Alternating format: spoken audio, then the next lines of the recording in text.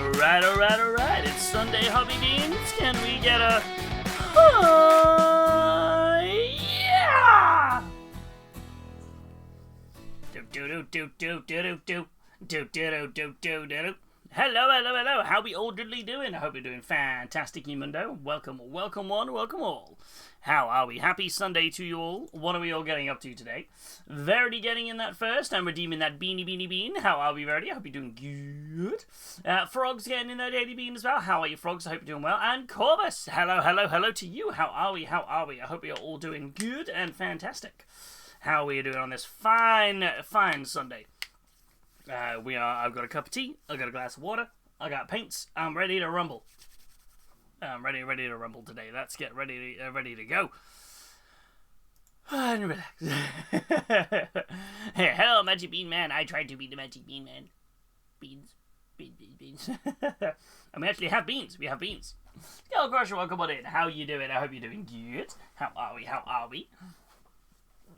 Let's try and sort out this backrest on my on the chair. There we go, it's better. Awesome, but yes, how are we all doing? Oh, I've got oh god, my brain is already broken. Let's have tea, let's have coffee or caffeine. Let's many streams, but could be more, but alas, I was rudely stolen on them. You were indeed, but 25 streams, hey, well, that's awesome still. Yeah, I don't know what happened there. That was what, right at the start of the year, wasn't it? It was like it returned to the start of the new year and it went, hey, you remember your streak? It's gone now. It was a bit of a weird one. I'm doing good, thanks. Feeling the call of the Great Green. Oh, you're thinking of getting yourself some orcs. So, whoa! It sounds like there is going to be some really cool stuff coming up, especially with the announcements at Adepticon. There's going to be some good stuff, some good stuff. I can hear lots of meowing. I'm assuming Milkshake wants to come in the room. I feel, yeah, give me a second. Let me let him in. But he's got to be on his best behaviour. He's already broken one of my models. Let me get him. Come on, little guy. He's like, you can't start streaming without me, father. You ready? You ready for your entrance? He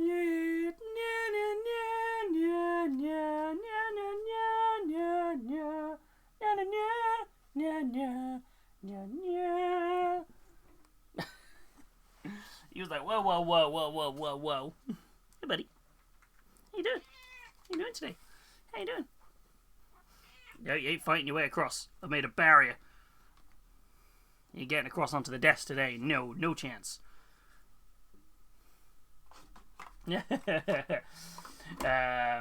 Already have some more lads, just getting them glued up because I've heard there's gonna be a big scrap somewhere. Oh yeah, you gotta go take the home planet back. Damn it, Umis call it Armageddon, but we knew it was Ulanor. Or Milkshake's like, what is best behavior? Kitty is our little kitty boy, little shakeums, getting some little fussies. Little guy, we love him so much. Getting these little fussy fusses. Boop. Yeah. We love him so much. And some pets from Frogs here for you, Shakeums. Stop rubbing yourself on it. I'm gonna rub myself on everything. There's nothing you can do about it. Hi. Well, okay, yeah, he can't rub himself on anything on the desk anymore, so he rubs himself on me. Making little breads? You gonna get comfy? You little bit comfy, Shakeums? There he is. Oh, he's had a lovely morning of being asleep on the windowsill in the bedroom, just getting those lovely sun rays. He's been like, yeah, this is what I wanted. So, bless him. Milkshake. He keeps rubbing himself against something which he keeps then knocking over. Yeah. Oh. Speaking of things that we're getting up to today, we are going to, hopefully today, finish this guy right here. We are hopefully going to finish off this Demon Prince today. That is the plan. We're going to get the base sorted, and then we are going to finish off the wings and the eyes. That is the aim of today's painting session. There he with his little shakeums. That's the hope, anyway. That's how he gets through the barrier. He's assessing the weight. He's tactically thinking, is he? Alright, is that what it is? Hey, shakeums. That's my glass of water. Stop rubbing yourself against that.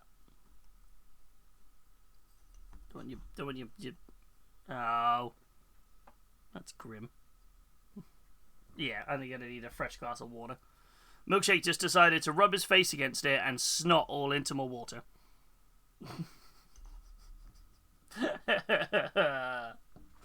Milkshake! Ew. That's grim. Yeah, that's not a fun time, Milkshake. Hey, Boss Hunter, how are you doing? I hope you're doing well. I'm just going to move my glass of water away, which was part of the barrier, so I feel like he's tactically done that. There's now just lots of floating bits of bleh in it, because Milkshake decided to go, nah. There you go, Shakeums. There you go. What if I give you the windowsill? Ooh, look, a place to go and have a nosy and explore. What if you went over there instead? Whoa. He's like, wait a second. What's this? Sunlight. Oh. Oh wait, I swear, why is my music playing in the background? Let's reboot that. Hey, Bubby. You right there? You're rubbing your particularly wet nose against me. Yes. Yes, he is. Oh, he knocked over all the paints yesterday, swat, and then just attacked it. Oh no, that's how he got across. I feel like we need to build up a better barrier for it. That's what we need to build.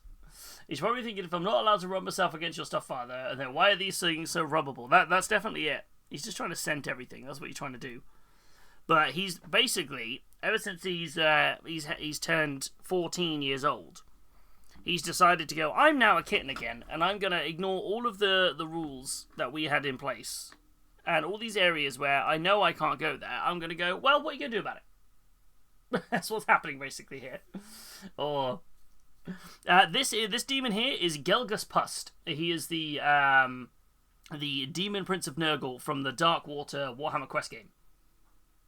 So that's what we've got going on here. So Mr. Gelgus Pusty. So we got a little bit of work to do today to neaten up a couple of these blends, and then do some paint some bits on and get it finished off. I think. Hopefully today we should do it, and then work on the base a little bit. There's a couple of tufts, bits of grass I'd like to put onto here, and then also make this cover this in a little bit of resin. That's the aim there. A little bit of resin, and then mix a little bit of that resin with Nurgle's rot, just to make it look like he's polluting the area. Oh, thank you, Verity. Yeah. Yeah, I feel like I'm happy with the color choices we made. I want to neaten up the blends a little bit more. But I feel like the nervous part of that is if it goes slightly wrong, you're gonna have to redo the whole thing. So I'll probably start with the inside here, because there's a bit where the yellow went a little bit too pulled. I can see Milkshake out the corner of my eye, just like raising his paw, like, Father, please, oh God, please fuss me. Hello, Bubba. Hello. What's the matter?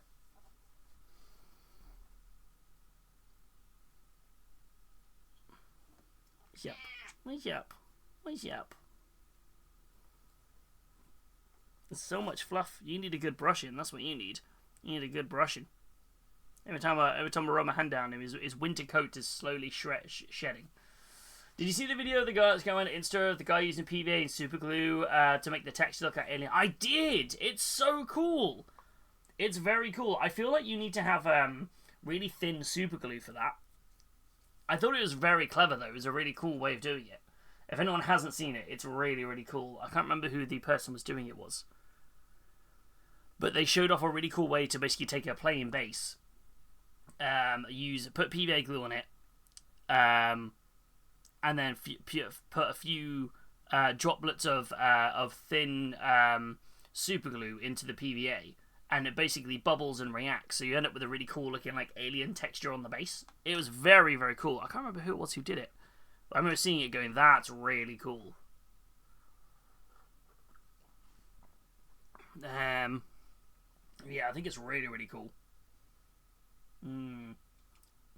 It's yeah, I'm trying to think what the let's see if I can remember who did it. Always want to give props to the person who Well, the first place I saw it anyway. Might not be who invented it, might be who popularized it. But I feel like... Let me see if I can find it in my activity log. Milkshake, no. No. I'm just saying no. And... I think I definitely liked it, but I don't think I saved it. Settings. If it comes on my feed, I'll put it in the Discord. Oh, yes, please. I was having a look to see if I can find it on here.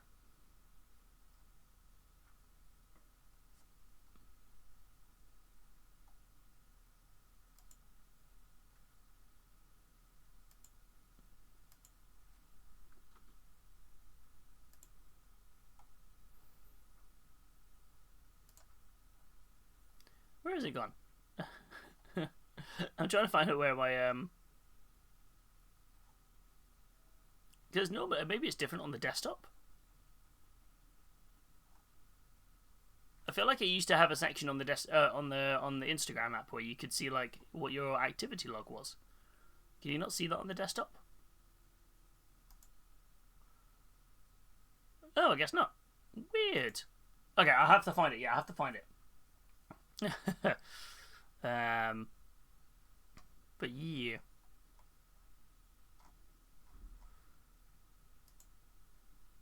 Yeah,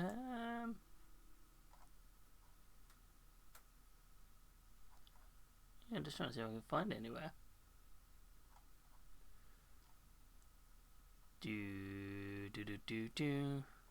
No. I'll end up looking down here for ages, so it's fine. It's fine. Otherwise, I'll be going down the rabbit hole here trying to find it. Yeah, weirdly, I know where it is on my...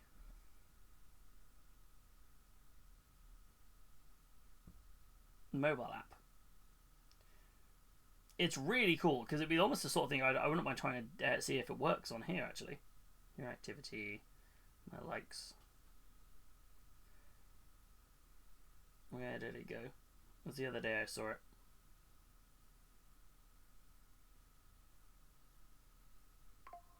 Do.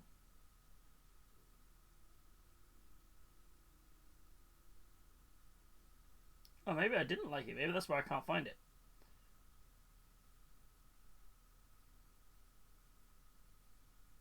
Is that the problem? Oh no. I thought I did. Oh, my bad. Okay, yeah, I'm going down a rabbit hole here. Let's stop. Thank you, Ernie. But yeah, it was a really cool thing to do because it was just like I'd never thought of doing that kind of using that almost like chemical reaction to kind of get that texture before. But it was really, really impressive actually. It was a very cool thing to see. But yes, but what's everyone else working on today? What were you all getting up to? And are we all enjoying all of the various announcements and things coming out of Adepticon? Obviously, we watched the Warhammer preview live on early hours of Thursday morning. And there's been a few other things that have kind of cropped up. Some people have released new event miniatures. Some people have released new paint ranges. How are we all feeling? Weeaboo! Thank you so much for the 55-month resub. Yes, and the alerts are working finally now. The alerts weren't working for ages, and I was like, I could not figure out as to why. And I think it was the OBS update. How are we, Weeaboo? Thank you so much for the Prime resub, my friend. I hope you're doing good. And Marco, welcome on in. How are we? I hope you're doing well. Howdy, howdy, howdy. How are we all doing? I hope we're all doing good. Oh god, you're a Mass Effect guy. I am 100% a Mass Effect guy. I am in the fact that I have got the Mass Effect board game that I've been working on painting up the sculpts from it. I'm currently playing through the Mass Effect trilogy again. For it. So I've got those. And I am currently painting up my Necromunda gang as the Cerberus faction. I am definitely a Mass Effect guy. Yeah, I'm currently painting these guys up as like the Cerberus color scheme for it. Because mainly I felt that they're like, these guys are meant to be... They're like, oh yeah, we're doing what's best for the Underhive. And I'm like, yeah, you're really not. So I'm like, yes. Ooh, Verity's got the video. Yes. And I'm like, I never agreed or liked Cerberus in the game, but I felt like they're befitting of the what do you call it? They're very befitting of the Palanite enforcers who believe that they are the good on the Necromunda planet, but they're really just a bunch of really, really not great guys. mm. But yes. Ooh, and I'm going to the Discord to grab the video. Oh, thank you, Weeaboo. How are you doing today, my friend? How are we? This has been so much fun to do, and like, I've been enjoying watching my this is my like process of blending all the colors on my wet palette. It's like whoa, whoa, whoa, whoa, whoa. Like all of the different colours on here, just to try and get this blend going. So I'm like, yes. What? Oh. But yeah, what are you getting up to today? Sounds like they need a visit from the remains of Shrek Swamp Rats. That makes me laugh. Oh. I just realised as well, I needed to fix something on here before I forget.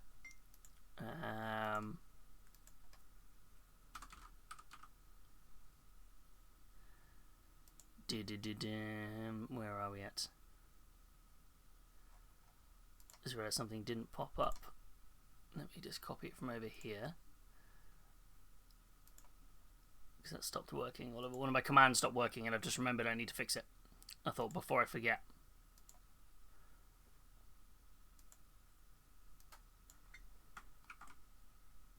And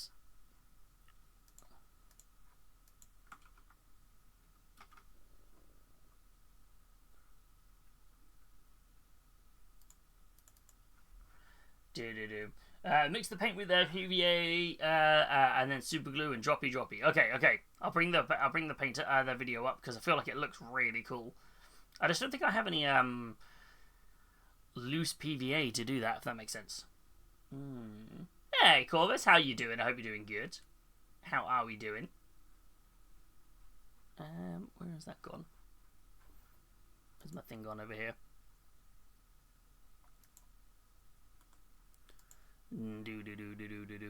Sorry, I didn't want to hotfix this while we're live, but kind of made sense. Where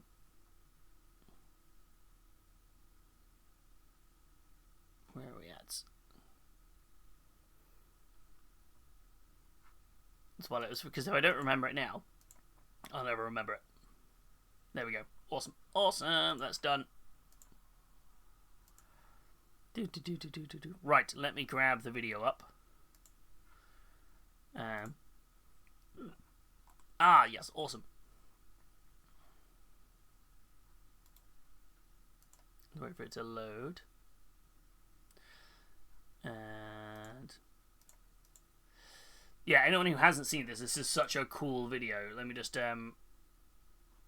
bring it up. This is a great way to get really funky textured bases on your base. So let me just wait for it to reset, then I'll bring it up.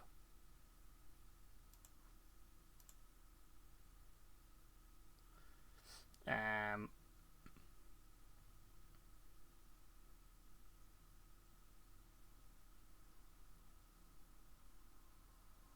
this is from MZ Miniatures, and it looks awesome. This is it if you haven't seen it. So you put down your paint with some PVA glue, put some drops of super glue in, and then it creates this really cool bubbly texture. And then obviously you can just like really enhance it into this cool like alien style like base. And I think it looks fantastic. It's not ever a technique I thought of before. But yeah, mix your paint with your PVA as it's still wet. Put in some very wet, like very thin super glue, and you get this really cool bubble texture. I think it looks fantastic. Also, the idea of using those silica beads as little like round dots. I'm intrigued to know how they work with. Will they absorb the paint over time? I'm very intrigued. But yeah, it's this first step I think is fantastic. Like just that, get that really cool effect. So I love it. I love it when people come up with these cool new ways to create really cool like bases and textures. It's so cool. But yeah, so all the shout outs, I'll pop a link to the owner of the video, because I always like to credit is due. That's who it is. That's who it is. If you wanted to go and follow it, it's one of their top. It's their most recent reel. They've also got some really awesome other stuff on there, like some really cool lava bases. They've done some really gorgeous non-metallic metal, like cannons and things like that on it. They've got a lot of really nice stuff. I'm particularly a big fan of their the way they paint their waterfalls and running water. I think it looks brilliant. This is what the entire platform's all about, right? It's Instagram. It's about sharing other cool creators. So, hey, Kelbar, how you doing, my friend? Welcome. Ooh. Do. And do. Do.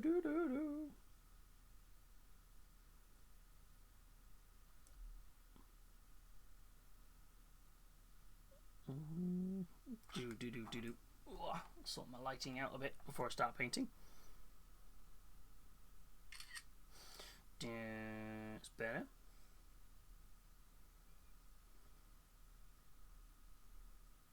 Do. How are we doing, Calbar? I hope you're doing well today.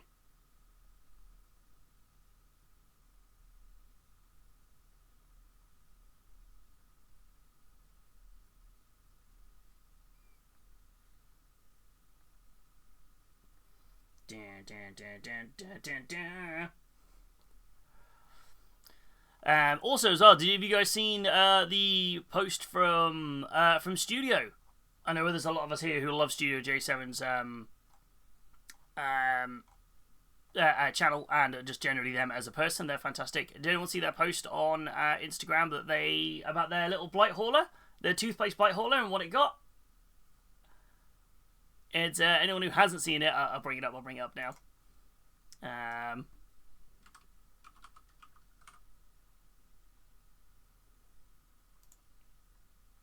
It's amazing.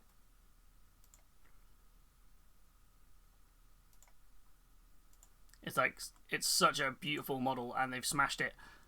They got a commended pin for the toothpaste blight hauler, which is absolutely fantastic. Which is so good. I was like, that's just they put it in to be like, it's going to be a bit of fun, isn't it? It's my little toothpaste blight hauler, but it shows that you don't have to paint into the norms of what everybody thinks to get pins and finalist pins and things like that, which is amazing. So it looks awesome. It looks absolutely awesome. So I'm excited, though, to see. We haven't seen anything about the Dreadnought yet, though. So I'm wondering if the Dreadnought has been picked up elsewhere. That would be interesting to see if maybe that's got a finalist or something else. But Studio is an amazingly talented painter, and if you folks aren't already following, if anybody isn't following, let me do a quick.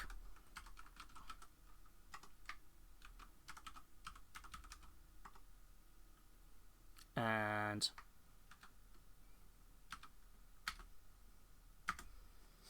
if anyone isn't following Studio, you definitely should be. They are amazing, and they are one of the OGs. The reason that the miniatures and models and mini painting communities are so massive here on Twitch, they are one of the OGs for it, which is just fantastic. So let me just grab. Let me hiccup it away.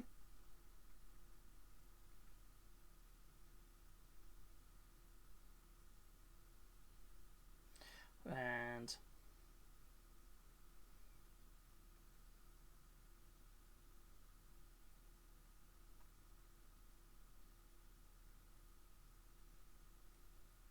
do. There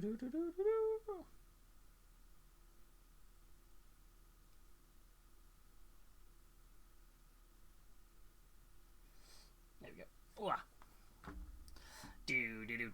But yeah, I hadn't seen it. It's all the shout out, all the props to Studio. Studio is amazingly talented, so it's fantastic that they've got that. If I recall, this is his 9 years on Twitch, but it could be 10 either way. Wow, that's crazy. That's wow. That's wild. Actually, if it's 9 years on Twitch, that's wild. I find it odd that we're celebrating our 6 years this year, which really blows my mind that we've been coming up to it that quickly. So I'm just a bit like, what? So it's just a bit nuts.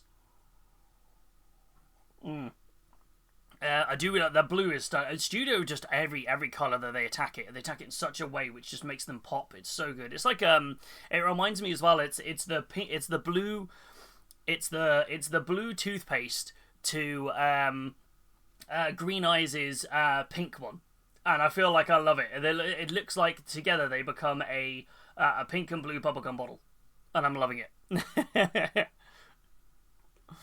Kelmar's doing okay. I'm just in planning stages before tackling my conversion for a winged demon prince. Working on what doing paint each area. Ooh, what are you converting? I'm curious to know. I'm very curious to know. Stupid question. Is that YouTuber Winter's SCO in the background of that photo? The cap could be telling. I have no idea. Maybe? I don't know who that is, so I feel like I'm probably not the right person to ask. But maybe. Is it a cap or is it someone just with a very flat emo sweep? Yeah, 6 years. Wild this year. 6 years of celebrating in June. Oh, no, July. July we celebrate. So we have our stream anniversary when we first started streaming on the platform, and then we have our affiliate anniversary, which is where we not started taking it seriously, isn't the right words, but basically we used to only stream 1 day a week for the longest period of time, and that we're only streaming 1 day a week. We could never get affiliate, so it was basically I had to stream for like 3 weeks, where I had to do some extra streams in the week in order to get the affiliate thing. Back in the day. So I was like, oh, okay, I should probably start doing that. And then we've never looked back since. We've always been doing 3 days a week. Well, we did 2 days a week for a long time, and 3 days a week. The third day has always shifted, but ever since we've started, we've always done a Wednesday and a Sunday. They're the twos that have always remained the same for it. And then we used to stream on Thursdays, and then we start streaming on Fridays. I think the only day we've never streamed is a Tuesday. If you want to look at the conversion, there's a photo in the whip. Ooh, I'll have a look. I'm intrigued to know what you've been doing. Do do do do do do do do do do do do do do do whippity whippity whip. Ooh.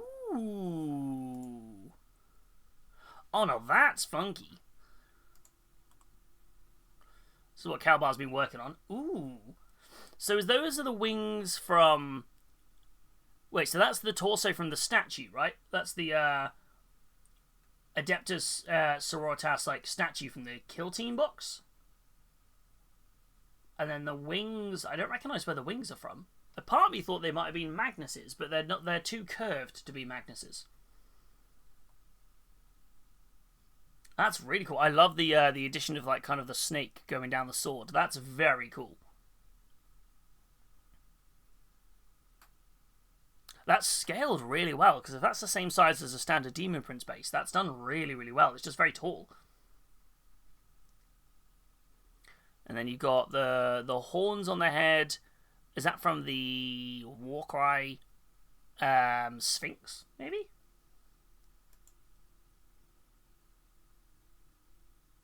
That's really cool. Oh my. I am liking this.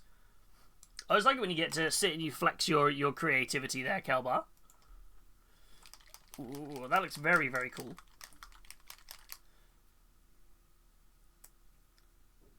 You think you go for a Zeech? Is it a start of an army, or just having a bit of fun with some kit bashing?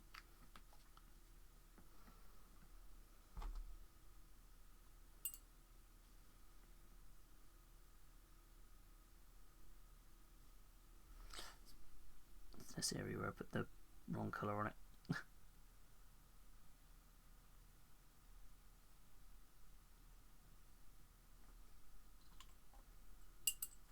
And let's get these blues back up to where I need them. Oh. And so what do we think, though, as well? Though it might be early now, what are we thinking we're going to see on the old Sunday preview this week?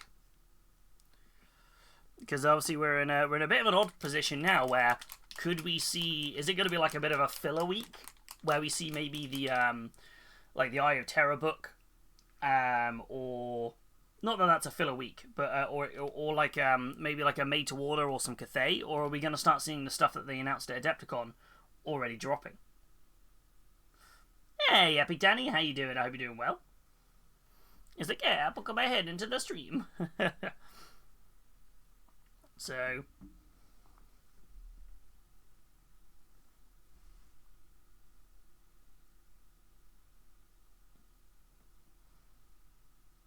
let's fix these little areas on the base.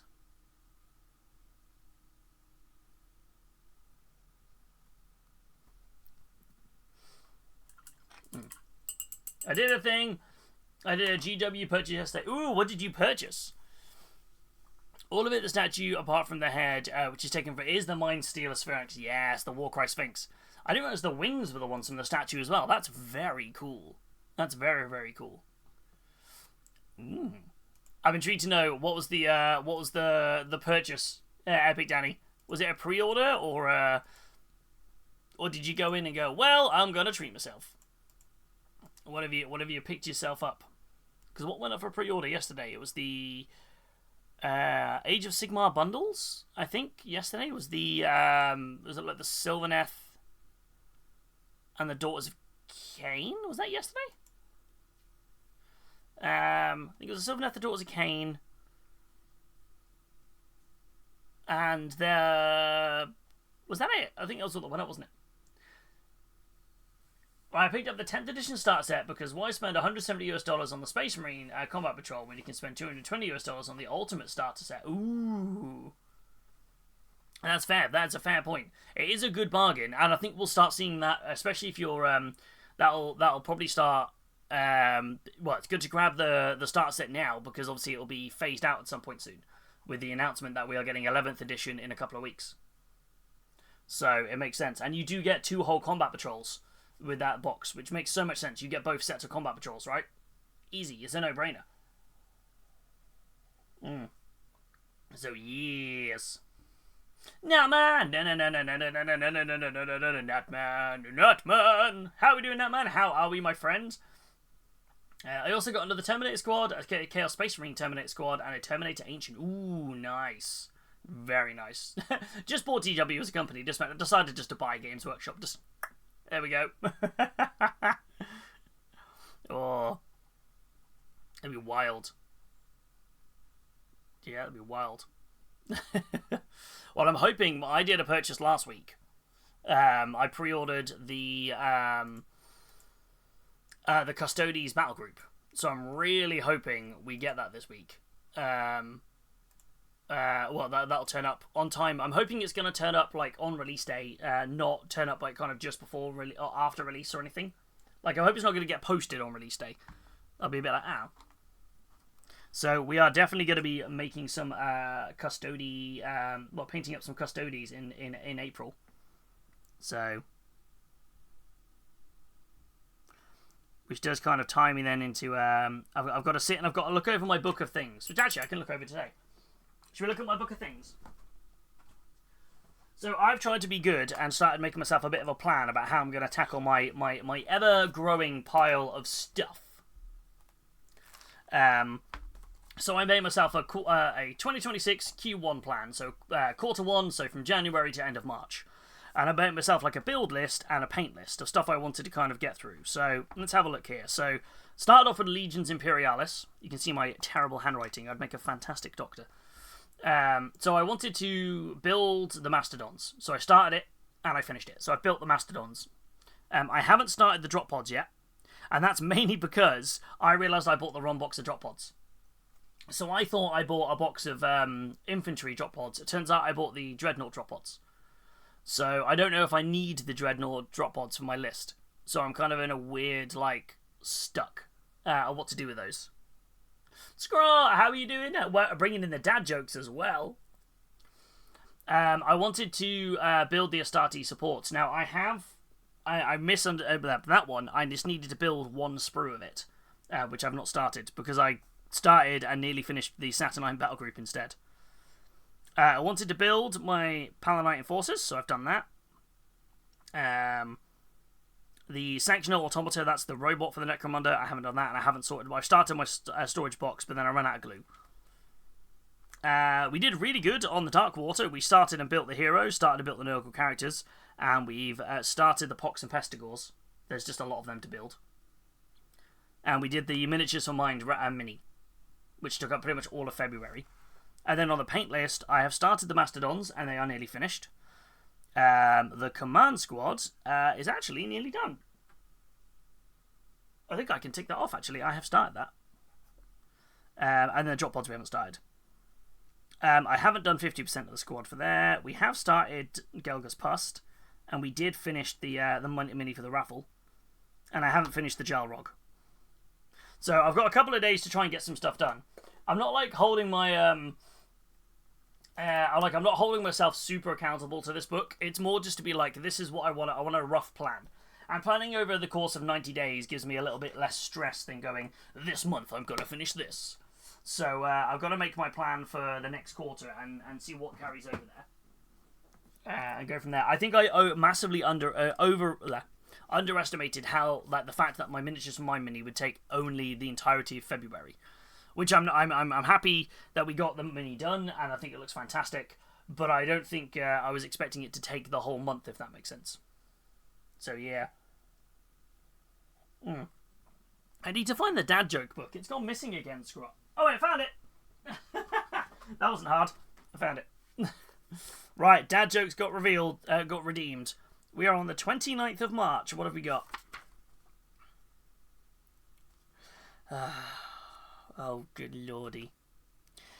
I don't know how to make a good cup of tea, but I'm trying my best.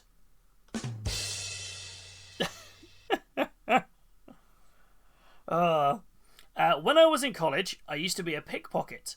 I once stole the watch right off Dwayne Johnson, but he saw me. I took off running and he chased me down an alley. Unfortunately, it was a brick wall dead end. I turned around to see Dwayne closing in, and that was it. I was between the rock and a hard place.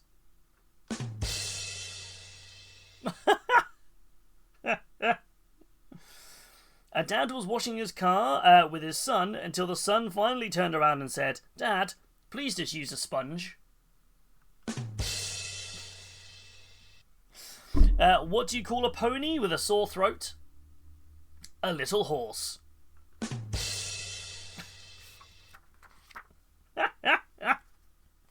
There we go, there we go. I can't believe that rock and a hard place one was in there. Oh, it's so bad. That's so bad. Oh. Yeah, I feel like they went hard on the jokes in that part of the book. Hey, Shiny, how are you doing? I hope you're doing well. Hello, hello, hello. Do we think we'll get a preview mini on Monday? I would hope so. We didn't get one this week, did we? We didn't get a preview mini. It was a quiet week this week on Monday, wasn't it? We had yeah, I don't think there was much there. I've got to remember that last one. Which the little horse one? Where's my gloves? I'm going to grab a glove because if I'm holding this mini, I don't want my hands to rub the paint off.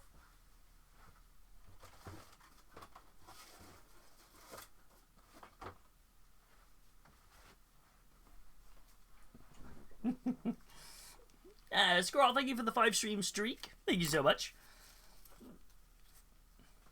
I'm putting together the start of the Terminator Terminator Librarian will be next, followed by the Ancient. Nice. Which Epinani, which legion are you going for, or chapter, for 40k? Blood Angels, yes, the right choice. Right choice. Are you doing standard Blood Angels, or are you doing one of the successor chapters that they have many of? Right.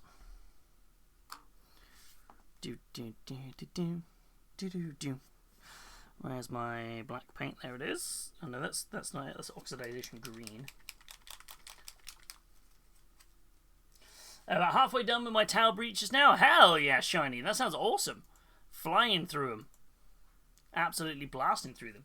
Standard. I was tempted to do flesh tearers though. Ooh. I have to admit, I do like the flesh terrors. But I think if you nail out some really gorgeous looking, just sort of, standard blood angels, I think they look fantastic. I feel like, because obviously I went for mine as the angel sanguine, so they're like the half and half red, half black ones. And I feel like as much as I love it, it's a as soon as you start factoring in other elements of like color schemes, you're like, I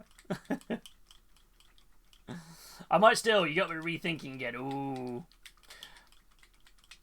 I'm trying to think. What flash terrors are very cool. What's tempting you? Is it though? Is it the color scheme, or is it the lore behind them? And I don't know what the rules are currently. Is there still the rules that if you play a successor chapter, you can't take if you play a successor chapter, you can't take the named characters from the main army? Is that a thing? Is that still a thing? I'm not sure if it's still a thing or not.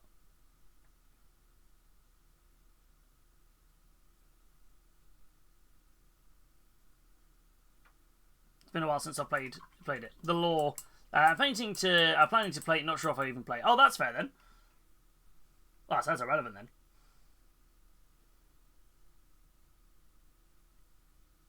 Well, in that case, yeah, go for it. I mean, if you're only painting to paint anyway, you don't need to put them all together as the same faction, same chapter, right? Have a bit of fun, add a bit of variety. This could be the Blood Angels. You could do it as the Devastation of Baal, where basically every single successor chapter pretty much turned up to help defend Baal. So you could do that. There was when the Tyranids were basically invading Baal, Dante put out the call to action to be like, right, Baal is under attack. I want every successor chapter to come back and help defend it. So the Flesh Terrors turned up. I think everyone apart from the Lamenters turned up. Even the Knights of the Blood, who are deemed as traitors by the High Lords of Terror. Oh, no. They've not fallen to chaos or anything. They just they basically just caused a bit too much collateral damage a few too many times. Kind of imagine the Flesh Terrors on steroids. It's kind of it.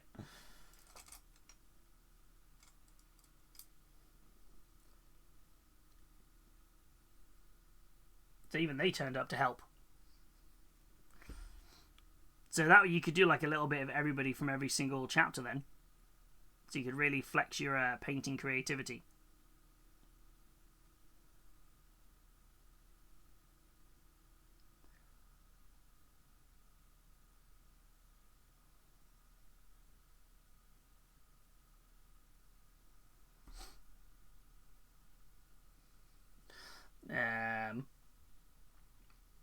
Yeah, but most of them tasted fun.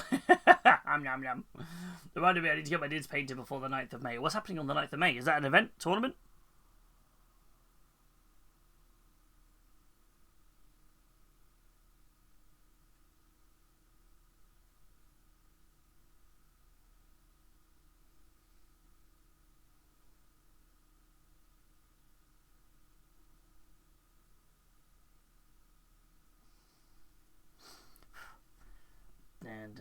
Let's try and get these colours painted on here. Mixed chapter squads are fun. Extended campaign, squad merging. Yeah, I mean, that's what's happening on Armageddon, isn't it? That's what they said is going to happen with the 11th edition. So basically, the Lion and Gulliman have put together a force built up of lots of different chapters to help retake Armageddon, help defend it from the upcoming big war. So that's why on the video trailer for the Armageddon War, there was Ultramarines, Blood Angels, Black Templars. You saw a couple of Imperial Fists in the background. There was literally everyone there. They were just like, let's go.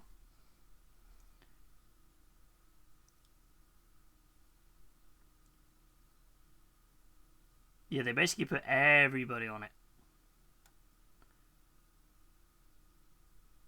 And that's what that's one of the big things that Gulliman's trying to do, isn't it? He did it during the Indomitus Crusade.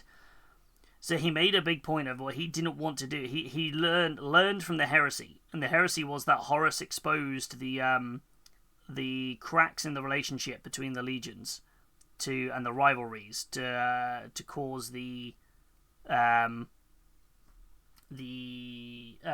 the friction, and built on those to cause them to turn against each other. So when it was really interesting when Gulliman launched the Indomitus Crusade, he made a point of basically all of the Primaris Marines were fighting side by side without knowing which chapter they were going to go to. So they all went in as Grey Shields, effectively. And then even afterwards, when they were all assigned to their relevant chapters, he wanted them to forge bonds between chapters first, so that they would all be like friends, which I think was really cool. I think it was a very clever way of kind of going, right, well, how can we learn from what happened during the heresy? And him and the Lion are still trying to do the same thing now, which I think is kind of cool. It kind of shows his tactical brain there going, well, hold on a minute, let's make it so that there's friends across every chapter. Let's not fall to the same mistakes we did last time.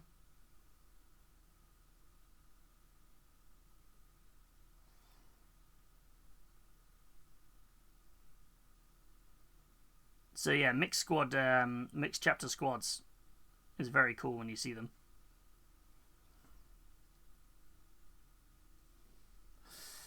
The Lamenters are part of the 23rd Curse Family. Yeah, they didn't turn up to the devastation of Baal because they thought they would be bad luck. So the Lamenters have beaten the Black Rage.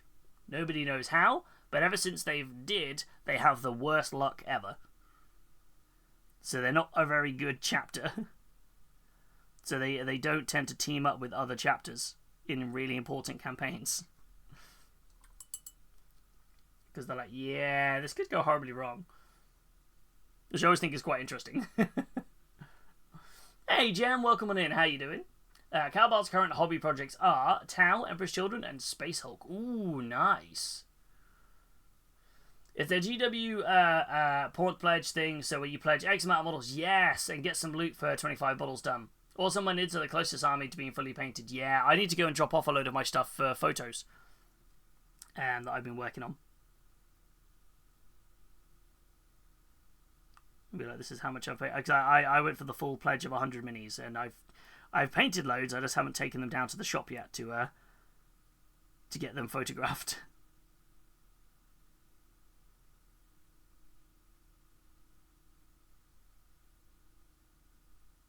Which I really need to do. I'm like, I should probably get this done at some point. I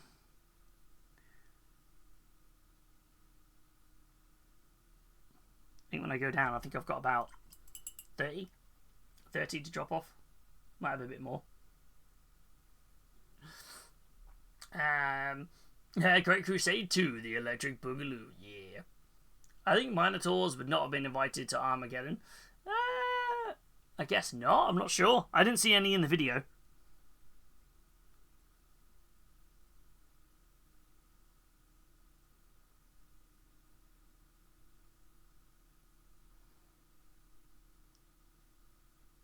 But I suppose we won't know till we read the book who's been invited, who's there to help reinforce the defense.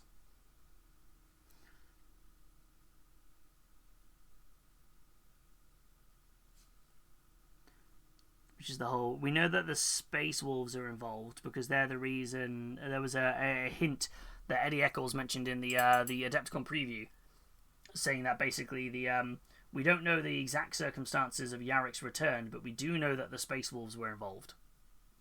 So we're like, oh. So it's like, wait a second. I just built my Jakari Combat Patrol. Ooh, nice. Is that one of the newer ones, or the is that the one which is like all witches? Because they've had a couple recently, haven't they? A couple of different combat patrols.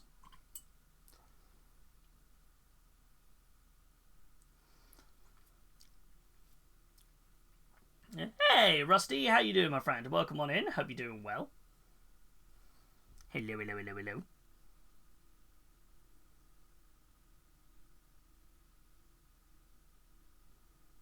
Are you the usual on a Sunday full of meat and gravy?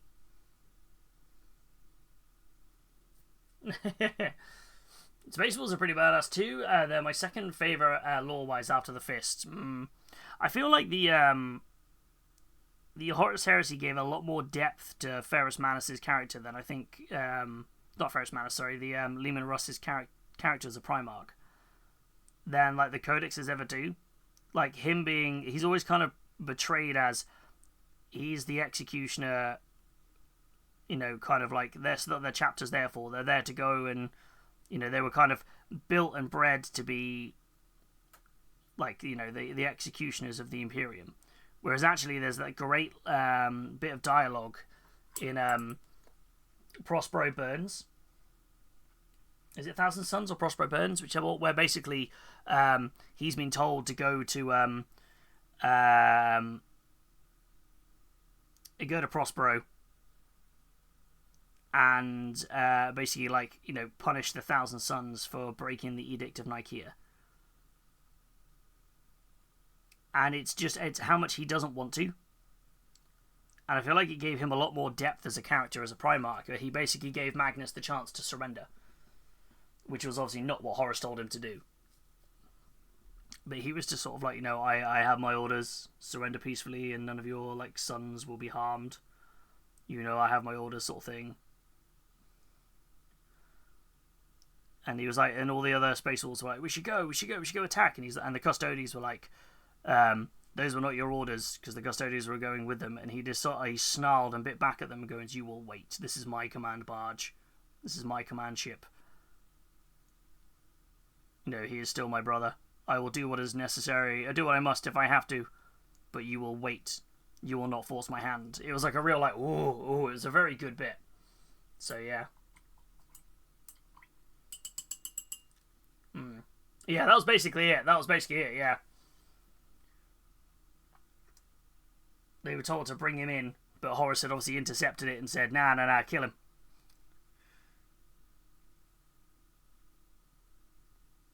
And I think it's one of those, he's almost got unwavering loyalty, and that's obviously his, like, almost greatest weakness there. Like, exploiting the fact that if he's given an order, he'll follow the order. Like I said, they're good boys, they follow orders.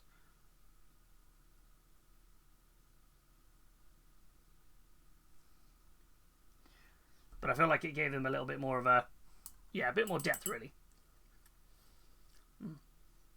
I wanted the Infinite and the Divine Book Special Edition. It was my favourite book, but I wasn't going to queue on the site to get it, so I saw it on the shelf. I was like, yoink, yes!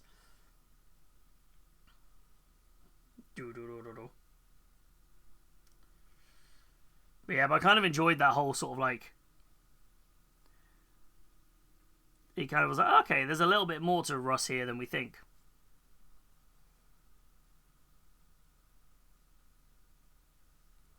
I think that's what was good about the whole heresy, really, wasn't it? Though it was just the fact that they gave everyone gave more depth to the characters that we knew very little about. I just feel bad for Ferrus Manus. Someone had to be First Blood, right? It had to be him. Which I always feel bad for. I feel like Ferrus, if he had survived Istvan,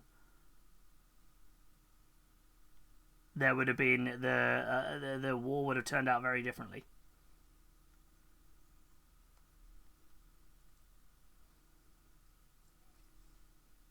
Yeah, it's neatened up those borders on there. Whew. Ooh.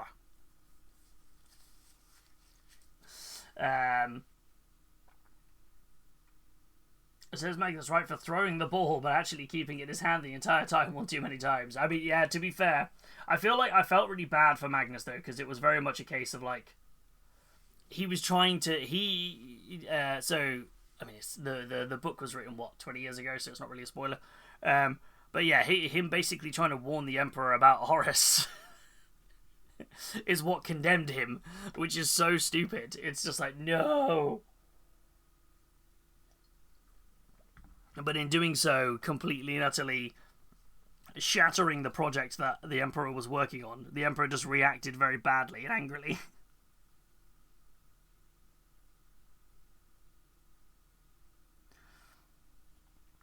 was like, oh no. Yeah, oh no.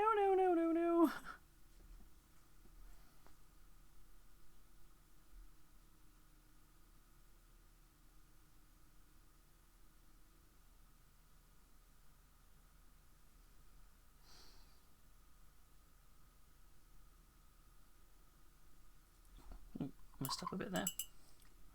I feel for Magnus, yeah. It's kind of one of those, why the meme comes in, isn't it? Magnus did nothing wrong. Is like, did he actually do anything wrong? And I feel like he did nothing wrong until he fought back. If he had just taken a step back, if he had just not surrendered, well, yeah, if he'd have basically surrendered to Russ at the start and said, look, let me go, take me to my father, let me explain what was going on, it would have all turned out very differently. But yeah, his darn ego getting in his way.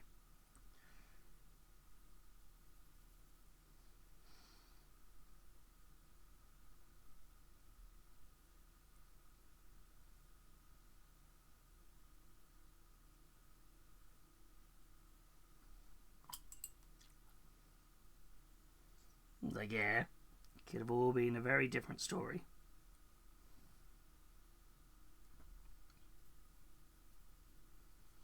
He tried to do the right thing, just completely wrong. That's it. Just shows even if you think you're doing the right thing, you might have the best of intentions. Sometimes it can still all go horribly wrong.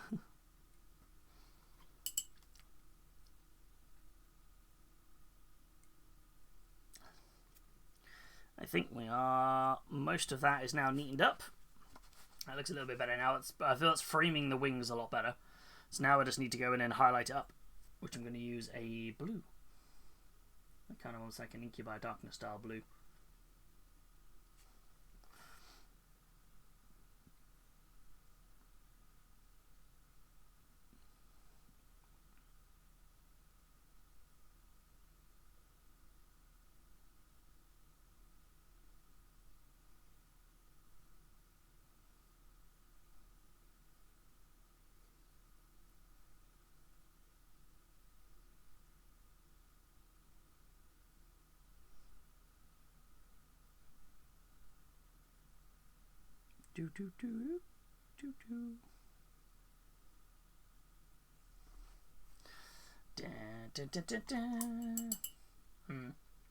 But you just got on the ship, talked to Big E face to face, when it would have been fine, but no, you had to be a nerd and use magic. I mean, he was on the other side of the galaxy, I suppose. You probably thought, oh no, this is all going to go wrong. Maybe we should probably deal with this.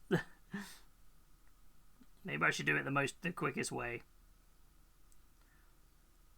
He thought the ends justified the means, didn't he? But you're right. If he'd have just got on the ship, it might have been far too late and it could have been even worse.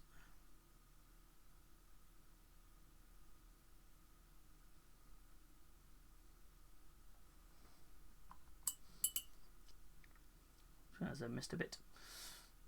The problem is the Primarchs were all bred and trained not to surrender. True, that's very true. And consider an option. They were taught very much. They were bred to be like, you give no quarter. That's very true. The Emperor got what he wanted. Obedient soldiers.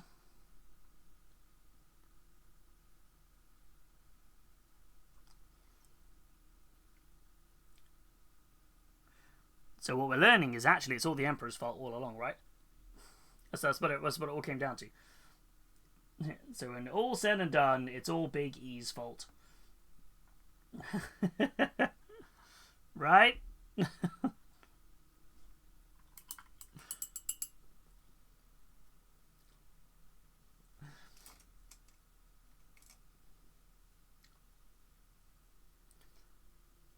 grab a much thinner brush. Looking at all my brushes I've got here, which is the right one to take. I'll do a nice point on that one.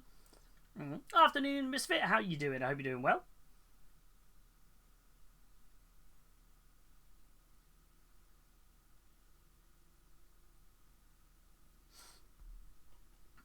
Fair enough. Always thought he was on Prospero and he found out about Mr. Heresy doing a heresy. Yeah, so yeah, he was on Prospero, wasn't he? He was just on, which is quite far away, isn't it, from Terra?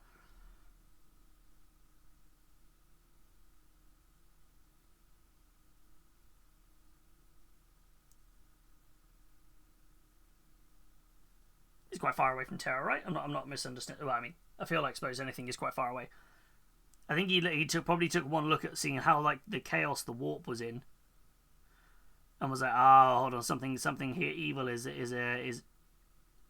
impacting my ability to transport over there, maybe, or to fly over there.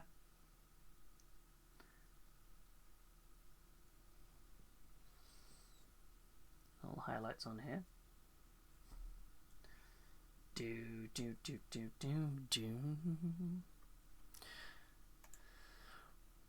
Bum bum bum bum bum bum bum bum bum.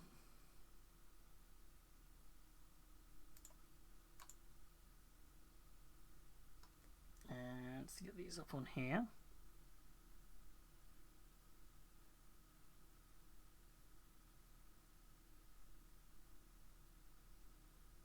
Pick out a couple of these little colours just to break up the framing a little bit.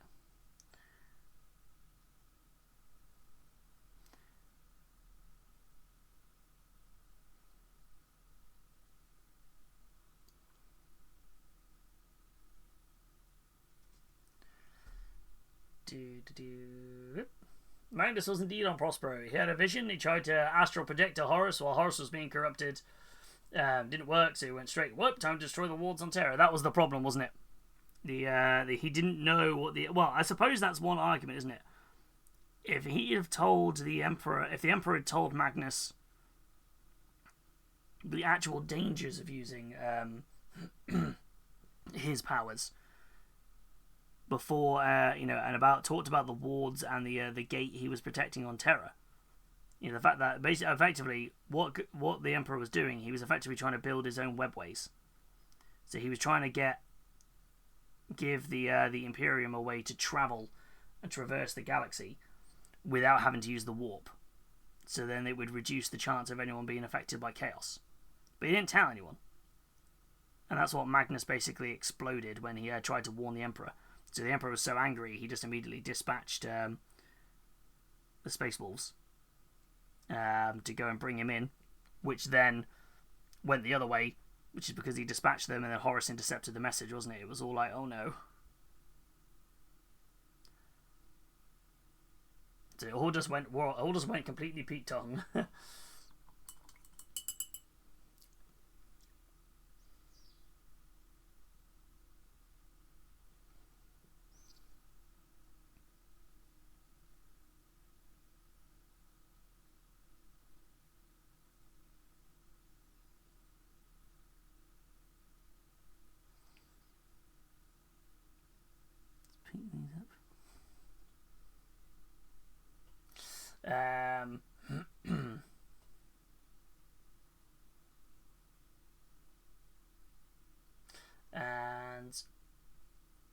And I was having trouble with the repaint on 2 Fire Warrior units. The paint wasn't wanting to settle right.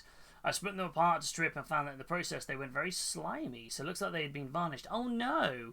And it was did you say it was a repaint? So you picked them up second hand. That's frustrating. Yeah, I don't know. I've never looked into it. The Thousand Suns have never been a major interest to me. That's fair. What is the tea? The girls are fighting! No! The girls are fighting! You okay there, Verity? What's happening? How we doing, Marco? So, any 3D printing enthusiasts here? I mean, I own a 3D printing business, so maybe I can help. The drip brackets for resin printers, they're normally only printed in FDM. Do you know if you can print one in resin? You can, however, there's a big however here. So the ones that we print for people are done in FDM, and it's mainly because of the flex. So over time, the resin one will basically cure and become more and more brittle. And because it's holding such a weight, it needs obviously that little bit of flex because it's almost like a moving part. Whilst I think you won't have any problem in the short term, if it ever gets slightly over cured or becomes ever so slightly brittle, or it has, depending on the resin you're using, it normally means that there's a chance that it could drop, and because it's such a delicate piece of equipment, you don't want that dropping on the screen.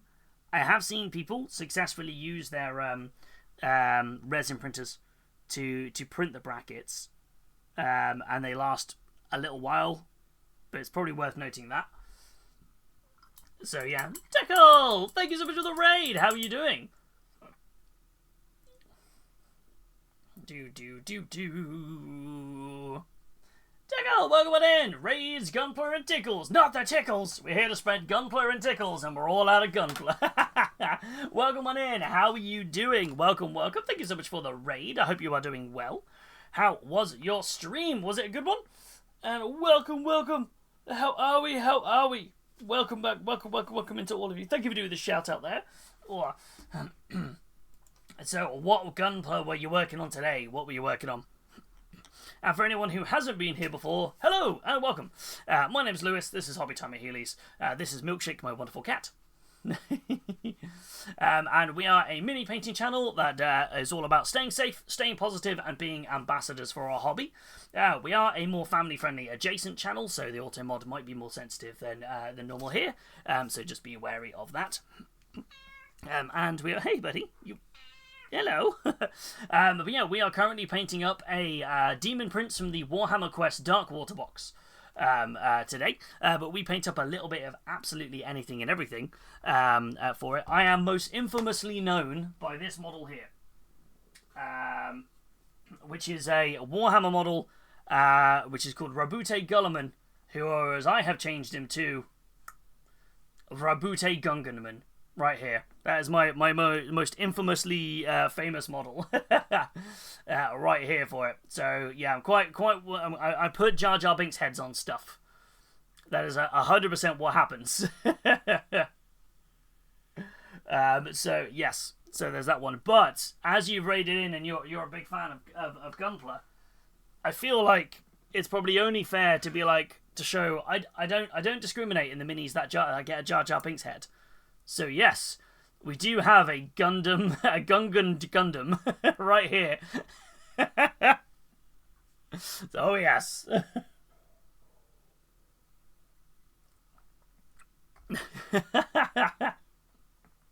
And thank you so much for the follow. So there you go. It is swappable as well. It's magnetized on, so we can put his normal head back on. But why would you want to? Why would you not want to leave this fantastic head on here, eh? Look at it. Look at this thing. It's fantastic. It is the only... I only have 3 Gundam kits, or Gunpla kits. I have that one there. I have got one of the Gundam Assemble minis. That's coming out later this year. So this was one I picked up. It's the Zaku 2 from UK Games Expo last year. So I've got this guy who I haven't quite painted yet. And I have a one I picked up from the Gundam base in Odaiba, Tokyo. Which is... If I switch to this camera, it's probably a bit easier.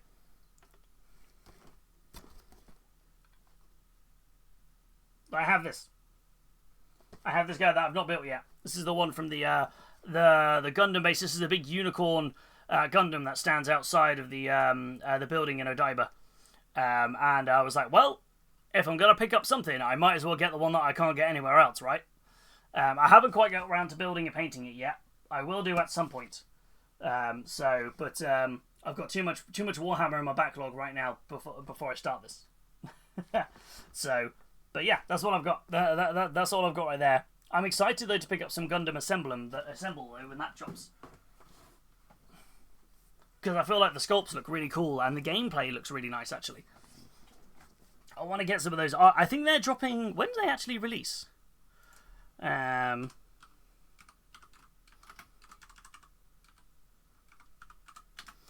the actual release date? Because the starter set's not particularly expensive. October this year. The starter set's going to be like 35 quid, which is really cheap for a starter set to get into into something. It's not going to be pricey at all. And that will come with 6 sculpts, I think. I think 6 sculpts, the terrain and the rules, which I think is going to be really, really pretty decent. So I'm quite excited. There's going to be like a deluxe set, which comes with more stuff for it as well. It comes with more minis, more sculpts, and various things. I think the deluxe set comes with about, I want to say it's like 15 sculpts. So It does look very, very cool, though. To be fair, I don't want to play the game. I just want to paint the tiny Gundams. That's fair. That is fair. And that's it. That's what I mean. It's really cheap for the start set.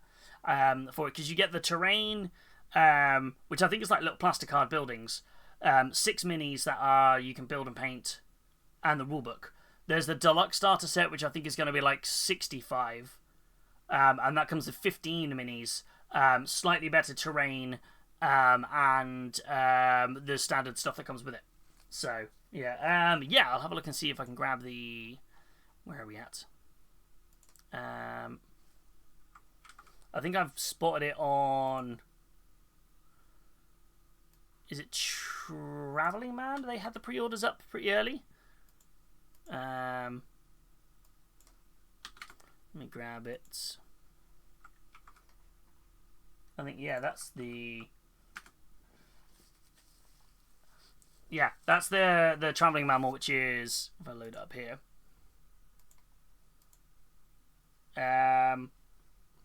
That's the Traveling Man one. So yeah, $34.99, but obviously you can get it cheaper because most places offer it cheaper. So you get quite a few little sculpts in here. So you get the there's the Zaku model, and they all come unpainted. Yeah, pre-order item due to be released in October. They're stunning sculpts though. So, and then I think there's going to be there's a deluxe one. Oh, there's different levels of deluxe ones. I don't know why the pictures are so blurry. And this one comes with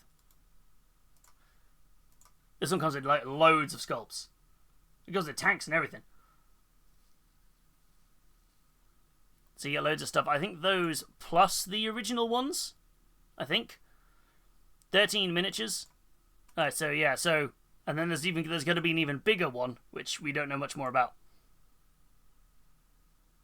So yeah, but I feel like the base £35 start set sounds perfect for me. I just want to paint some tiny little Gundams. They look fantastic. Because I want to try and see if I can do the cell shading that we've done. I want to try and do that on the Gundams. But I feel like I really want to try this because I feel like this kind of art style works really well on those sculpts. So I'm kind of excited to give that a whirl.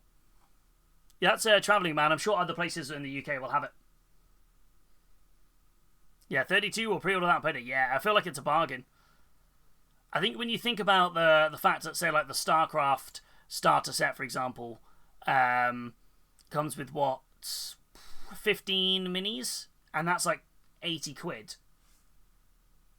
That's quite a hefty starter set to get involved, like to get in right at the price point to get into the hobby, if that makes sense. I think 35 quid is actually, that's a really, I don't know if I'm going to like this, but I want to paint some of the sculpts. Feels like a no-brainer. But yes. Hello, Grimdark. How are we doing, my friend? I hope you're doing good. But yes. But no, I'm excited to get involved in painting a few more of these Gundam ones. I need to paint up the Zaku guy I've got. He's on my list of things I want to paint up at some point. And not bad, I'm working on the Crons. Hells to the yes. How be the Crons going?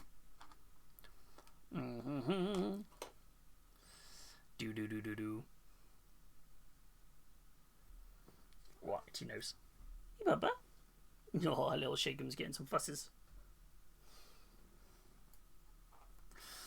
I think we're not too far off this here. I just need to decide if I'm going to put a wash over the blends. That's the hard part. Going well. Can't wait to get the texture paste so I can finish the bases. Ooh, which texture paste are you going for? Yes, the only bit I'm nervous about now is do I put a wash over these blends to help them pull them together a bit more, or is that going to go the other way? It's always risky. But I feel like it needs to kind of happen.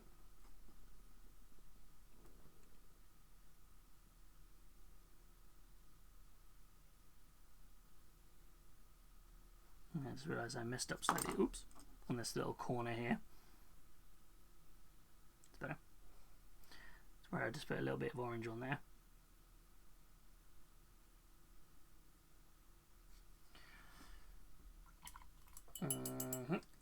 Gonna look for a bit. Need to throw some food in the crock pot, so I have dinner tonight. Be back at no worries, Tickle. Thank you so much for the raid. Enjoy your lurk, and I'm excited to know what you're putting in the crock pot. I love me food. I love my food. Snack talking. I love the wings. Thank you, Misfit. They've been really. It's been really fun to do them. Actually, I'm one of those rare moments where I'm looking at a model I've painted up and gone, you know what? Yeah, I'm pretty happy with that. I feel like they've come out well. And it's nice, actually. This kind of sets the tone for what we're going to crack on with for the rest of the Dark Water sculpts, which is going to be really, really nice. I just need to finish his eyes, and then a little bit of a wash, a recessed shade around this wood, and I think he's done. I think we might actually finish this today. And just on the wings, I just need to kind of decide if I'm going to do a bit more of a recessed definition, which is where I'm going to need some washes. So I'm going to need Crimson Caraberg for the red and Cassandora Yellow for the yellow. Probably could have used Fugan Orange, but I don't own it, so gotta make do. It's just if I want to actually do the wash, I'm kind of pricking my brain a bit. I've got a Boston butt pork roast. Gonna load it with some tomatoes, onions, and some beef broth. Oh, gonna be the base for a cabbage soup tonight. Oh, that sounds so good. I've got no idea what we're gonna do for dinner this evening, but it's gonna be. I don't know. I think we've got a pork joint in the freezer. Might be able to do something with that. I'm just like food. Oh no. I'm a sucker for cabbage soup. Oh hell yes. I remember once, where growing up, my mum and dad went to do a like a cabbage soup diet to help them lose a little bit of weight, where you replace basically like your 2 of your meals a day with cabbage soup was basically it. But the only cabbage they could get was red cabbage. So they ended up having like purple soup, and I remember just laughing so much that they were just sat there with this bowl of like just bright purple soup because they could only find red cabbage. It always made me laugh. Always made me laugh. Oh, but yeah, it was just what I remember it and just being like, that's funny. Right, where am I at? Where am I at on this one?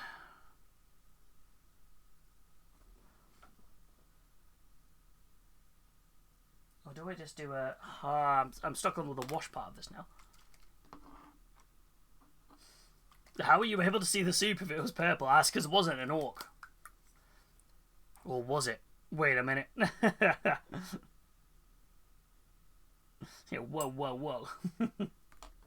As a kid, I hated cabbage anything, but now I'm almost 40, I could eat cabbage for dinner every day. You know what? I was such a fussy kid when it came to food, and now I eat literally everything. Like, I'm just like, yeah, let's go. I think the only thing I don't really eat is I'm not a big fan of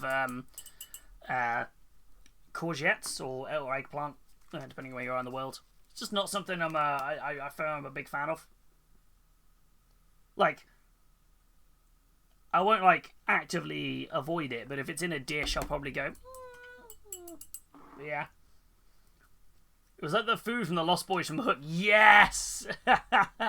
Oh, such a good reference as well. Such a great film. Oh. Rufio.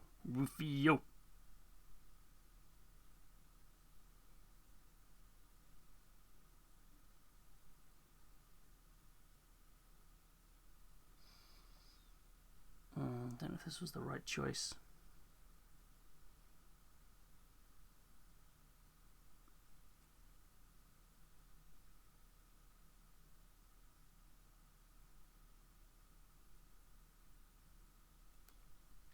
Putting these little bits of definition in here.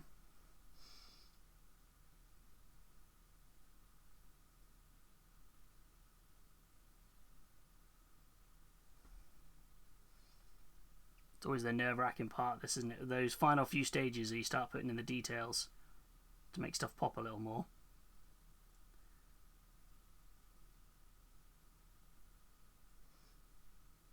I think it's okay. I think it's not too bad. It's not as dark as I thought it was going to be. Zucchini here in the USA, I think. Oh yeah, for course, yeah, eggplant's aubergine, isn't it? Sorry, eggplant is aubergine. And yeah, courgette is zucchini in the US. That's the one. I think my brain confused the two. That's the one, yeah. Yeah, just not something I'm a big fan of. Just I feel like it's one of those. It's like when when you haven't had something cooked well. So quite often you're always a bit like, I've not had this done well, so therefore I've got an opinion that I don't like it. Whereas it could just be I could have it done really well one time and I'm like, oh, you know what, this is pretty good. But, you know, I'm not that fussed on finding out.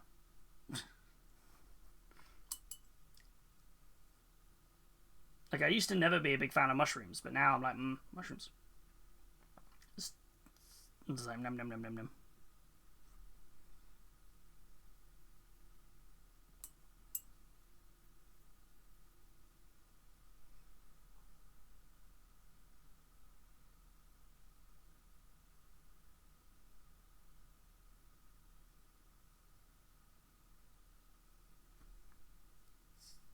I've messed up a little bit on this. A little bit when I did the highlight. I put a tiny dollop of blue where I didn't want it to be.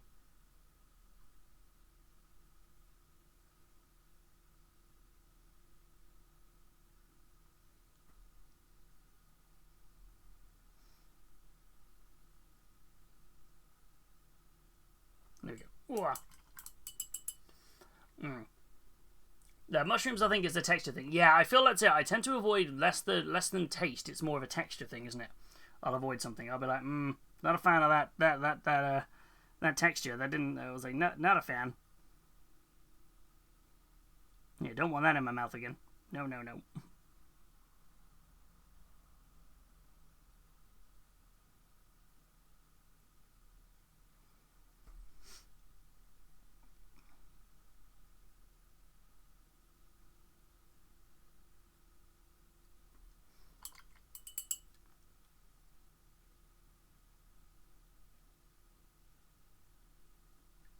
These little highlights on here.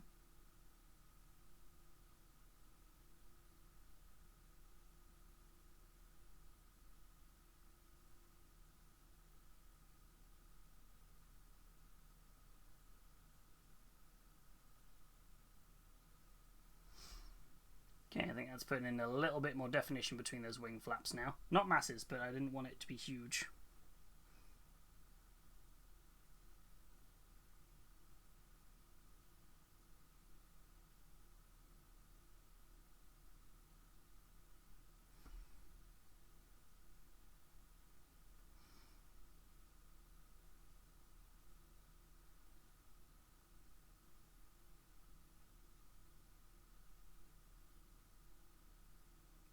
Them on there.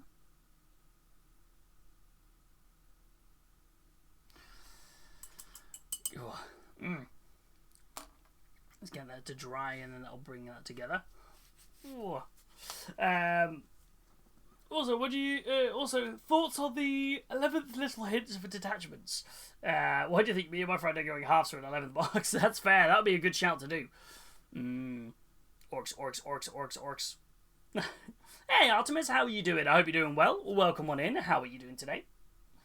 If you ever get a chance, look for lion's mane mushrooms. They legit have a yes. Or lion's mane or king oyster mushrooms are always great. And if you get the is it enoki or is it a different? There's the one where it's like a real tight bushel. I've seen people take enoki mushrooms. Oh, Bubba, let me move that out of the way. Milkshake was trying to use my phone as a pillow. Bless him. The enoki mushrooms where you kind of deep fry them and they almost like pull apart like it is a chicken, like a chicken wing. It's like, oh. Is that because you're a fun guy? Ooh. Whoa. With that dad joke redeemed, there's not much room for that in here. My favourite is the king oyster. It's one that I usually consider as a steak alternative because of the texture. I do like, yeah. Now I'm just like, mushrooms. I feel like, yum, yum, yum, yum, yum, yum, yum, yum, yum, yum, yum, yum, yum. I do like the sound of being able to mix up detachment. Yes, yeah, I like it, and it's also that whole thing with the 11th announcement about now, as well as being able to mix up detachments, your detachments you choose will determine the game type you play. That's really fascinating. I want to know more about that. Basically, depending on which detachment you pick, that determines on which mission you're playing. Which I think is really, really interesting. Quite fascinating, actually. And I'm intrigued to know how that actually translates on the tabletop. So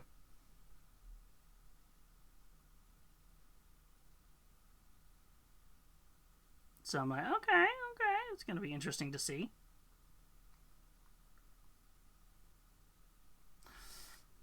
And so, yeah, I feel I'm not quite sure how it's going to work, but I feel like I'm intrigued.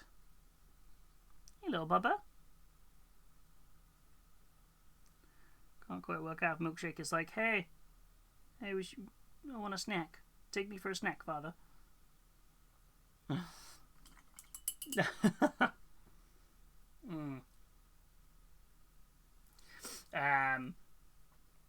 Where are we at? Just relaxing with you before a day of corpo modding. Oh no, oh bless you. Have you seen the new Sisters of Battle Warhammer 40k show? I haven't, no.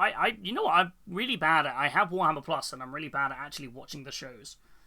I really should get around to watching them. I've heard it's good. Yeah, the Penitence one, I've heard it's very good. Hello, Bubba, what are you doing? What's up, little Shakeums? My music still playing? Oh, it's just very quiet.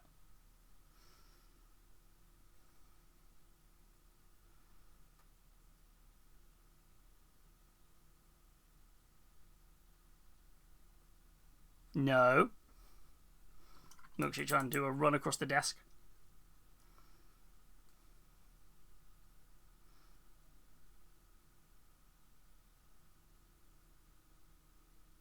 He's like, fine, I'll sulk over here in the corner now.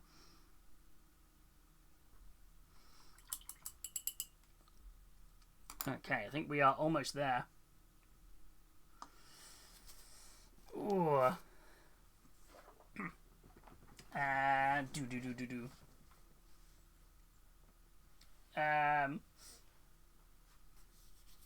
I thought we were in 11th. No, we're only in 10th edition at the moment. They've just announced the 11th edition start set, which will be the Armageddon box.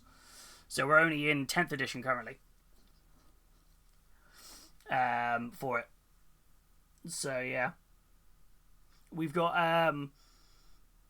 yeah, I think June is the date they've announced that 11th edition will start. So, yeah. That's kind of where we're at for it. So, Ginger Lewis, do you do 3D printings on commission? I do, yes, I do. There's a section on the website where you can just put in what you'd request, and I will get an email for it. Although, I did have one come through the other day, not from yourself, but somebody saying that they did email, but I haven't had the email through. Did it come through? No. Weird.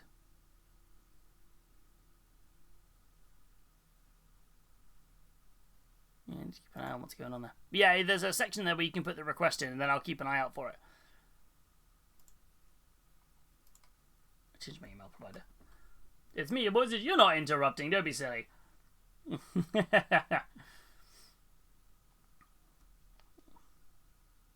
But yeah, I'm enjoying the stuff that they've announced is going to happen for 11th so far. We were chatting about quite a lot on Friday stream, but I'm enjoying the fact that we are getting very much a case of they're refining a couple of the rules. They're making it much more kind of narratively based, but I think the core rules are going to stay the same mostly. As in, like, we're still going to use like the same sort of like it's not like initiatives coming back or anything like that. It's still going to be like OC and things like that.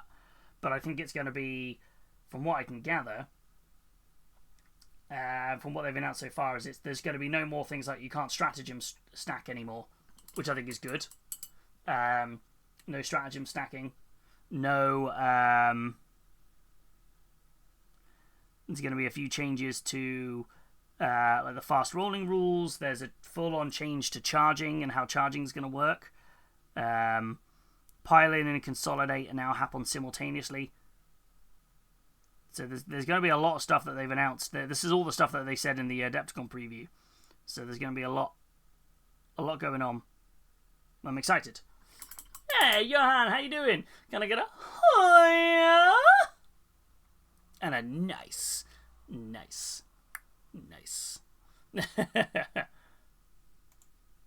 do.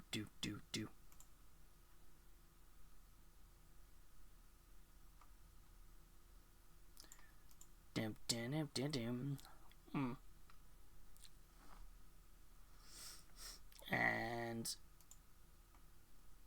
yeah, I think we're kind of just at the point of finishing off the eyes now.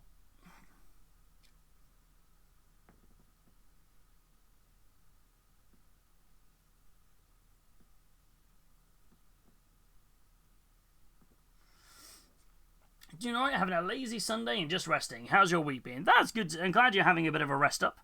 My week's been alright. It's been busy. It's been a lot of work stuff going on, which has meant it's been a busy old week. But otherwise, I'm doing alright. I'm doing alright otherwise.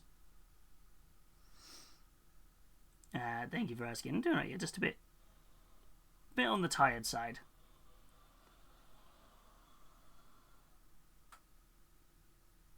I feel like I had a lot of plans this weekend that went completely out the window because I've just kind of slept in every day. I feel like the tiredness catching up with me a little bit.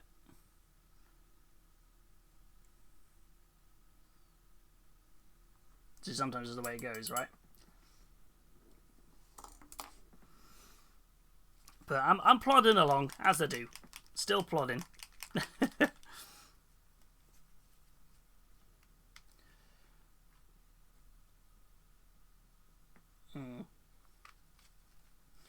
It's mentioned in the preview this week to be the Eye of Terror book. I think that's kind of, yeah, I think we're all sort of thinking the same thing. I'd be surprised if it's not. But yeah, I think we're all in that kind of same boat, aren't we? You're sort of thinking probably the Eye of Terror book. This makes the right sense. Greyhound, thank you so much for the 49-month sub. That is epic. How are you, my friend? How have you been? I hope you're doing well. Thank you so much for the 49 months. Oh, no. Oh, no. Oh, no. The paint went on my glove. Did it actually touch any of these wings? Oh, it touched the top of the model. Oh, no. Oh, no. What happened there? Oh, no. Why is it right at the end? Oh, no. Why would it be right at the very end of the paint up? Where did that paint even come from? Oh no!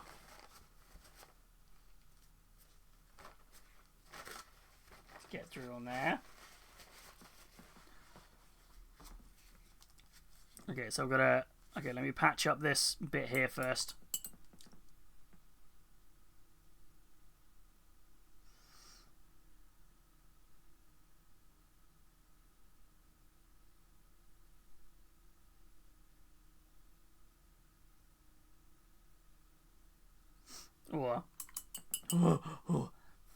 I was like, where else did I accidentally just put massive splodges of pestilence green? I'm hoping nowhere else. I think we got off very lucky there. I don't even know how that got onto my glove. That's wild. The fact it could have gone on the wings would have been absolutely melted my brain.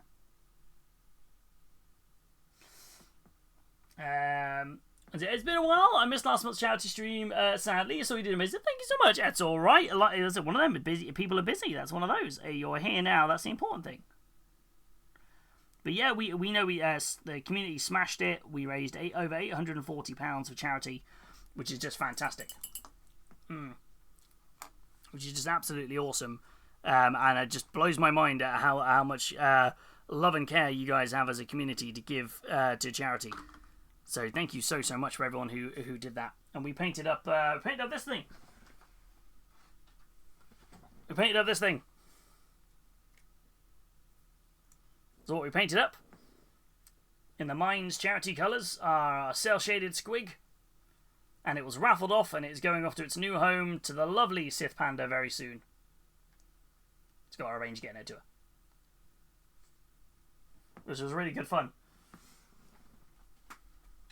Ooh, put it back on the side.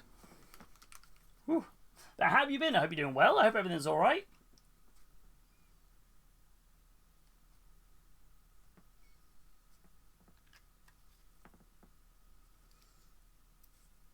Milkshake is laughing in the background whilst he puts the paint away.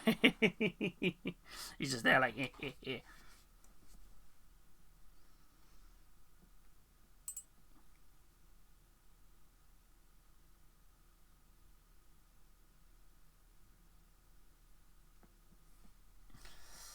And you sent me a thing for the thing. Thank you. I'll check that out after stream. And see what you sent over. You found an SDL file. I'm intrigued to know what the SDL is. I get some unhinged stuff sent to me.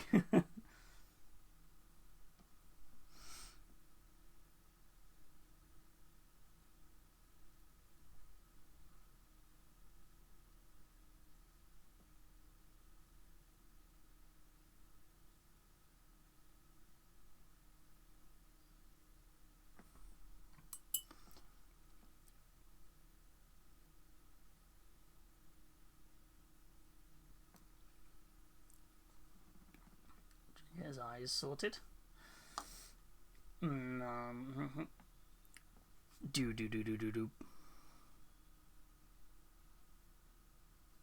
think we're going to leave the eyes for a bit, otherwise I'm going to keep tinkering. Let me move on to this base. So let's pop him onto the base for the now and see how he's going to sit on here. It's going to kind of sit. And the wings already pop on him, which is quite nice. Yeah, all good. Been busy with work and a holiday. On Cathay building kick at the moment. Picked up the new box as a birthday present. Hell yes. We still haven't had those individually yet, have we? Like the militia and stuff haven't come out as individual sculpts yet, which is kind of interesting. They're just still part of that giant box, aren't they? So I'm like, So, figure out what's going on with those. What to give the tank buster knob? Rocket pistol or smash hammer? Ooh, I feel like smash hammer sounds awesome. Yeah, thank you, Graham. Yeah, no, I got a bit more work to do on it. I think I'm gonna make the I want to make the pollution from his foot, like the nurgleness coming from his feet, a little bit more intense. I think it, but it looks a little bit too light at the moment.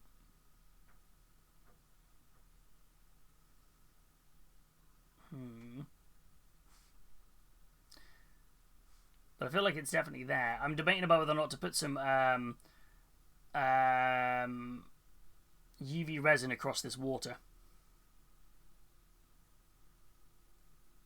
which could be quite tempting, actually. Oops. Yeah, I might do that. That's the idea, yeah, that he's just where his feet are, it just corrupts and toxics everything. That's the goal. Where's my little spatula? There it is.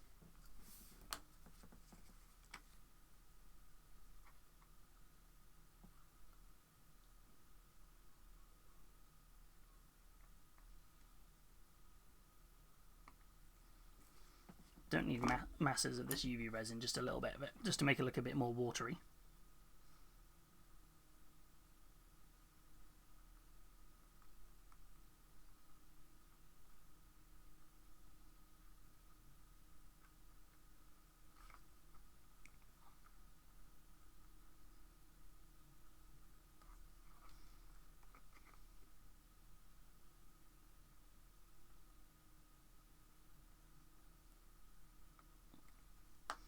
Tiny smidge more.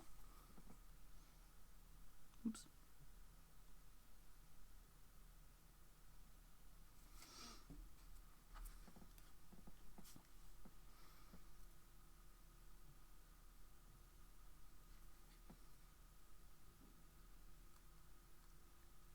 Hobart here is always making sure it goes all into the crevices it needs to go.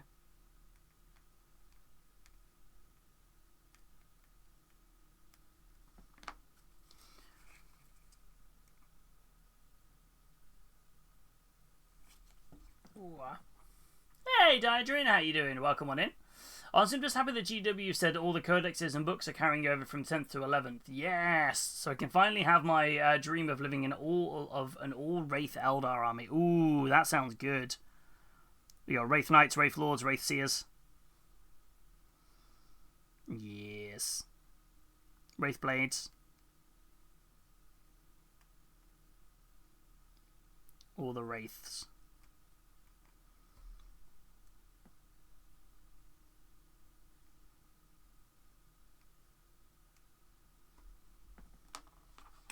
Let's cure that up.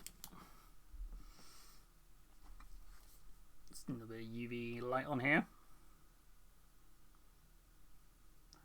Wraith Fighty Boy characters, Wraith Planes, Wraith Guard. Ooh, yeah. You have all of the fun Wraiths. Are you doing your own... if you're doing all Wraiths, that's traditionally normally Ienden, isn't it? Who have more Wraiths than anybody else. Are you doing that sort of colour scheme, or are you doing your own thing?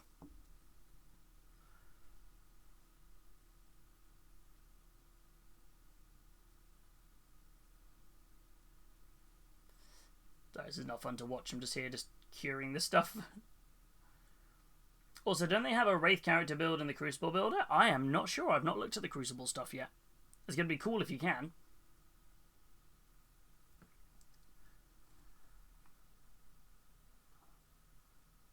I'll be honest. I feel like at the moment I'm not...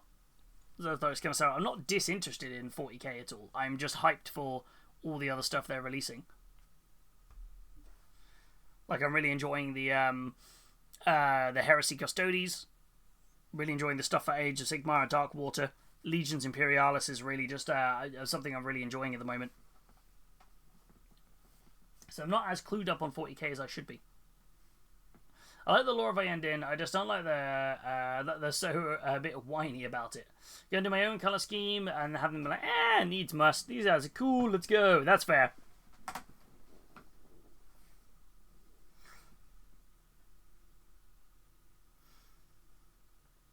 Right, it should be pretty solid now.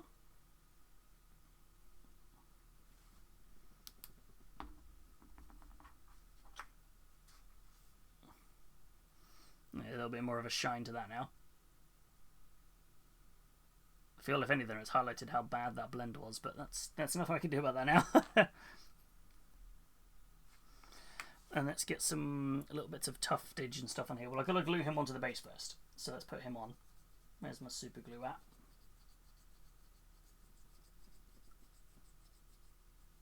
Where is my super glue? I'm just like, where is my glue? Where's my super glue? Where is my super glue?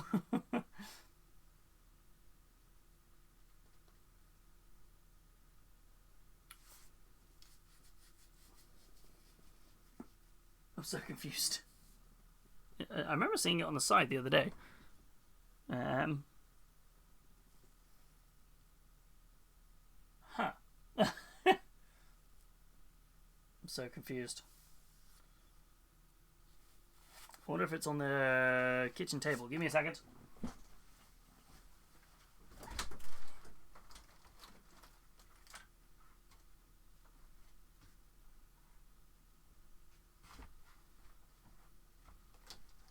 That was it. It was on the kitchen table. Found it. Not stuck on milkshake. No. Bless him. He tends to stay away from things like glues and smelly things.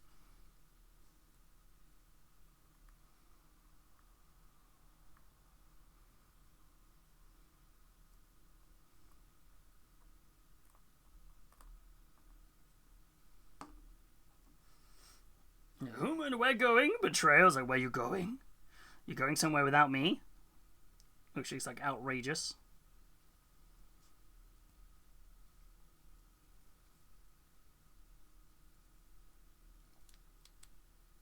Okay, onto the base.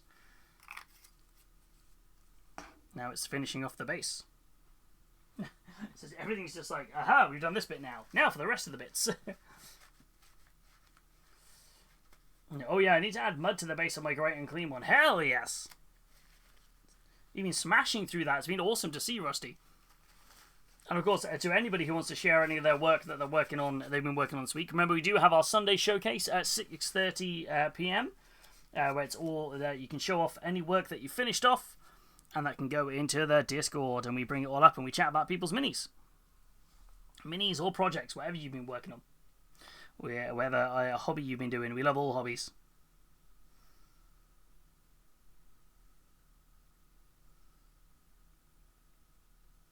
See, the problem is now, I think if I put some Nurgle's Rot on here, I think the Nurgle's Rot will look too bright.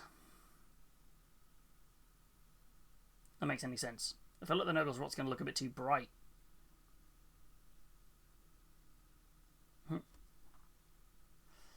And...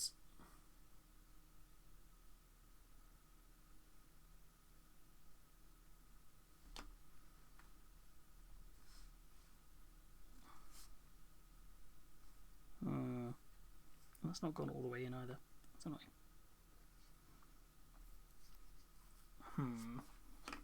DIY has been my hobby the last few weeks. Ooh, what have you been building?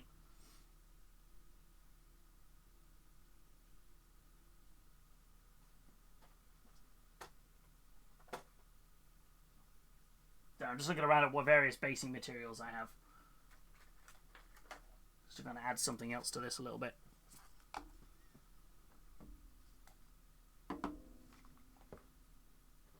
What tufts have I got? Hey, birdie.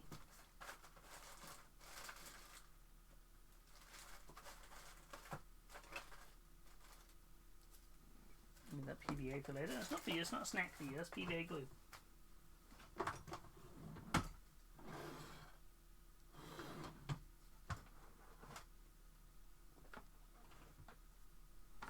Looks like you're moving my house. You're moving me. Stop it.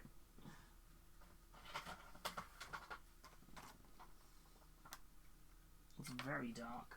I don't know if I want something that dark tuft-wise.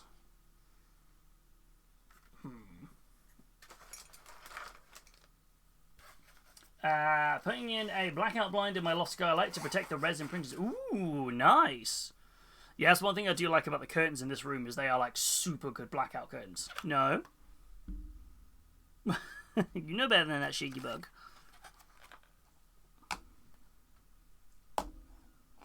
I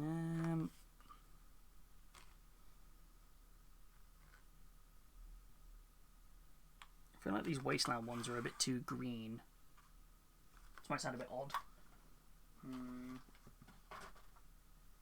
For the rest of my tufts.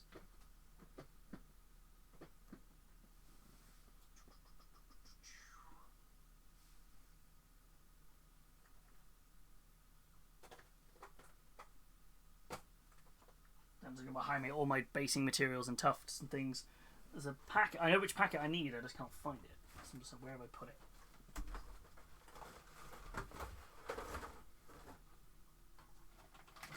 It's highly probable it's fallen down here somewhere. No, my luck. Aha, is that it? And that's the brightly coloured ones. What else is in this box? I'm just like, what else is in this drawer down here? Hopefully I can find some other bits. That's ballast.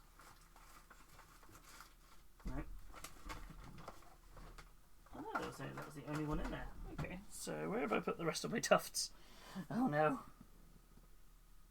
Remember the time a while ago at the start of the year when I reorganised this room and I knew where everything was? Yeah, that didn't last very long. Awkward. I've got here, I've got forest scatterfloor. It's quite nice. And autumn woods with a little bits of... Ooh, that could be quite nice, because that matches his the colours in his wings. Okay, so I feel autumn woods would be nice.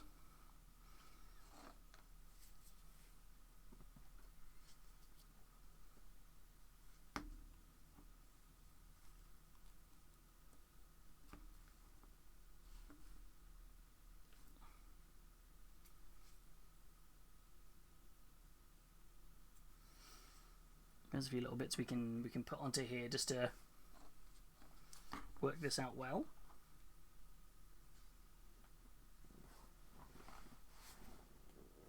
Where am I random piece of... There it is. I had a piece of kitchen bowl a minute ago.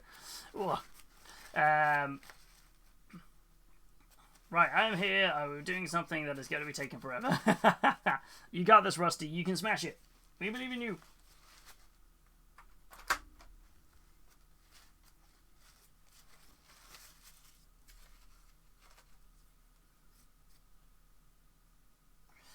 Need a very... what paintbrush am I prepared to sacrifice right now to use with PVA glue? I normally have one that is here. That's my permanent kind of like, well, you fought a good fight, paintbrush. Now you're being used for glue.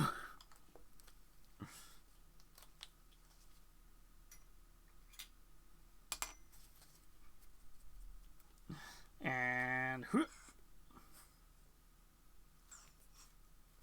no, I hope this isn't dried out. Oh, it took a while to come out. Bit of PVA. Okay, we're getting there. We're getting towards the end now. Oh, it's weird. What are you most excited about from the reveals? Ooh, good question.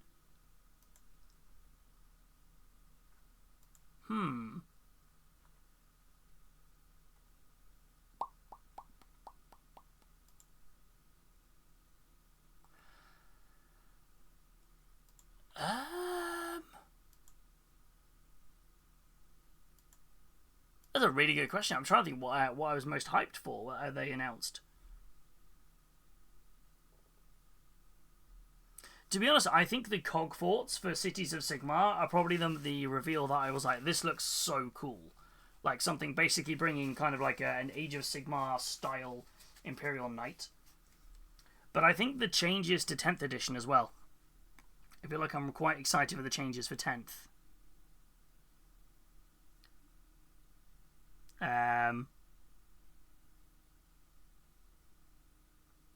I feel like they sound really good. The fact that they're doing a bit more stuff around terrain, and how important terrain rules are going to be, that's something I wanted them to do, because I always find that it makes the games a little bit more narrative, a little bit more fun. So I think that's something I'm quite excited for. How about yourselves? What are you thinking? There wasn't the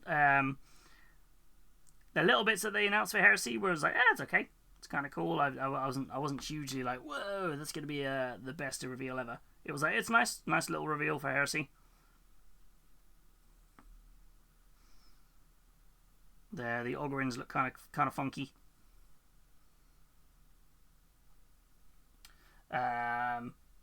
Rasmus, how are we doing? Welcome into you. Hello. How are we doing? Okay, let's get little bits of this scattered onto here. There's my tweezers. Actually, where are my tweezers? Kind of need those. Oh no, I needed them. Oh no. I was like, grab the tweezers, start putting tufts and various bits on here, and then now I've lost my tweezers. Oh, fudge. Okay, we have to try and figure this out manually. Oh no.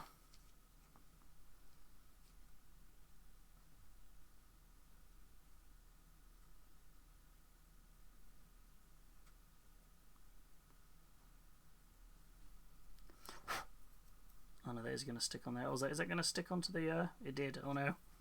Oh no. Oh no. Has it gone wrong?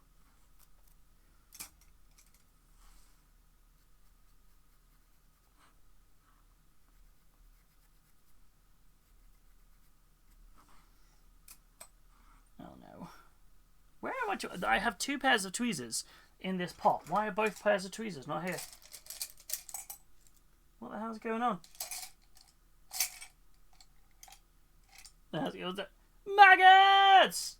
Thank you so much for the 55-month sub. You've come in at a point of utter chaos because I can't find the tool that I really need to finish this base off, and I've just put the glue on. I have 2 pairs of tweezers in there. Why are none of the tweezers there? They were literally here the other day. Where have they gone to? What the hell has happened? Maggots, thank you so much for the 55-month sub. I'm sorry I'm not looking at the screen. I'm trying to find my thing. How are you, my friend? I hope you're doing good. I don't know where they've gone. I don't know where they are. Give me a second. I have a spare pair in the other part of the house. Where the hell are they?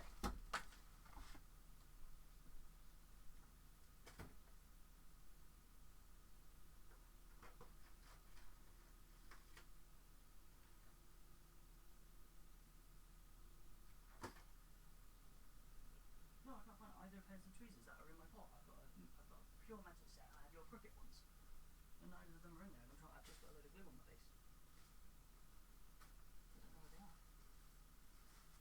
They're on the pot. What are you doing? What the hell happened? What are you doing?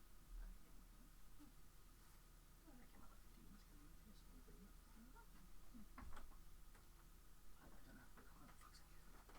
I don't know. I don't know where they are. I don't know where my tweezers are. Oh no.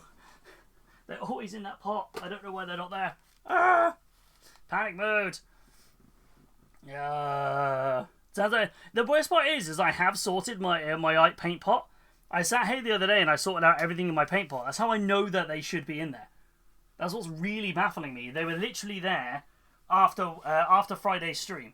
So they've moved at some point, and the only thing that's happened is that Milkshake got onto the desk and caused a bit of chaos for Verity yesterday. So I don't know if like they've been knocked out and they've fallen off the desk. Maybe I have no idea. Oh no, oh lordy. Hey, Forgivener, how you doing? Welcome on in. We are currently working on Gelgus Pust right here for the Nurgle Demon Prince from Darkwater.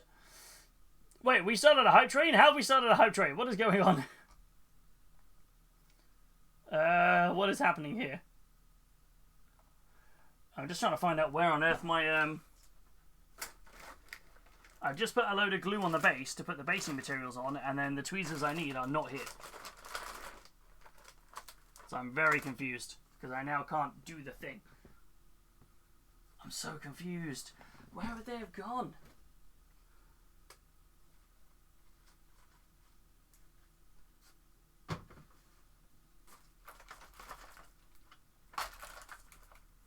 Trying to tear apart.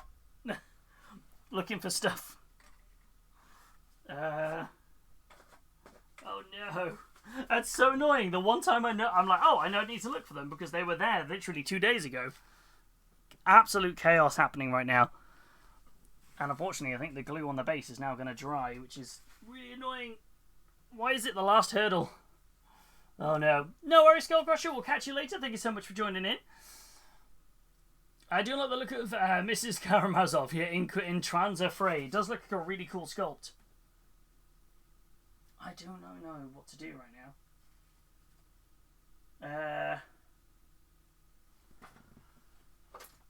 Where on earth have they gone?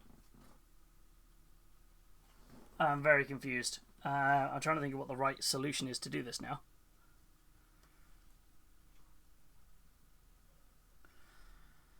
Oh, lordy.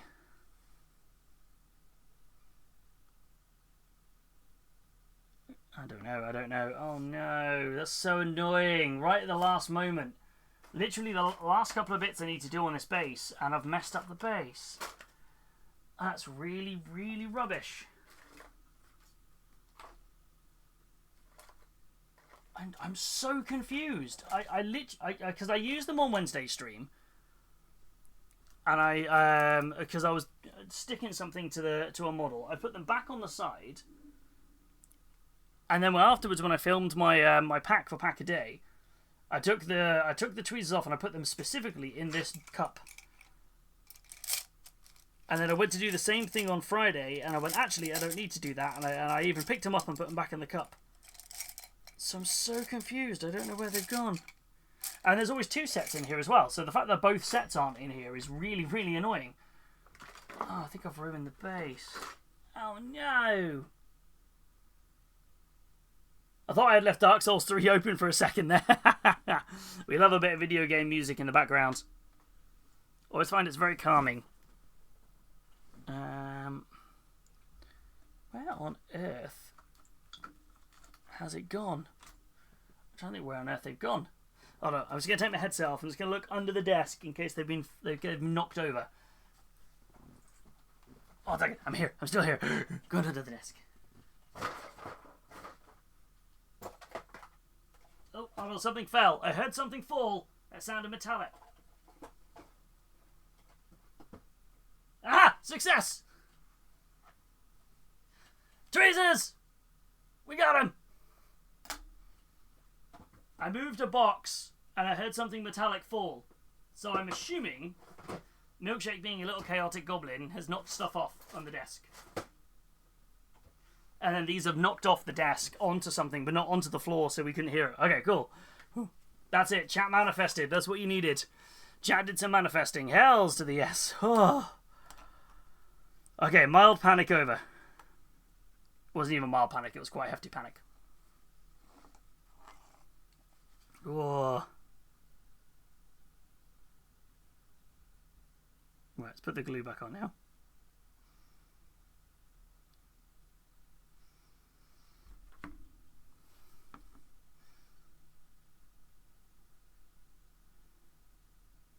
Oh, man.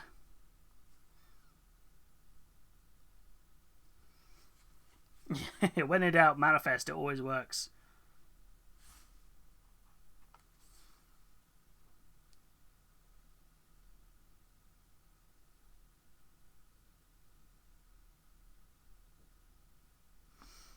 Right, okay, let's start putting on some little bits of basing material onto here now.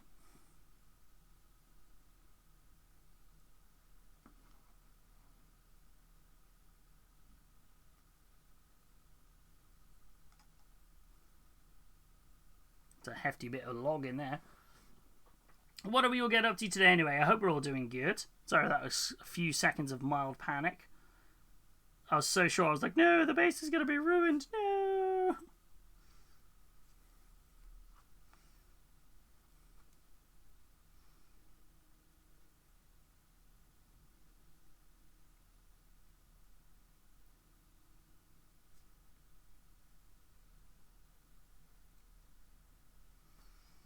I'm using like a autumnal forest floor and from Rival Crafts on here. The little basing bits I'm using.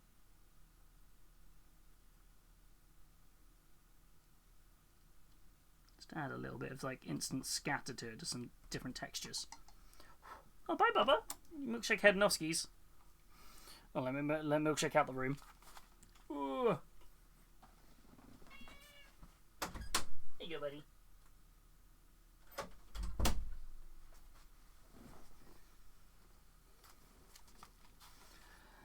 The new group scheme may be on show today, so a new crawl. Ooh, if it paint dries fast enough. Ooh, I'm excited to see what you're going to be doing with it. I do like fun Necron paint schemes. I mean, like I said, mine are white and blue, so I'm always hyped to see what other people do with their Necrons, if they're doing something a little different.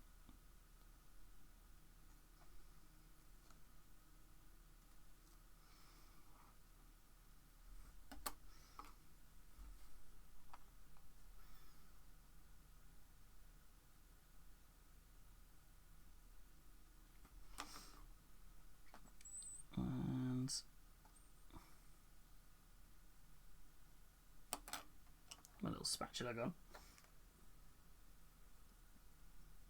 Everything okay there, Rusty? I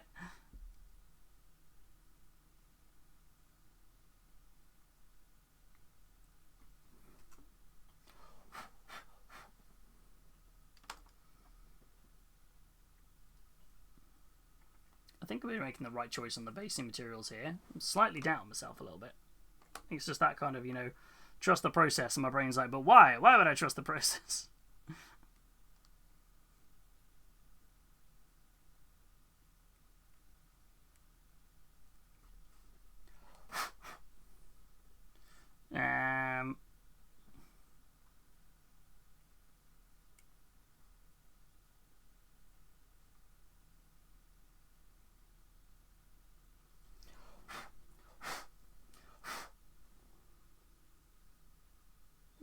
forest material. 1 second. It's going to be a very loud noise.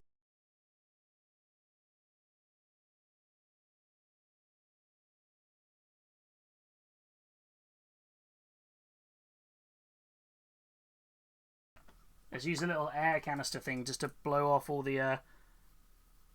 Even though I cured the UV resin didn't actually 100% cure. That's so annoying. So all these little bits of material and stuff are now like floating in the water.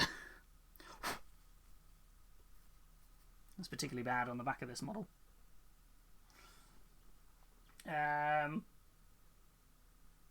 It's done. The mudroom is done. 4 weekends worth of work and it's done. Well, hey, are we going to see it in the Sunday showcase? Well, I'm excited to see your great and clean one all finished off.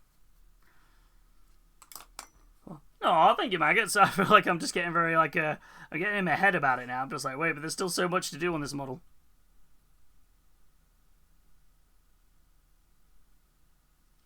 I don't know. I'm not sure if I'm not sure if this is the right choice for the base.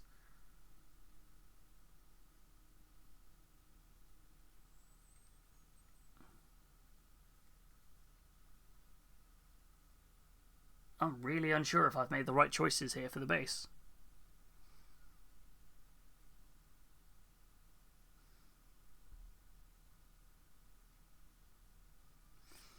I think I need to hard pivot. I don't think I'm feeling the swampiness of this. I don't think the swampy and the dry grass are going together.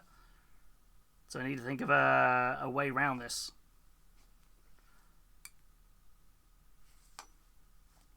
I feel like I didn't realise how dry this instant base scatter was going to look.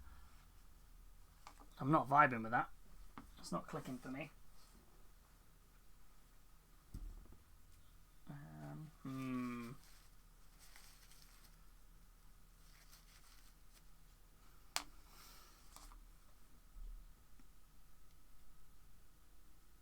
I thought it was just going to add some nice like forest floor bit to it, so I'm not really feeling with this. I'm going to have to figure out a way to cover it up. Might have to just use these as like rocks or something. I've got some cork rocks somewhere. I think the problem I've got, I need to take him off the base.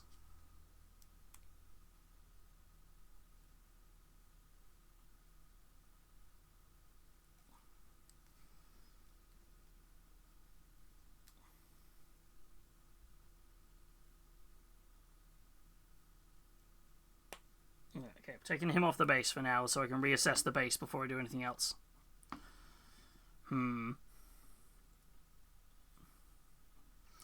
Oh, that's not a bad shout. Yeah, a bit of gloss varnish over that. That's not a bad shout at all.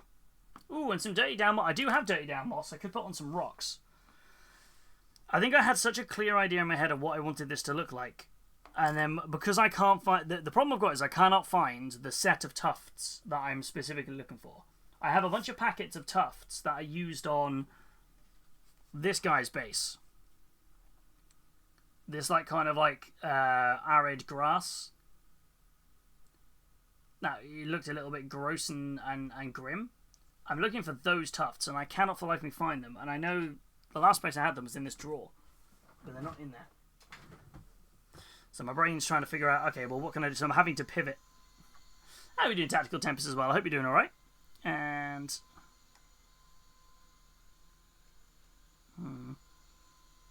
it's a big old log.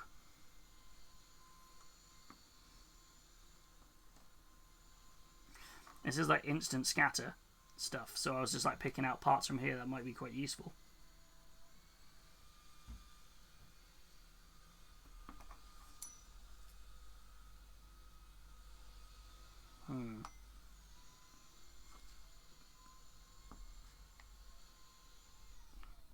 Yeah, let's take him off the base, then we can have a bit of a tinker then, and I can have a better look around and decide what to do.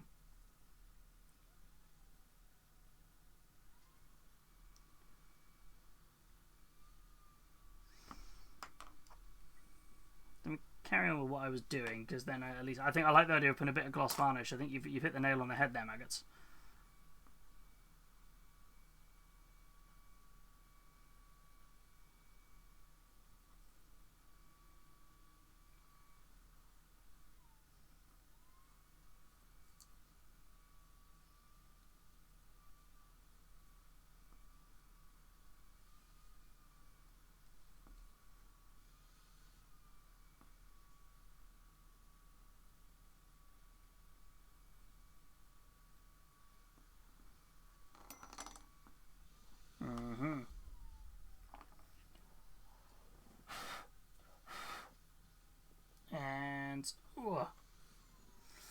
Which one is the emote for feedback? Should say in the description. I think we went with Purple Heart. I think it was Purple Heart. Yeah, for the Discord.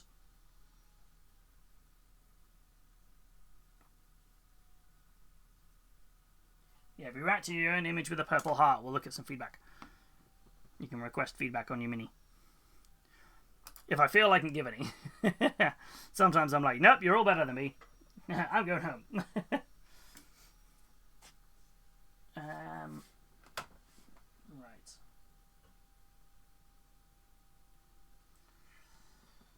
I need a couple of bits of rock and cork or something, maybe, to put a bit of moss on.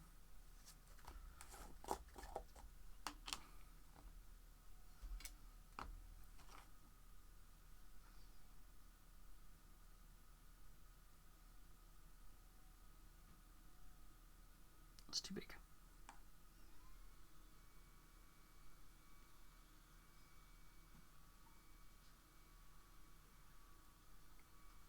Yeah.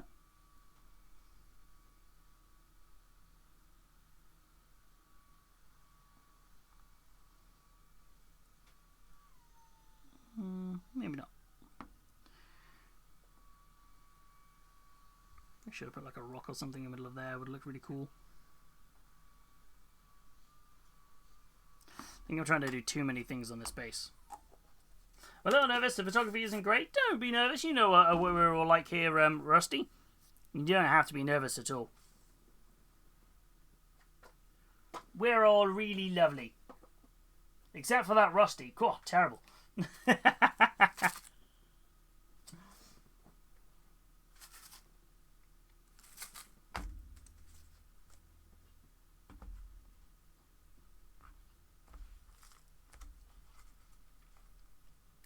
I know, Rusty's the worst, right? I'm good, I'm just chilling, making up some of my battle sisters. Ooh, nice. What? Which order are you doing for your Sisters of Battle? It's more sandy than I was looking for.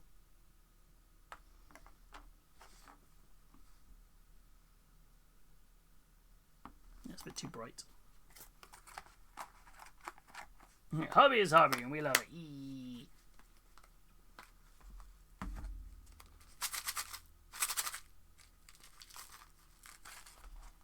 Bill, poor Milkshake. I think he left the room, and then I've just heard that Verity's been hoovering, so he's probably left the room and he's like, let me back in the room, let me back in the room, I don't have the hoover.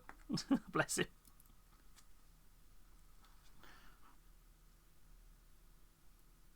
That's too big. Maybe I don't need any rocks on here. Maybe I'm just overthinking it a bit.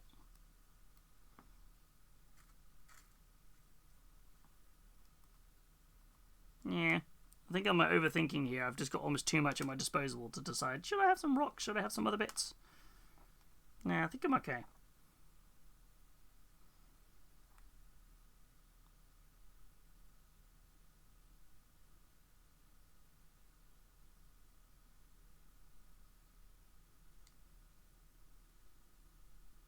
A few little flecks of green, yellowy grass on here might be quite nice. Just a few little bits. There we go. Ooh.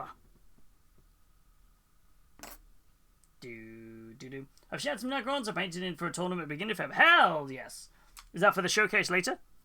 Or have you put them in the finished models? Or both?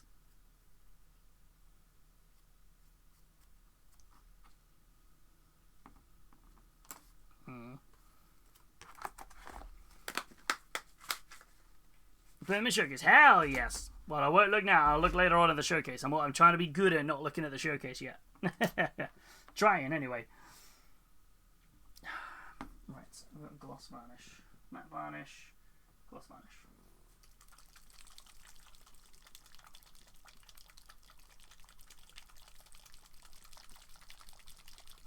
Give it a good shake.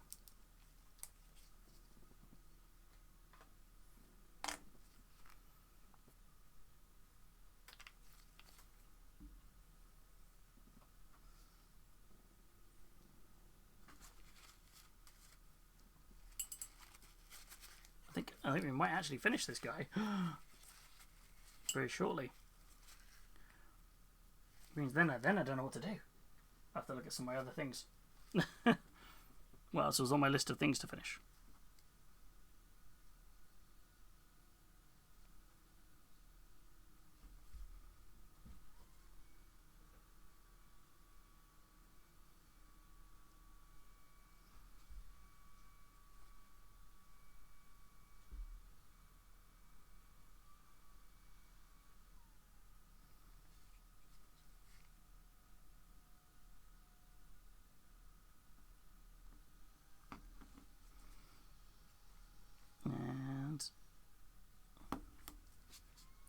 Do. You can tell I'm concentrating because I'm doing a bad job of chatting with you. I'm so sorry, chat. You're all like, wait, this is a rare moment. Hobby's actually concentrating on his hobby rather than chatting to us a lot. Quick, distracted.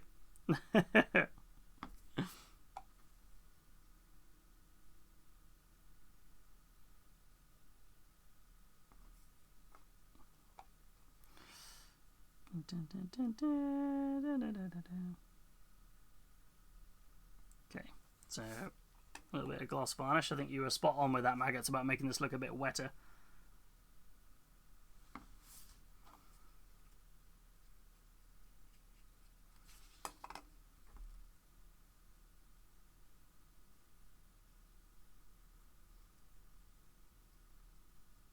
First needs to look the same around where he's stepping and he's polluting the ground.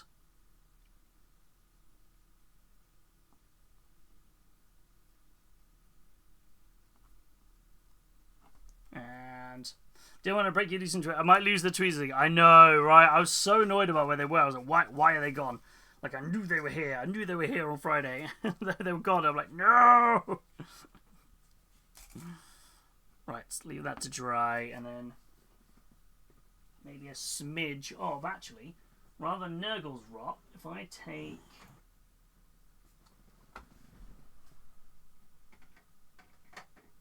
Oh, that one's much brighter. Septic green. It's a bright colour. Where is the Two Thin Coats version of it?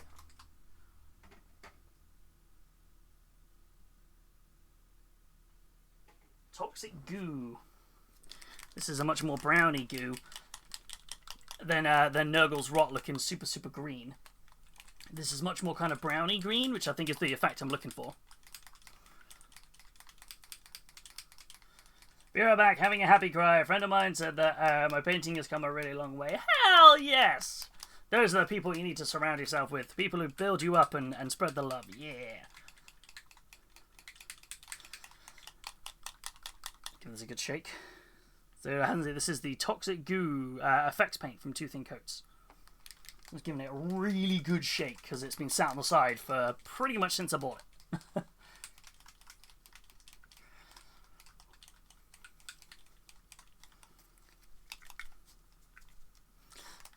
Shake it off, shake it off.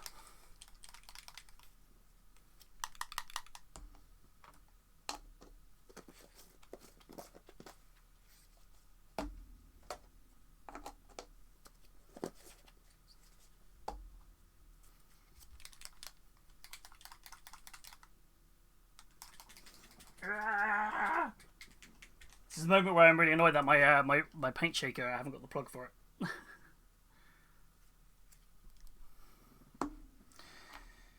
Right, okay, cool. Let's now put him back on the base.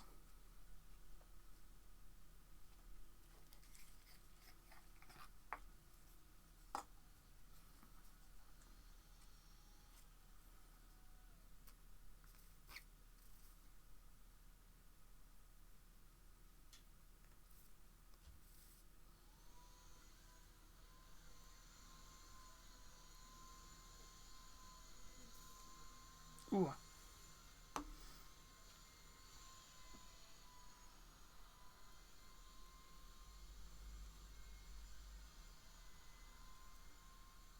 That's not going in that pinhole, is it? Oh, there we go. Took a while to go in.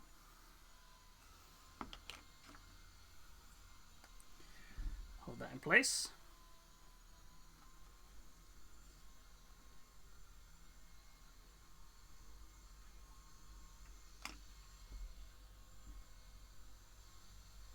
once he's in place, I can start putting some of the toxic goo around. Whew. Excited to show off the crons. They're the first ever army I had, and you've all been here since the start of my hobby journey. Hell yes! I'm excited to see them. I feel like, Necrons were the first. So, I think I said, they were the first like models I ever bought. The first army I had was actually Drukhari, but the first models I ever purchased were Necrons, and they were the Necron Pariahs specifically because they were my favorite unit from Dawn of War. I'd love for them to return. That'd be awesome if they did. I just enjoyed the whole lore around it. As basically they were like, the Necron Pariahs are what happens if the Necrons found a way to take humans and turn them into Necrons, basically. And it was like, what? And then they kind of erased that lore. They were like, yeah, we don't like that lore anymore. I was like, no!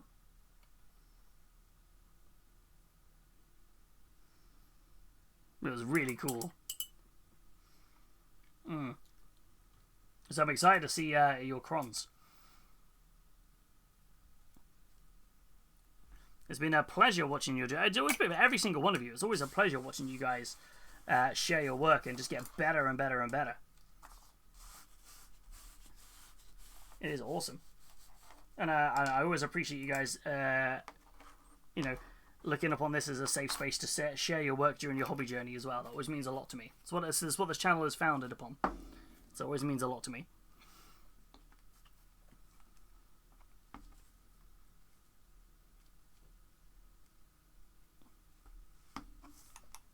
Okay. Let's get this on here. Not that one. No. Toxic goo. I do like most of the Astra Militarum reveals. They do look really cool, right? I think I like the new vehicles. The Hippogriff is really cool. Although I have to admit, I can't not look at the front face of the Hippogriff and not think frog. It always makes me smile. Where is it? Armageddon.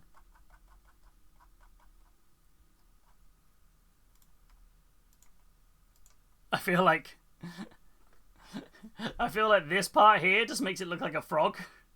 It just like that, and I'm like, oh, I love it. I can't unsee it now, and you lot now can't unsee it either. The face looks kind of frog-esque.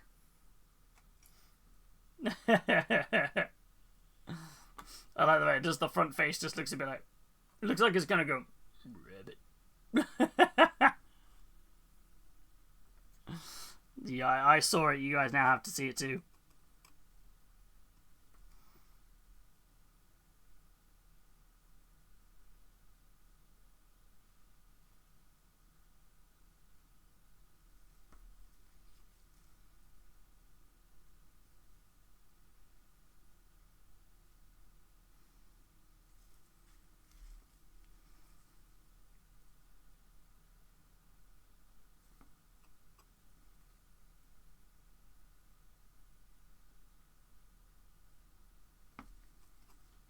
Now, it reminds me of the RC from Toy Story. Oh, yes! Yeah, no, I can see that. Yeah, no, I'm with you on that one. That looks great. I cannot unsee it. So when you look at it, you go, wait a second. Oh, God. Oh, no. Just throwing himself off the base. There's chunks coming off the base now. I need to really tidy this up as well, because I don't actually want the gooiness on his feet. I just want it under the feet.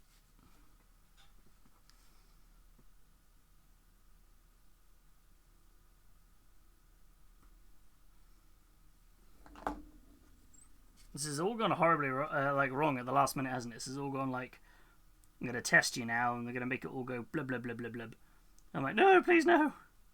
Just let me finish the project, please.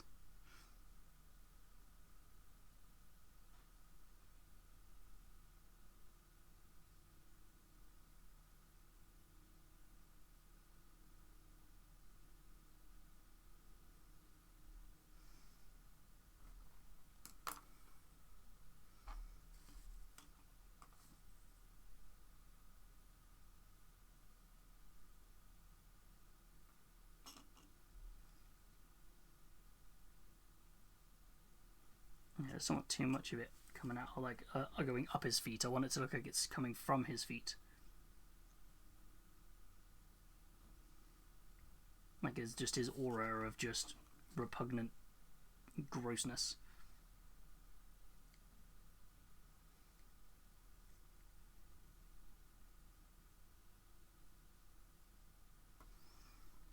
And ooh.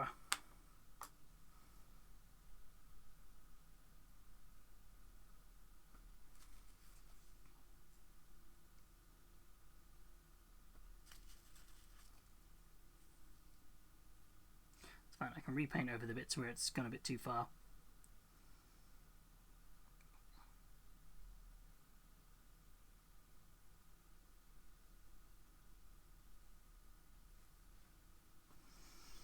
Okay, I think we're getting there now. I think that's kind of doubling down on his like grossness coming from his feet. And I prefer that to the Nurgle's Rock because I think it's a lot darker. I feel like it looks like it's seeping into the water a little bit more there with that gradient. I feel I should have pushed the gradient a bit further, but it's too late now. And then I'm just not overly happy with his eyes. They're very generic cat's eye sort of style, demon-esque. Oh, thank you. Thank you, Rusty. I feel it's just me being a bit too like, need to change this, need to work on this, need to do this. I feel I did his eyes a different way to how I normally paint eyes. This is probably why I'm a little bit thrown on it.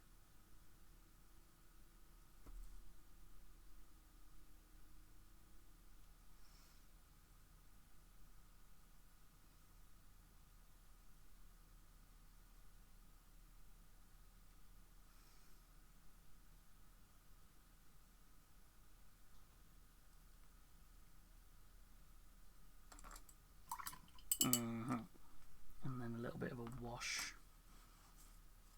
I think actually.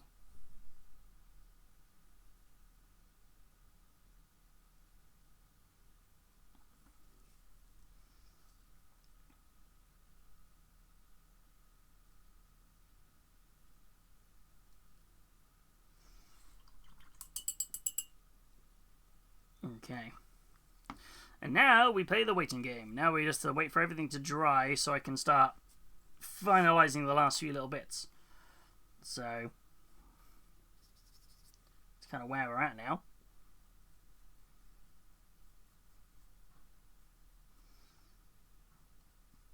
So, I think while we wait for that to dry, I'm going to go on a break because I didn't take my 4 o'clock break, so I'm going to take a little break now.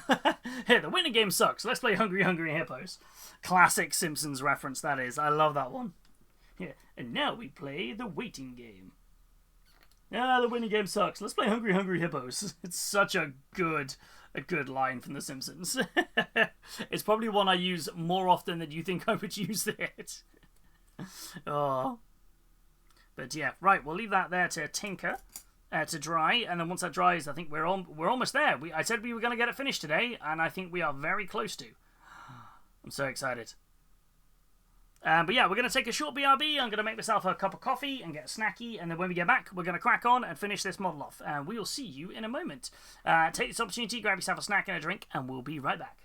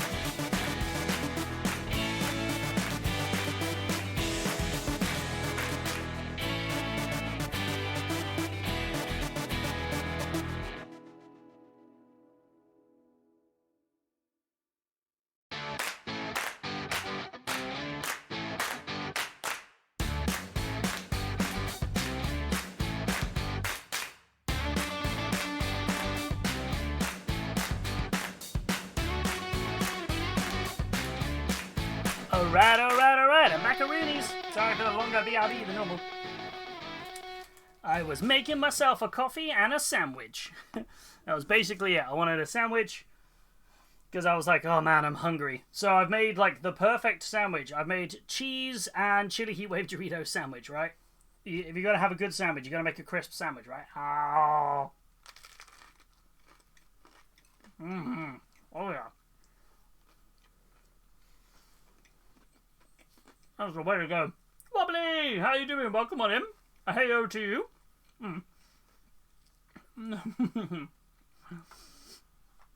I love that. My brother and I occasionally text each other, Tramampoline! Tramampoline!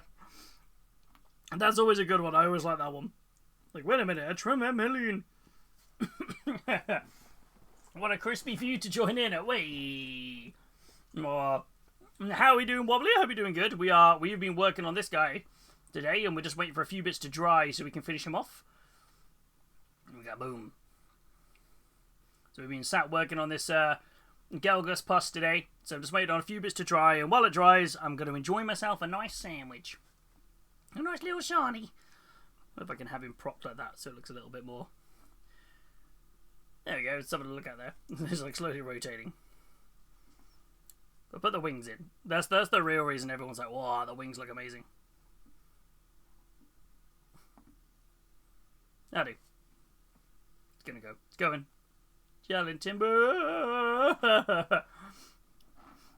How are we all doing today, though? I hope we're all doing good. Pop that there. Oh no. In conclusion, this is just going horribly wrong. So I'm just gonna leave him there. There you go. That rot his feet. I feel like I'm glad that we added the toxic goo. I prefer the toxic goo to the Nurgle's rock because it's just darker and I think it looks a little bit nicer. That's the Two Thin Coats toxic goo there,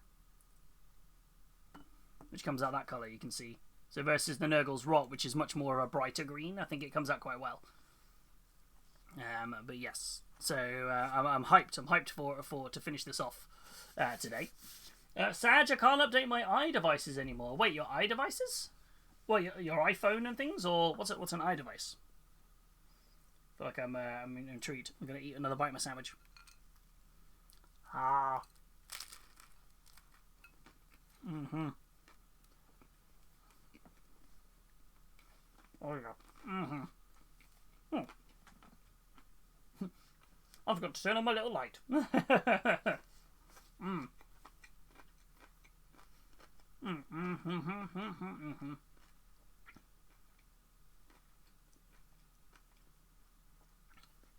So all new iPhone, iPad and Mac software wants ID if you update it to the newest version. Does it?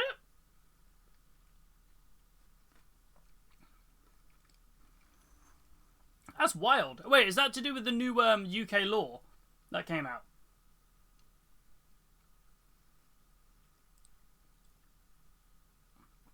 There was some law, wasn't there, that came out, wasn't it? That all smart devices now will need it because you need to prove you're over the age of 16 in order to access certain apps or something.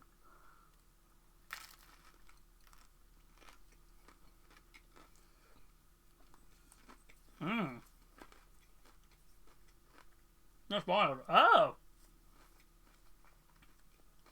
Line up to use my credit card through Apple Pay. Oh, I suppose, yeah, because you have to be over 18 to get a credit card, right? So that makes sense. But yeah. No, that's fair, that's fair. That's wild, though. Yeah, I wonder how that's going to impact so much stuff, actually. I've not had that come up for me yet, so I'll have to keep an eye on it and be like, okay. Yeah, credit card or passport. Okay, I don't have a passport either. Oh, no! Yeah, that feels so ridiculous. That it's like, what's wrong with the driving license, right? Oh.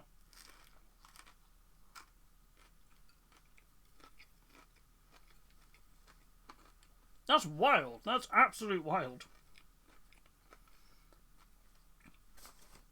And I'm assuming it's going to come to Android very soon as well.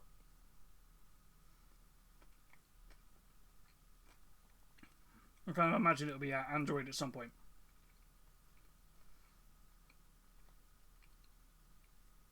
which is like, ew.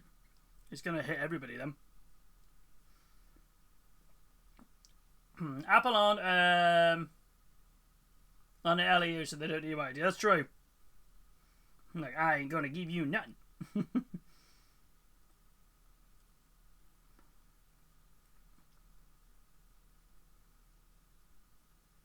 Yeah, it's wild. That's mad.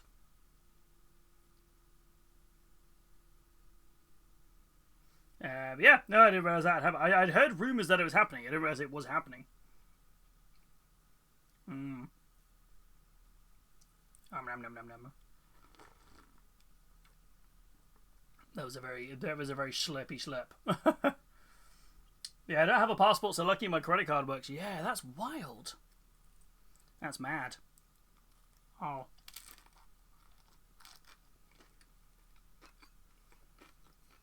Yeah, I suppose that's the solution, isn't it? Just don't take my phone. It'll be fine. So I'm like, ooh. I am. Well, I think I've seen more and more people switch to, like, dumb phones or limiting phones. I've definitely seen a lot more people switching to them for it. And I find it interesting, actually, quite a lot of younger generations switching to them.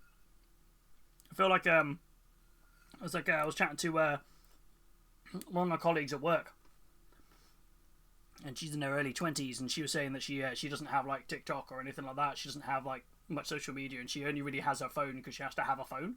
And she's like, I use it for calling people. That's all I use it for. I'm just like, that's wild. Yeah. Actually, yeah, Apple aren't the ones to blame. It's yeah, it does. It definitely does. Man. Yeah, give us a Nokia 33. They brought it back, didn't they? But it wasn't very good. I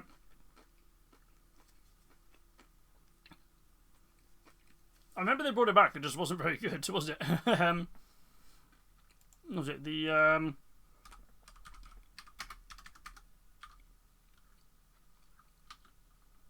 They did a newer version of it, didn't they? In 2017. Where is it?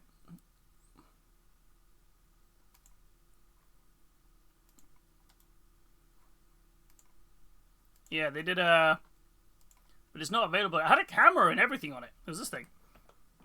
Yeah, they brought it back. This was like the 3310 reimagined. It had like a small camera on it and stuff. What were the specs? It doesn't say. Well, they're not available anymore anyway. This phone is no longer available.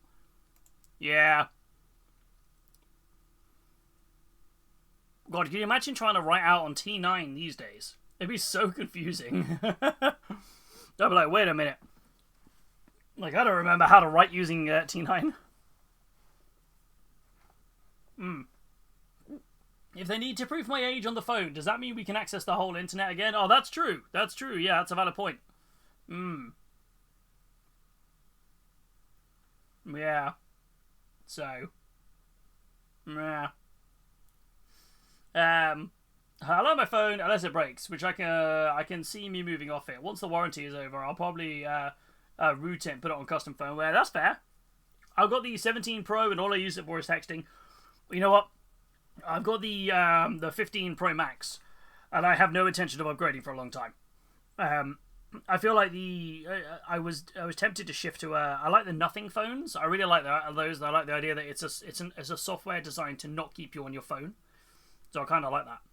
But I mean the camera I use here, this thing here is an iPhone 11 Pro. I feel like the main thing I love about this is that it's got really good storage, and it's great for me to do like all the content that I put out. So like I film basically on this when I do my my pack a days, and I do my my Sunday roundups and my Monday news roundups and things. And so that's the main thing I like about this a lot. Is it's pretty good for that part of it. But yeah, apart from that though, yeah. I was really bummed out though they removed Google from Huawei phones. They were so good. They were good phones, weren't they, the Huawei phones? They had some good stuff. That's what the problem happened with the 5G, 4G rollout for a while, because there was a lot of Huawei tech in the towers. I have the Samsung Galaxy S25 Ultra. It's great, and it does everything I want, and it performs really well. That's kind of it. I went from an 11 to a 16, so a good few years. Yeah, same here. I went from a 6S to an 11 Pro, an 11 Pro to a 15 Pro Max. So, yeah, I feel like for me, I'll probably... I mean, I know that they're releasing a Fold this year, which does look interesting. But I'm in no... Don't need to upgrade. I'm very much a case of I'm fine. I'm not... my phone contract's very cheap. And it's just... I own the phone. I keep it in good condition so I can sell it if I want to sell it. That's basically it. I've still got pretty much all of my phones I've ever had.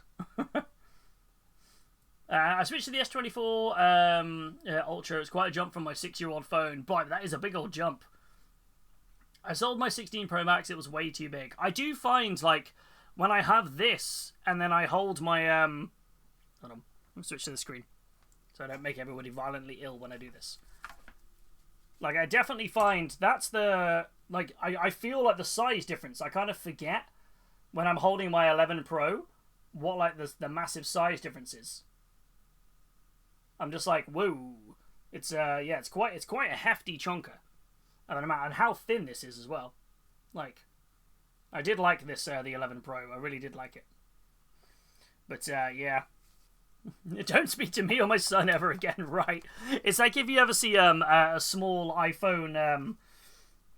if you see like an original iPhone or an iPhone 5 or a 4G now, you're like, oh, they're tiny.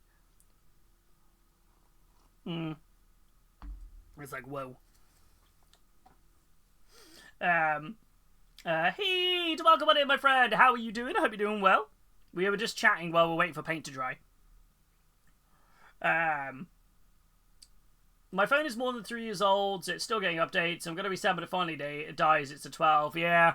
They've got a pretty good... Because you know what I found out interestingly? Is like, depending on... It's because of... So, is it Apple provide... Is it 5 or 6 years of security updates? Or is it 7 years of security updates, but 5 years of OS updates? Don't they, for phones? But I didn't realise that they had to keep providing longer updates for iPhones sold in Japan. Because they spend so much... They spend so much... they look after their tech so much, they don't upgrade their phones anywhere often, so they basically have to, like... To sell phones over there, they have to offer, like, 10 years of upgrade, or of, like, updates or something for it, which is wild. Kazadvan! How are you doing? Lovely to see you. How are we, my friend? I've still got my 13 mini, best phone ever. You know what? I would love to go for a smaller phone for it. I feel like... you know what? If...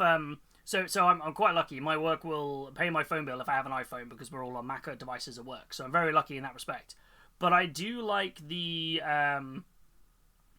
I do like the idea of having a flip phone again. Like the Motorola kind of Razr style ones, because I feel I'd be on my phone a lot less, which is always a good thing. I feel like a smaller screen would do that for me. It just means no new iPad this year, as my current one is banana shaped. Oh no, the battery is pretty porked as well. Well, maybe I don't need a tablet. That's true. I actually have been looking at a piece of technology I want to buy. Is I would like to buy an e-reader. So. And Verity has a Kobo, which is the Rakuten Kobo ones, which is really, really good. And I'm kind of like, I would like to read more books, and I don't necessarily need something that's permanently like connected. Like the downside of a Kindle is that Kindles are they're obviously locked into Amazon. You can't have EPUBs on them, and now you have to choose when you buy it. You have to choose whether or not you want to buy it with ads or without ads. Which is wild. Which is absolutely wild. But the Kobos are really nice. So I've been tempted to pick myself up an e-reader. So I can kind of read more. Because basically it's just easier to carry the one around with me. I've been looking specifically at the Libra Color. Which I think is nice. Because the Clara is like the probably Kindle-esque. But the Libra Color is comes to like you can get like a smart pen for it, so you can make notes and annotations, and I feel like I'd appreciate that, almost like a Kindle Scribe style. I had an iPhone 5, and that was the last time I had an iPhone. Unfortunately, it wasn't waterproof, and it fell in the sink. Oh no! Oh no, bless. Yeah, I loved my iPhone 5. I went for the 6S because that was... I remember watching the preview with Super Weasel when we were living together. And I remember just being like... Me and him just looking at each other going... This is such a generational leap of technology. Like, we've got to grab one of these. The whole, like, 3D touch and all this sort of stuff. And we both, like, pre-ordered them there and then. And then I wasn't really fussed until the 11. I was like, I kind of need to upgrade. This makes sense for it. But I'm kind of like, I've got an iPad. I've got a watch. I've got the iPhone. My workbook is my work laptop is a MacBook. Kind of makes sense to stay in the ecosystem. But I think if I was to leave the ecosystem, the nothing phones would be the ones for me. I think those are the ones. Like, I really like those. I still have an iPhone 10 Max. Nice. Oh, is it the X? Was there an X Max? Was there a 10 Max? I remember there being the iPhone X. Was it? Yeah, was it the iPhone X? Wasn't it? I never realized there was a Max version of that. That's really cool. What are we up to now? 17? Yeah, 17. 18s are releasing this year, although the rumor is they're changing up their release schedule. So in September, the rumor is that they're going to release the 18 Pro, the 18 Pro Max, the 18 Air, and the 18 Fold. Well, the new iPhone Fold. And then in where are we at? Then in March, where they do the 18, like the 17E and things, they're then going to release the standard 18. So apparently they're looking to split the releases a little bit, which I find interesting that they're doing that. That's quite an interesting, if the rumors are true. But yeah, I think one of the things that intrigues me about an e-reader is if I was to buy the EPUBs codexes, I could keep them on an e-reader, which sounds pretty cool. So, but I'm just like, my brain's just now going like la la la la la la la. It's like da da da da da da. Yeah, that was my finding too. My iPhone has been through it and hasn't broken once. It's on its third case. Yeah, I tried leaving proper missed it. Samsung just didn't cut it. I think that's sometimes it, isn't it? Like, fundamentally, it's an expensive piece of technology that you use every day. So I want to be able to use it every day and not have to worry. And I do think that is where iPhones for me come really in clutch. It's like I don't have a problem. Like I'm yet touch wood. I'm yet to have a problem with my phone. I'm just like Yeah, if I just need it works. I can open it up and it works, and I know the software is good, and I know it's secure, and that's kind of the key part of it. Anyway, right, random tangent over. Now I've eaten a sandwich, I'm just going to take some ibuprofen because I've got a bit of a headache. Oh man, I forget how good a crisp and cheese sandwich is, right? That chili heat wave Doritos.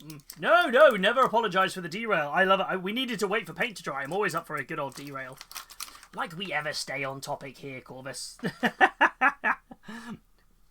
If you wanted a stream that is all about just painting and painting only, you're in the wrong place.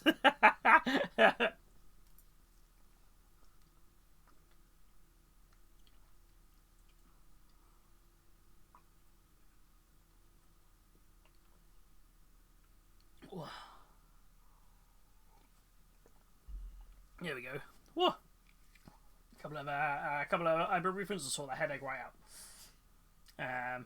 Oh, the XS Max. That was the one. I couldn't remember which one I was thinking. I was like, ooh, but that was a cool phone though. I think I've reached the point with phones where I just couldn't care less about all the features they have. All I want to do is be able to pay with my phone and read messages and mails. Yes, 100% that. I think there's a big shift happening now where people don't want to go for... There's two types of people. There's the people who want the flagship phone, so they buy the Pro version, the Ultra version, whatever it is. And then you've got people who just need a phone. They don't care about specs. They just want a phone, and they want it for 3 to 5 years. And now there's such a good competitive range of mid-range phones that actually you can get a really good mid-range phone for under 400 quid, and it will last you for 5 years. And I think that's the area I'm paying more attention to now in the market. For it, I'm very intrigued by that. Like, I don't use half the features on this thing. Like, I really don't. Like, I probably should, but I definitely don't. For it, but yeah, it's kind of one of them. And I'm probably a bit more, like, I've built my own custom shortcuts on the phone. I probably do a little bit more than the average user, but not to the extent of needing a Pro Max.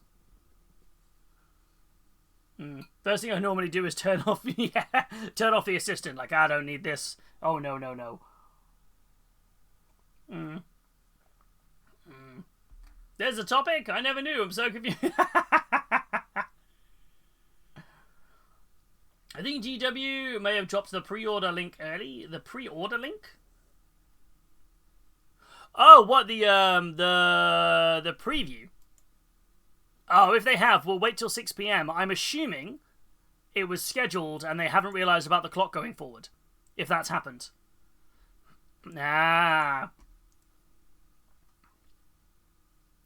If that's what's probably happened, I reckon they've I reckon they've messed up, and it's probably not accounted for the fact the clock's went forward an hour today.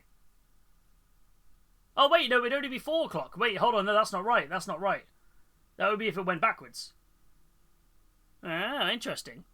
How you doing, Matt, as well? I hope you're doing well. How are we? I hope you're doing good. But yeah. Yeah, I'm just trying to think. Yeah, we'll wait till 6 PM to if the link doesn't work anyway, that kind of shows it. So that's all right then. No, it won't work. Oh, it doesn't work. It doesn't work. Sorry, I'm good. Thanks. I'm glad you're doing good. Where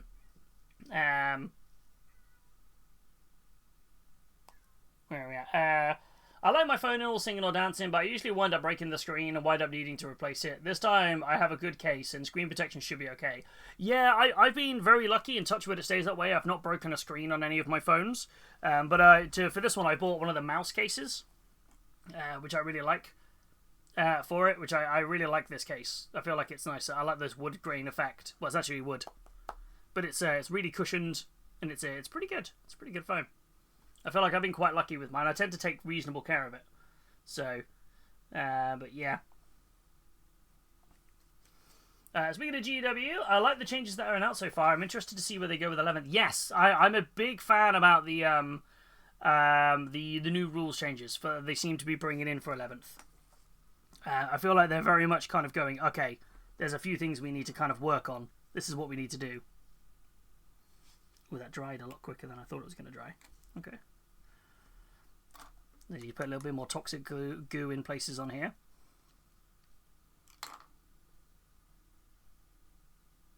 Not much. There's a few pockets that have opened up around his toes. I don't want to be there.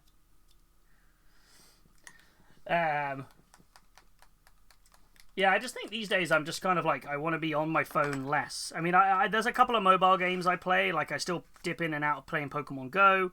I enjoy playing the Monopoly Go game. That's quite fun.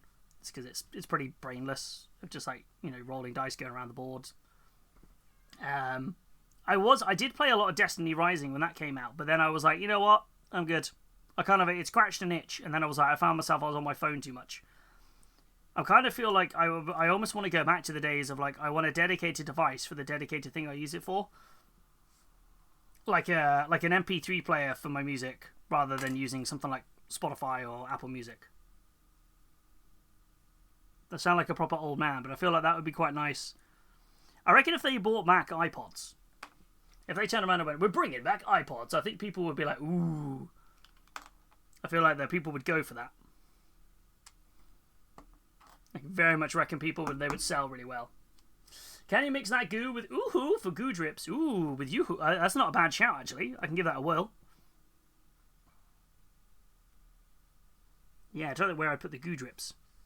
But I feel like we could definitely do that. I usually use the yoo-hoo for a few little, like, pockets of water on here.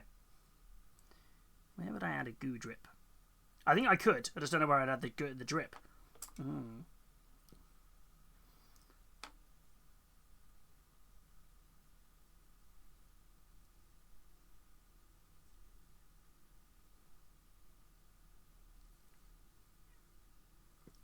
up on there.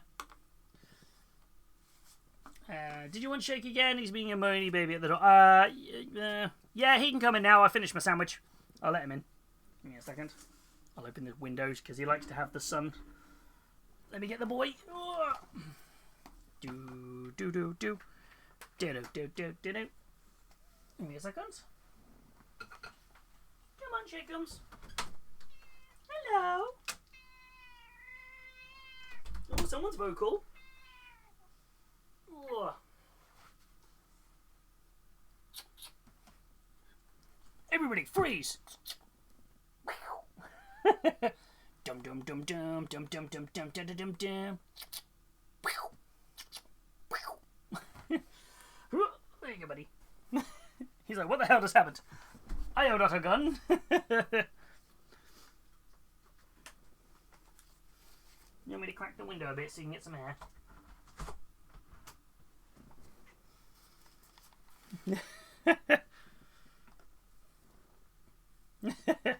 Spider cat, spider cat, yes.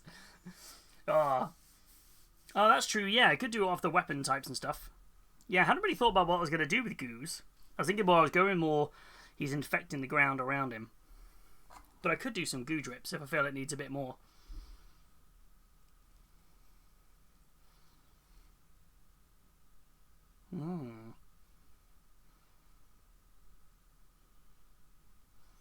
Yeah, I was tempted to put a bit of blood splatter on him, but I am not sure.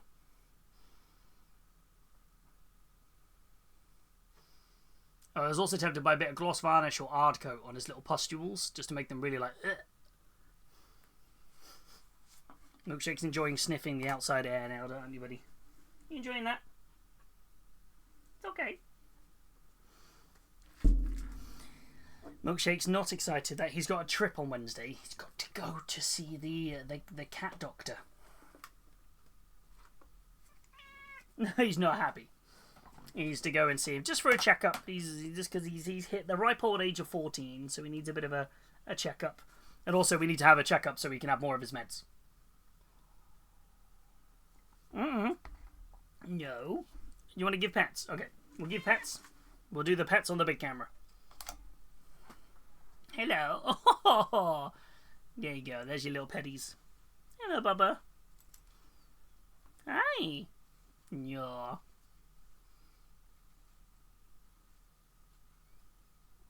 You gonna bite me? I thought he was gonna bite me then. Kitty MOT time. That's exactly it. He's doing so good though. Like he is now. As you see, I mean, it's been months since we've seen him try and get onto the desk and try and climb up areas. Like, wherever he got a slightly different brand of meds when we last got meds, and they seem to have really... Same basic stuff, but maybe it was a different way it was mixed, because it was a new brand. And he's now been climbing up his cat tree, he's been jumping on areas that we were not prepared for him to jump onto. So, yeah, it's been really good. So, but he has to have a blood test every now and again to make sure his kidneys are okay, because the med's metabolizing the kidneys. So he's got to make sure he's alright. No, not again. You put your eyeball crusties in there before. I'm not having you ruin my water again. Yeah, this little guy. Yeah. Oh, this is what happens. This is where I mess up painting suddenly. It's because he's just... I'm sat here and then all of a sudden he just headbutts me like... What are you doing? He's like, I'm gonna... Yeah, also as well, my paint desk is very much a mess again. Aww. Yeah, that's it. Yeah, their cat kidneys are incredibly strong. Like, that's why they can drink water out of, like, puddles and drink pretty much anything and they're fine. That's one of the advantages cats have. The downside is that if something ever goes wrong with the kidneys, it really does mess up a cat. So, but the meds we give him for his arthritis, they basically have to do a blood test every couple of months, just to make sure that it's not impacting him in his kidneys. So, but so far, touch wood, it's all been good so far. So fingers crossed it carries on that way. So we gotta hope. We'll keep everyone updated, of course. You'll fully be expected to see your usual milkshake in his carrier in bikini jail photo in the Discord on Wednesday.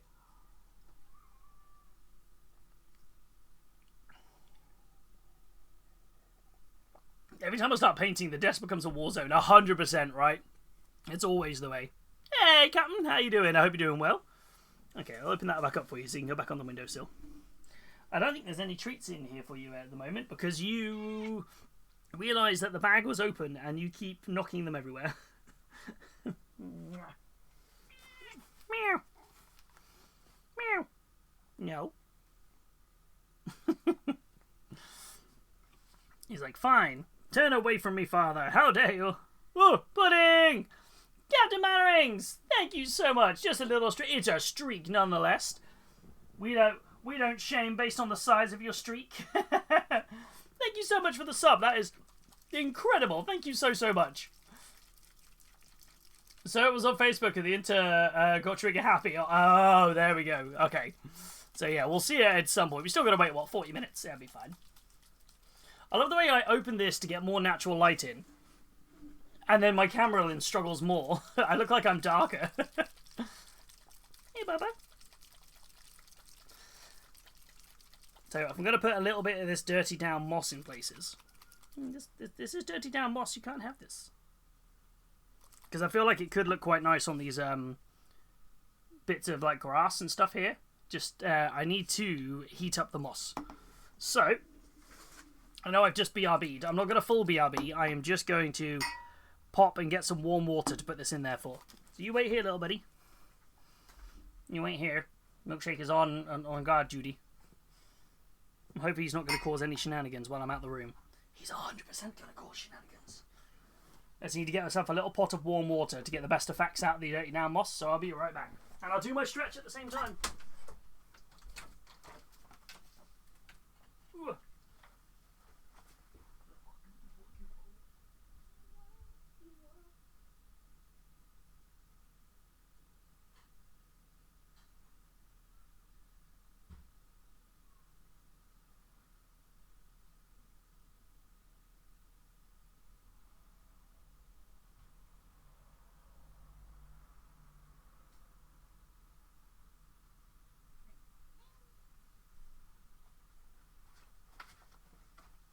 I'm back. Do. Enjoying. When I was just looking over Rarity's shoulder as she sat playing Pokeopia, and I'm just like jealous. So this is literally just warm water out of the tap in a little goo pot. Because to get the best effects out there, well, you can get different effects. It's not necessarily the best. Both the verdigris, the rust, and the moss all have different effects whether or not it's been warmed up. So it's very cool. And thank you for the stretch, Miss Oh, Milkshake, no. You little sassy boy. No, come on. You lay down. Lay down, little guy. No. Not on the desk today. Stop trying to... No. He's like, I'm not used to this. Mother just lets me do what I want. And I'm like, no. I say let's, actually. It's more, I think he's just more of a, I'm just like, no. He's like, It's the tone of the voice. There he is. He's loafed now. Little loafy boy. Doing good. Had a very busy... I had Friday and Saturday in London. Well, hey, what were you getting up to in London? Well, so you don't have to say if you don't want to, but I hope you had a good time. Pokeopia break for being productive. Yeah. How are you? What would you... So Verity, I have to ask. If you were to given a review, a 5-word review of Pokeopia, what would you do? With a score out of 10. How would you rate Pokeopia? Let's give this a good shake. That's what I wanted. Wanted the agitator loose. Ah! Shake it! Shake it! Ooh, let me think of my 5 words.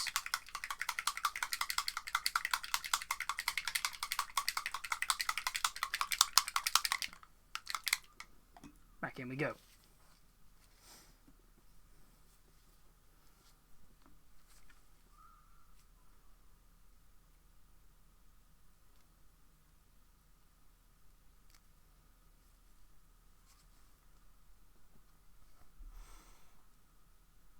I have to admit, I'm pretty happy with how this has come out. I feel like he needs a little bit more. I feel like every time I look at it, I feel like I should do this, I should do that. I need to stop. The wings are the bit I'm most happy with. The wings and the armor. I feel like those are the bits I'm most happy with. I missed a bit on his fingernail there. Same joy as Animal Crossing. Okay, that's a good 5 words. And 10 out of 10. Wow. Okay, so that's high praise. I mean, it's been... You've definitely been enjoying playing it. It's been nice to see you just sort of be like, I want to play it.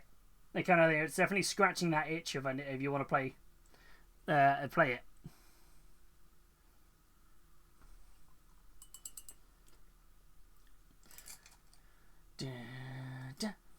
Work group meet up on Friday. We meet Pox River Quarter. The partner came down to mooch around on Friday. Oh, that's nice.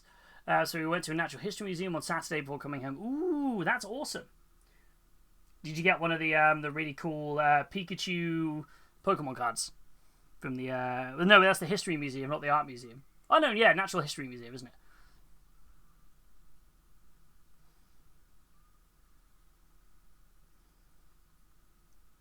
I haven't done the museums in London for a long old time.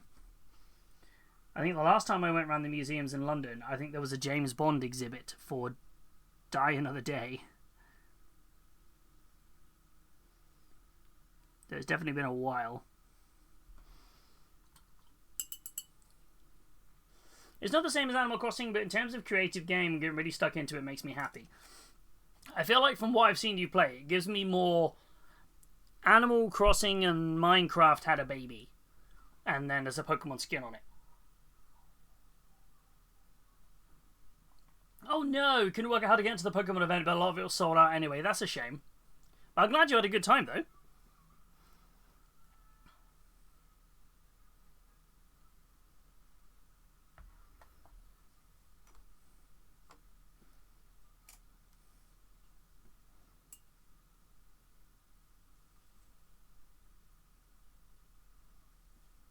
Oh, I was like, I recognise this song, and it was Hollow Knight. I was like, I know what this is from. My brain was like, what's it from?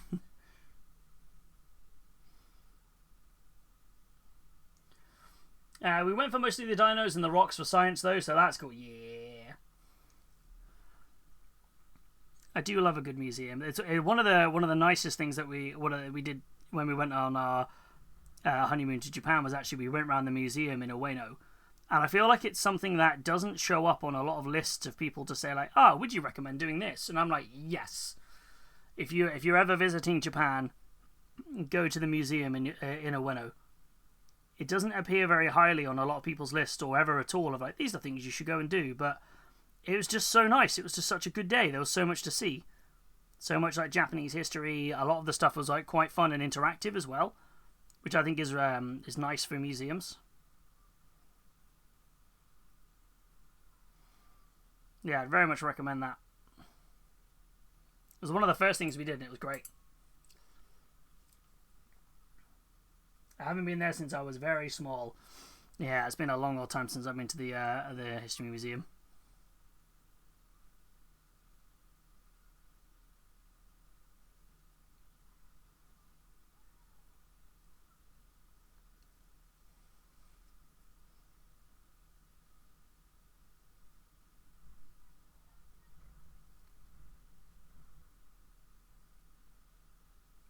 Yeah, I think the last time I went, there was the History Museum and the Art Museum. I did them both in the same day. Sorry, the Science Museum.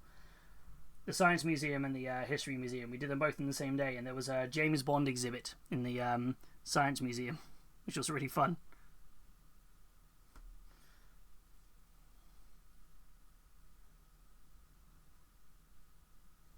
Many moons ago.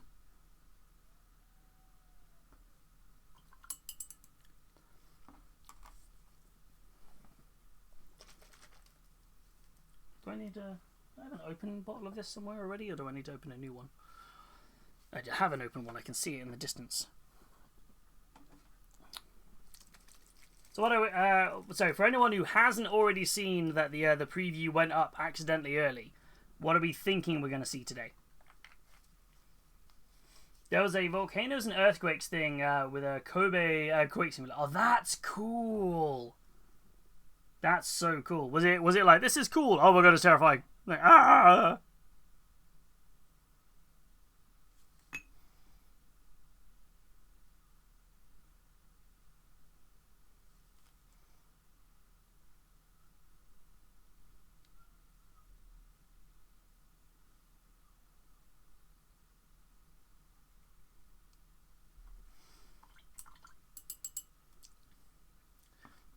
It's for families so it doesn't go full on. I suppose that's appropriate. Like, I'm not a fan of it, but fine.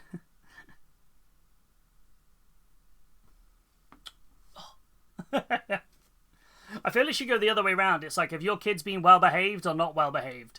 Oh, they've not been very well behaved. Okay, we'll turn it up to max for you, and you can be like, wow, it could be a lot worse. And freak them out like,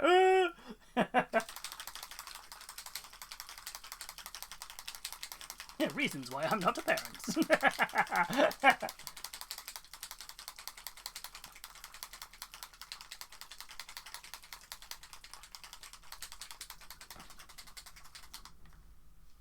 Okay, nearly there with the moss. It doesn't normally take this long, I just forgot about it.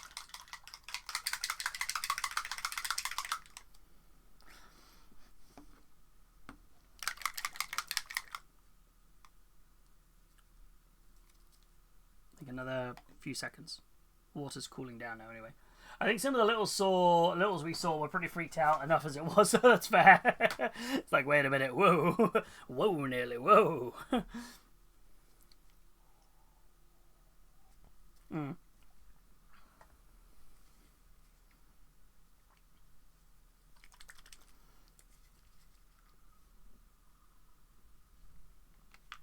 Okay, I'm just going to pick out a couple of these little pustules with some gloss varnish.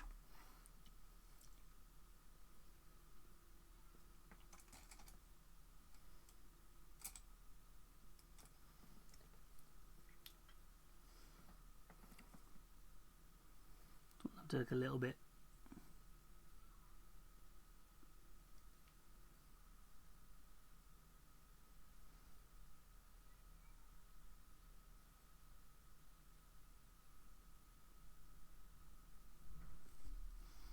I want them to look a little bit grim, a little bit shiny.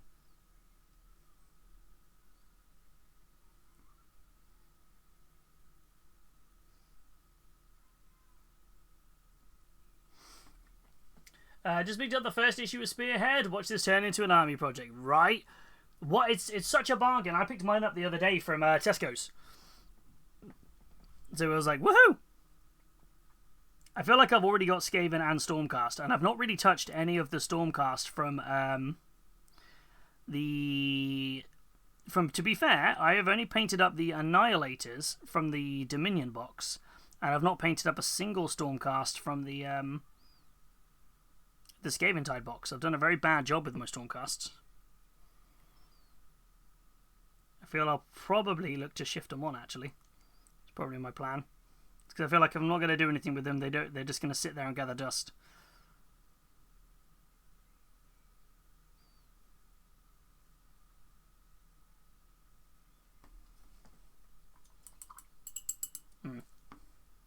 The animatronic T-Rex caused more shrieking and tears. Oh no! Oh, bless him. It was like, ah! Oh, bless.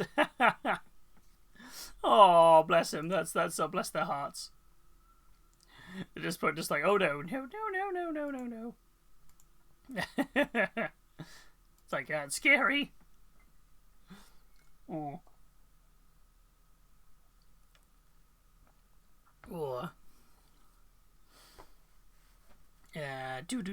Whoop. Okay, little shakeums. Oh, hey. So I have a question about these wings on the back of the model. Do we gloss them, or do I make them ultra matte, or leave them as is? I feel like the idea of doing a gloss varnish will make them look very shiny, which could be kind of like akin to how you see wings on like flies and stuff. But then I'm thinking if it's more like a moth wing, the moth wings are very like, they're not So I'm unsure about if I should do more with it or not.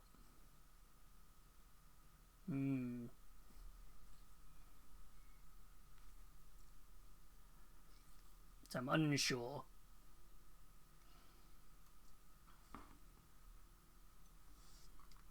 I think they are more like moth wings for me. Do you think non-shiny? May clash with the shiny armor. That was what I was thinking. I want it to kind of be like you turn it around, it's like boom, whoa. No. No shaky bug.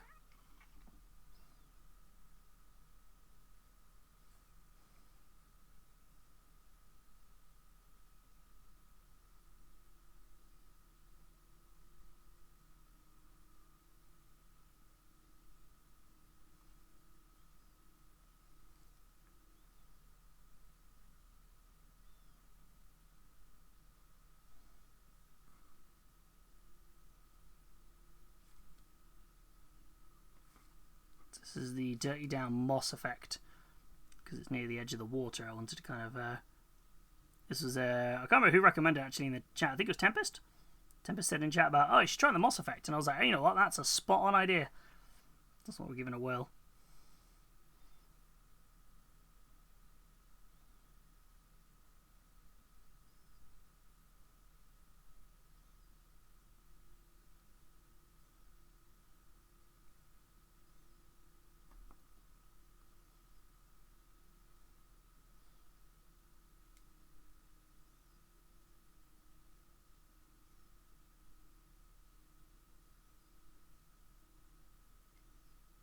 A little bit on the skull, why not? See how that comes out.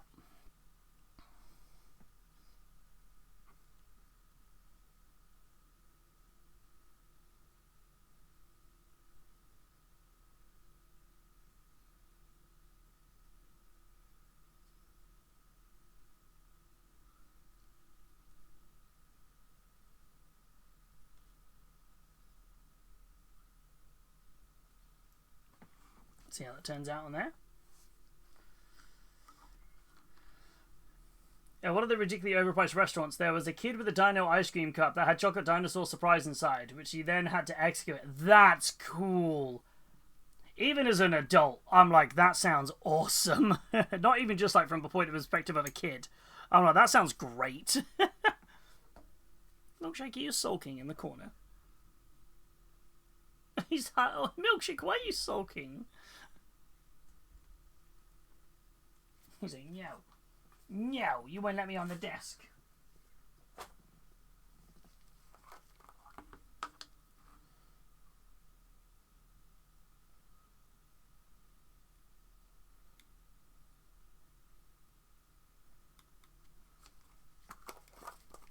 Also, as well, this is the first time I've tried this. I have always been, whenever I've done brush cleaning, I have always sworn by this stuff right here. The brush cleaner and conditioner and preserver, right? This stuff is fantastic, and I've used a ridiculous amount of it. And I feel like it's great for brushes. Although, somebody recommended me this stuff the other while ago. The Gentastic Drunken Brush Goop. And it is phenomenal. I feel like this is fantastic. I feel like I don't know if enough people chat about it, or if they do, and I'm just very late to the party, but that stuff is absolutely brilliant. It does a phenomenal job of really, really, really deep cleaning your brushes, getting right into the ferrule of all the gunk. I'm like very impressed by it. Like incredibly impressed. No, Milkshake is not impressed, so he's leaving. Bye, little guy. He's like, I'm sensing it's nearly my dinner time. That's what I think he's like. Well, let me let him out. Let me let him out the room. Yeah, Bubba. Go on then. There you go. Go see your mama. Ooh. But yes. Oh, I just remembered I still haven't filmed my pack a day. I need to do that after stream. Oh man, I've got so much post-stream stuff to do these days. Got to do my my Magic the Gathering pack a day. I've got to do my my roundup of the Sunday thing. I've got a lot to do. My partner likes that one. Yeah, I'd never used it, and I saw it on the shelf at Element Games, and I went, you know what? I'm running low on my brush preserver. They haven't got the one I normally use. Let's give it a whirl. I feel like, yeah, they came out really well. Bearing in mind I've just used that in an alcohol-based paint. I also picked up the Vallejo one, which is very much you leave your brush. This is an interesting one because you basically soak the brush for a couple of minutes, remove it, and just let it dry. You don't do anything else. It's just there's a little bit of post-shaping, but that's it. And I found that this was really good at restoring a couple of my brushes I thought were too far gone. Because I'm quite a rough painter. I kind of abuse my brushes quite a bit. So I've kind of got to be like, okay, got to be quite kind with these a little bit. But yeah, I was very impressed. That Monument brush soap is my go-to. Yeah, I feel like I was really late to the party on this one. I'd heard people say about it, but I'd never actually used it, if that makes sense. But yeah, no, I really rate it. I feel like it's pretty good. It's a very good goop. Is the only way I can describe it. It's good goopage, and it works well across all the brushes. So I'm just like, ooh. So I've not had any. I feel like if you leave it on for a while, it gets really deep into the ferrule, and if you just want to do a quick, I'm switching from red to white or something, so you just want to quickly clean your brush a bit more than just with water. It smashes it out of the park. I have it in the older tin pot. Ah, like a metal tin. Yeah, this is the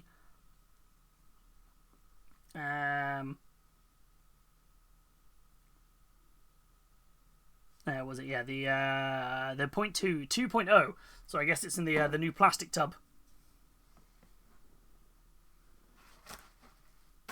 Oh. So it's just like, it's gonna quickly tear off a piece of kitchen roll, and it gave me this. Or the Restorer is pretty good. Yeah, I've got a bit of everything here. So I've tried the Green Stuff World ones. I think the Green Stuff World cleaner is good in terms of the fact that, similar to the Vallejo one, it's very much if you're trying to really recover a lost brush. I think this is quite good. I've used a lot of it, but I don't know if I'd buy it again. Whereas the brush repair gel is really nice for if I know I'm now not gonna. So say if I'm not gonna paint anything for a week. I'm just gonna build stuff. I'm just gonna build things, for example. I will use the brush repair gel to hold my brushes to a point, because it's basically it's almost like setting it, almost like with hairspray sort of level. It just goes rock hard, and then the moment you apply water, it then dissolves, and so your brush then is kind of obviously stuck at a really nice point. Doesn't that? Yeah, that soap does really smell. The Green Stuff World one does really smell. It smells like cleaning chemicals, whereas every other one I use doesn't. So I'm like, it is a strong. It is rather pungent. It's like you know that scene from Anchorman where he's like, it's quite pungent, isn't it? When he's using the was it the Sex Panther spray? It's like that level versus all the other ones that don't smell. Yeah, the Monument one's much better. It doesn't really smell that much. Do you clean your brushes after every session? No. I don't think I do it after every session. I do it after every project. So say, for example, I've been painting this now for, 3 weeks? Now that I've finished using all of these colours, I'll probably give the brushes I used a bit of a clean. And then whenever I go into my next project, I've got fresh brushes, sort of reset a little bit. That's probably the extent I do. And even then, probably not every single time.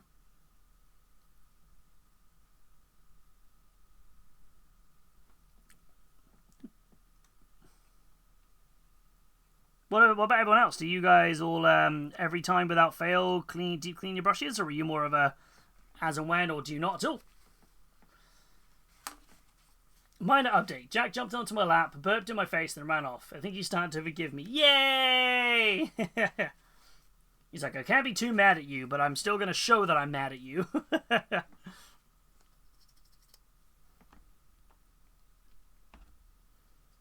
They got to show a little bit of aggression, just to, just to keep you on your toes. Like, woo! Ah, but some photography in the showcase. Oh, hell yes! I like it. It sounds like we got a good variety this week. There's a few people last week chatting about doing digital art and things like that, so I'm excited. There must be an emote or something you use to always tag Kelbar. I think you prefer the touch me and die vermin phase.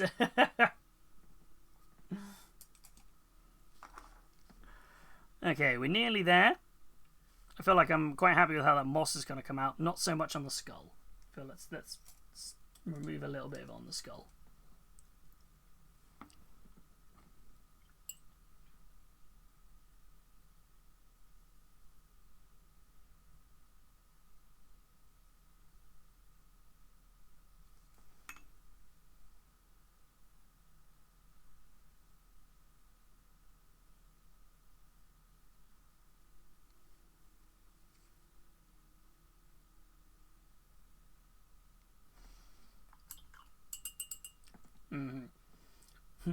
Ironware brush is going to die. There's a reason I use cheap brushes from the LGS. But they are all sacrificed to a good cause, though, Natman. That's the important thing, though. Your brushes very much are like they. You're the Lord Farquaad of brushes. Some of you may die, but that is a sacrifice I am willing to accept. You're like, I will abuse my brushes, but it's for a good cause.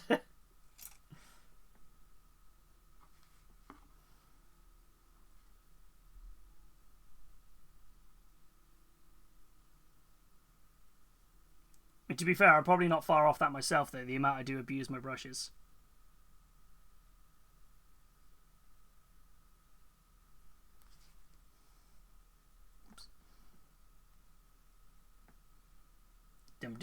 Mine just get binned after the oils I use. You tend to grab yours from the range in the works, you were saying, weren't you? Wait, did you guys see the announcement from the works? You can now no longer buy stuff from the works online. They are becoming a physical store only, physical shopping experience only. Which I'm like, what? I was like, there's been times I used to do click and collect from the stores, from the works, but apparently, yeah, they're getting rid of their online store. Which I was quite surprised about. I was like, oh.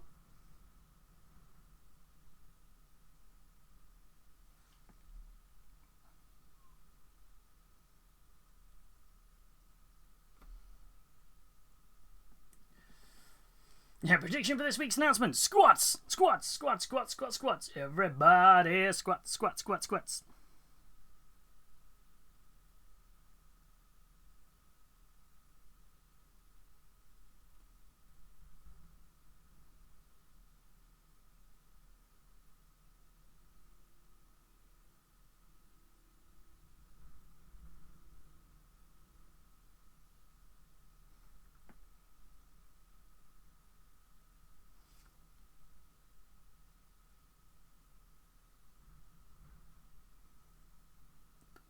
As well. So all I'm doing on this is I've decided I want the antlers to look more matte. So I'm just putting a matte varnish just across the antlers, and then I want the pustules to still be really gooey. So they're going to have a little bit of an hard coat and a gloss varnish touching on them. But it's going to contrast quite well against the how shiny the rest of the model is with the armour.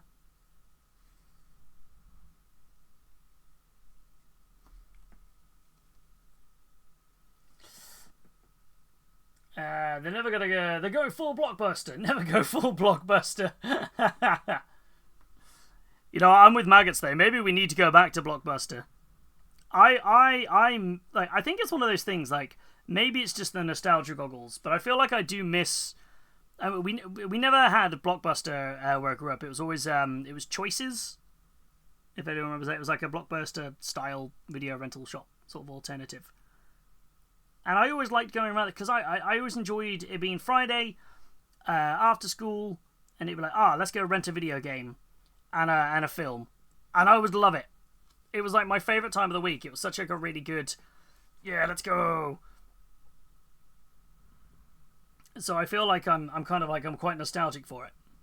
But there's also a little part of me going, am I just following that nostalgia train? Was it really that good? I mean, if it was that good, why would it have gone bust? So my brain's a little bit like, am I just being nostalgic for the sake of nostalgic? But then I'm also like, the Blockbuster. I had both choices earlier on and then later Blockbusters. I did enjoy going to the... It was a fun thing to do. You go to the video shop, the video game, or the shop, and you have a look. Like when... Because I was never the biggest fan of Love Film, or like Netflix and things, because it was very much a case of... you did... What's the word for it? Where's my brain going? It was like... I didn't like renting video games from Love Film because you basically were like, oh, you get X amount of stuff turning up. You added them to your list and you didn't know what was going to turn up, and that always bugged me. I was like, nah, I want to know what's turning up, right? I want to know what's coming. I think we are pretty much there. I'm just waiting for some stuff to dry. I might enhance a few little gooblets of stuff on it at some point, but I think actually I'm pretty happy. Have we finished a model? What? And my legs got cramp because I was sat on my foot. We had both in our town. I kind of miss the anxiety of rushing to Blockbusters or Choices to see if they had the Mega Drive game you wanted to waste your weekend on. Right? And that was it. I used to love... I remember renting the VHS of Spy Kids 1 and Spy Kids 2. And literally watching it, rewind it, watching it, rewind it, watch it. It was so much fun. I loved it. It was very much like, yeah. It was a good one to do. Yeah. But alas, yeah, it never quite worked out. It never quite, sorry, no, I always enjoyed doing it, but then I always remember, because it was one of the ones where the cheaper the film, the longer you could rent it for. So you could rent it for like 7 days. And I remember just watching and rewinding it pretty much like every like day. And then I remember I got into trouble for not returning it on time. And I was like, I'm so sorry. There was a fellow at our local Choices, Kev, who used to let 14-year-old Rusty rent Extreme Championship Wrestling VHS tapes. I can't tell you by the name. Extreme Wrestling was not aimed at younger people.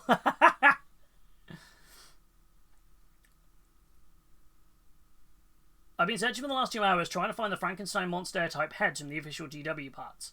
Best I've been able to find is the Necromantic Horror Blood Bowl team Flesh Golems, and they only have 2 variants. Come to the conclusion, I'm going to have to green stuff it. Yeah, there is only 2 variants. There's the helmeted and unhelmeted one, isn't there?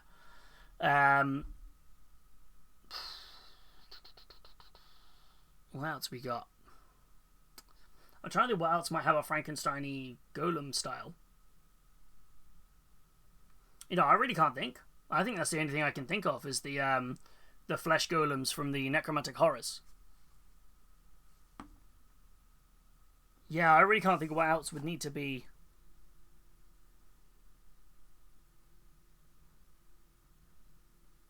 What else would you... Yeah, what else would have those types of heads on them?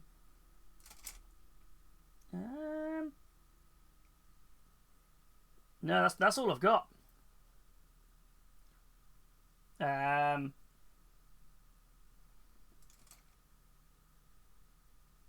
Yeah, that's the only one else can think of something else. That's the only one I can think of. There's an Underworld team that has Frankenstein zombies. Wait, there's Frankenstein-y zombies? Well, Warhammer Underworlds. Let's have a look.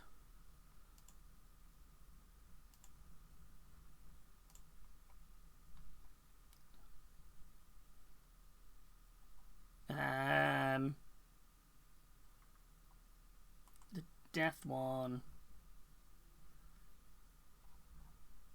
I don't even know if they're still available. A lot of the Death ones aren't available anymore. The Exile Dead. Oh, okay. Ooh, let's have a look. What are they in?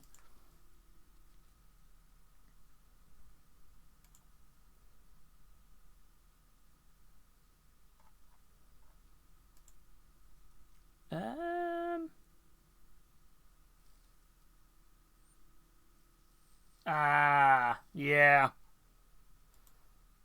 Is it this squad, isn't it? Is this the one? Is this the Exiled Dead? So I see, yeah, with like the electrical pylons and stuff going through them. This guy's got his brain kind of exposed with a bolt into it. Yeah. It's a good shout. I forgot these existed. Yeah, the downside, Daemon said, yeah, the problem with them as well is that they are, you have to buy them in this set. Where are we at? You have to buy them in this set now, which is now out of stock. £62 to get. I mean, there's lots of kit bash fodder, but it's a lot to buy. I mean, that team there though is stunning. Except these guys I always thought were phenomenal.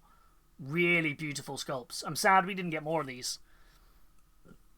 Yeah, because I thought they were fantastic.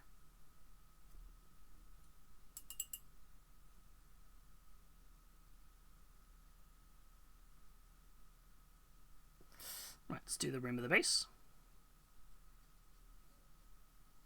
Not long now. What are we on? 6 minutes until preview time. Unless they do mess up and they don't account for the change in time, and then we'll do the showcase and we'll watch the preview at 7. We'll have to see what happens.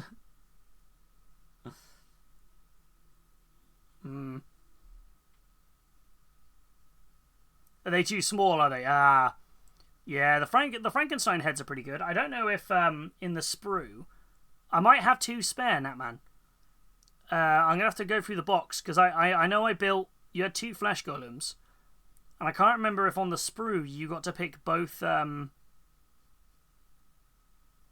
If you got to pick from both heads, because I built one of each. Can I see it on here? I might have a spare. Blood Bowl, Shopple, Necromantic Horrors. Can I look at the sprues? Oh, I can't look at the sprues. That's annoying. Yeah, you get 2 of each as in the same sprue twice. Okay. Let me check the cupboard before I forget, because I'll forget otherwise.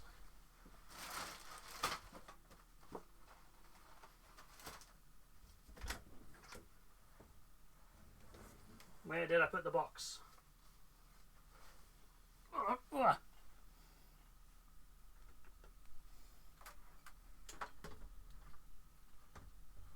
You guys can see what I'm doing now. If I go over here, look, I'm in the Cupboard of Doom. Cupboard of Doom. Where would I have put the Necromantic Horror Blood Bowl team box?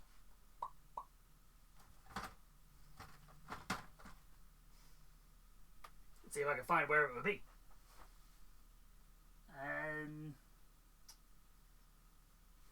I'm assuming it's in one of these. Now, one of these just has commemorative models in it, and the other one has everything else.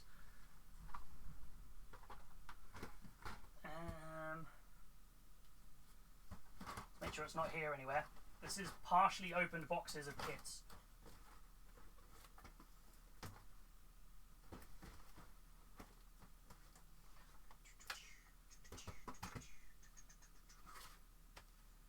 Okay, so it's not there. It means it's in one of these. If it's not in one of those boxes, it means it might be in my giant box of sprues, which I'm not going to sit and look through. So, yes. Yeah, Doom! Box of Doom! Was it the... Do any of the new NIDs have brain type bits? I don't think so. Ooh! Hold on. Yes. I don't know if the size will be right. You got these. Switch back over to the camera.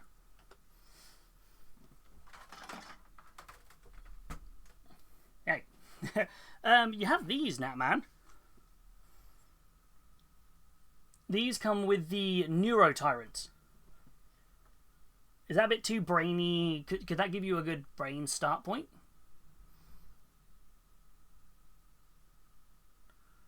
I don't know if that might help. Now you said that about new NIDs, NIDs having brain type bits. I went, I don't. Wait a second.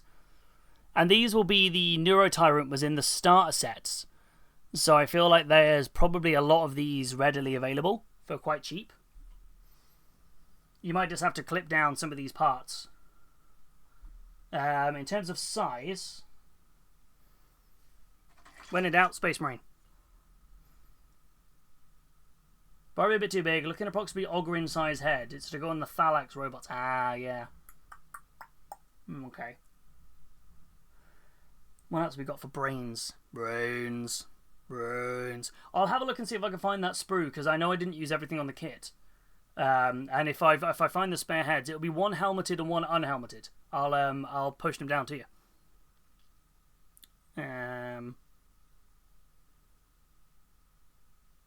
Yeah, because I built one of each. I'm sure I built one of each. Well, let me get my box. When in doubt, to the box. The box of doom. Where did I put my Blood Bowl kit? Out here.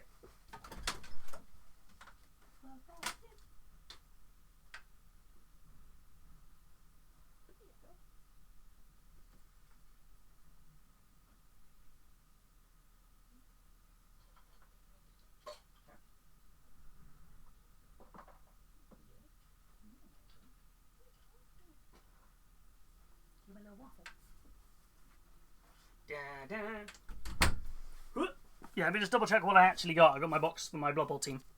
Which ones I built? Because there is only 2 flesh golems in the kit, right? Flesh golems. Aha! Yes, there is only 2, and I did build one of each. There you go. That's the size if you wanted to check sizes as well on them. So, yeah. If that helps.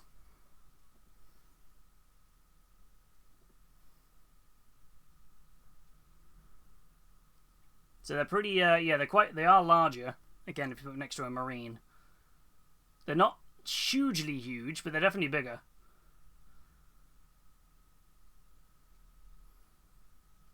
Yeah. I'll see if I can find the box, because I know I didn't throw the box.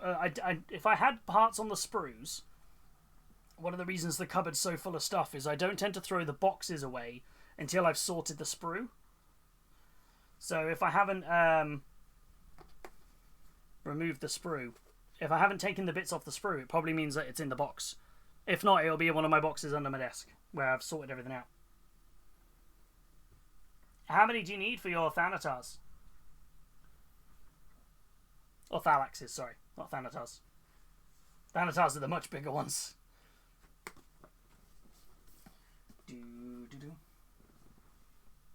over there, you. Yeah, outside of that, I can't think what else has a brain. 6 in total. Okay, well that at least gets you some of the way. You can always do the, was it the blue stuff mould? Where you make up the little mould and then just fill it with green stuff. But I suppose there's only 2 variants then, isn't it? We've gone past 6 o'clock. Are we ready to see what is going on for pre-order this week? Let's see what we are gonna get. It is Sunday pre-orders. Let's get ready. Let's get ready. Let's get ready to rumble. Watch the mic now. Watch the mic now. Watch the mic. It's the Eye of Terror. It is the Eye of Terror, Reign of Iron book, which means that no sign of Perturabo getting a physical release anytime soon. But the new Eye of Terror book, The War for the Cadian Gate, which is very, very cool. I am very tempted to pick this up because I believe it's this book that has Apocalypse rules in it, which I feel if I'm going to waste an afternoon playing a massive game of 40k, I want to play a massive game of 40k. So I'm very excited by this. So the Reign of Iron book, which is whilst the bulk of the Imperium is distracted elsewhere, the Iron Warriors launch their bid to control the region of space, simply known as the Cadian Gate. Where few Imperial holdouts still resist despite the loss of Cadia itself. Holding this ravaged region is instrumental to their Primarch Perturabo's wider plan for the Imperium, and the biggest obstacle in his way is the Forge World of Agrippa. The new set of expansion books for the Warhammer 40,000 Chronicles, the latest wars in the new war zone, the Cadian Gate, with lots of in-depth background lore, new rules for fighting battles on hellish landscapes, in addition to new detachments for Chaos Space Marines, Imperial Knights, Adeptus Mechanicus, and Chaos Knights. You'll also find a book for fighting massive apocalypse battles with enormous armies to duke it out with the biggest and deadliest weapons in their arsenals. It's a lot on there, which is very cool. That apocalypse book is what I want. I want that. I want that book. The middle book. It's also going to come in a fancy collector's edition as well. With this kind of nice black and white cover with like bookmarks. It's fancy. That's nice though.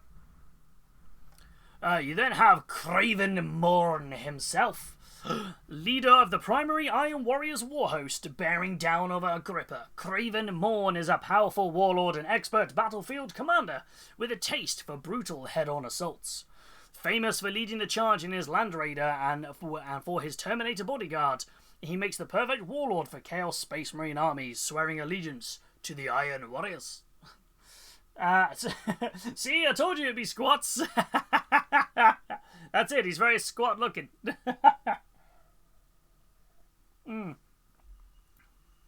He's a very, very cool. So we have, yes, that's interesting. So we got the, this guy does look fantastic though. This is what I want. I want Perturabo to look like this, but 4 times the size. The Iron Warriors are Scottish. You know what it is? You know what it is? Whenever I say the word warrior, I always think of the CBBC TV show Raven. Where he's like, you got the way of the warrior. That's what it is. My brain just defaults to hearing that for warrior. It's so stupid. That's what it always kicks in out of my head. The way of the warrior. It's just, I can't not say it. So yeah, we got Craven Morn here. And then, of course, the new Defiler, which does look fantastic. There can only be one. A Highlander warrior on that one, which I'm excited for the new Henry Cavill version of it. Yes, Demon engines, the Defilers. This is a glow up and a half. It looks fantastic. I'm in 2 minds about this Defiler. I love it. I think it looks fantastic. I think this is a brilliant reimagining of that iconic model. But I feel I do kind of miss the blocky original version of the Defiler. Does that make any sense? I feel like there was something about the original Defiler that was just iconic. These are both iconic in their own way, and I think this is a very cool upgrade. But I feel like I'm still going to have a little bit of a soft spot for the old Defiler on the tabletop. But yeah, these come with different options. So you have a one for each of the 4 dedicated Chaos factions, and then of course a few variants as well for non-aligned. If you guys kind of missed, there was an announcement earlier on in the week where we saw the rules and what would happen. So effectively each of these have different rules depending on if you take them with Emperor's Children, Thousand Sons, World Eaters, or Death Guard. So that was like the kind of options that you had. So effectively the if I can remember it rightly, the Thousand Sons one meant that if you were within 9 inches of a Psyker, they couldn't fire Overwatch at you, I think. You know what, why don't I just grab the article? Let's just grab the article so I don't forget. Otherwise I'm going to say it wrong. I did read through it, I just can't remember exactly what it was. Where's my view all?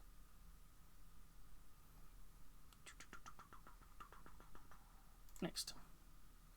Where do we see it? Where do we see it? New rules. There we are, the Defiler. There you go, sorry. So, Death Guard is Barrage of Filth. In your shooting phase, after this model has shot, select one enemy unit hit by one or more of those attacks. Until the end of the phase, the unit cannot have the benefit of cover. Useful. Very useful. Emperor's Children. Each time this model makes an attack, it targets an enemy unit that is not below half strength. Add 1 to the hit rolls. So that means you're going to be hitting on... depending on the weapon you use, you're going to be hitting on 2s, which is nuts. Thousand Sons, Destroyer Futures. There it is, the Overwatch. Each time that you target this unit with a Fire Overwatch stratagem, the other way around, it hits on 5-ups.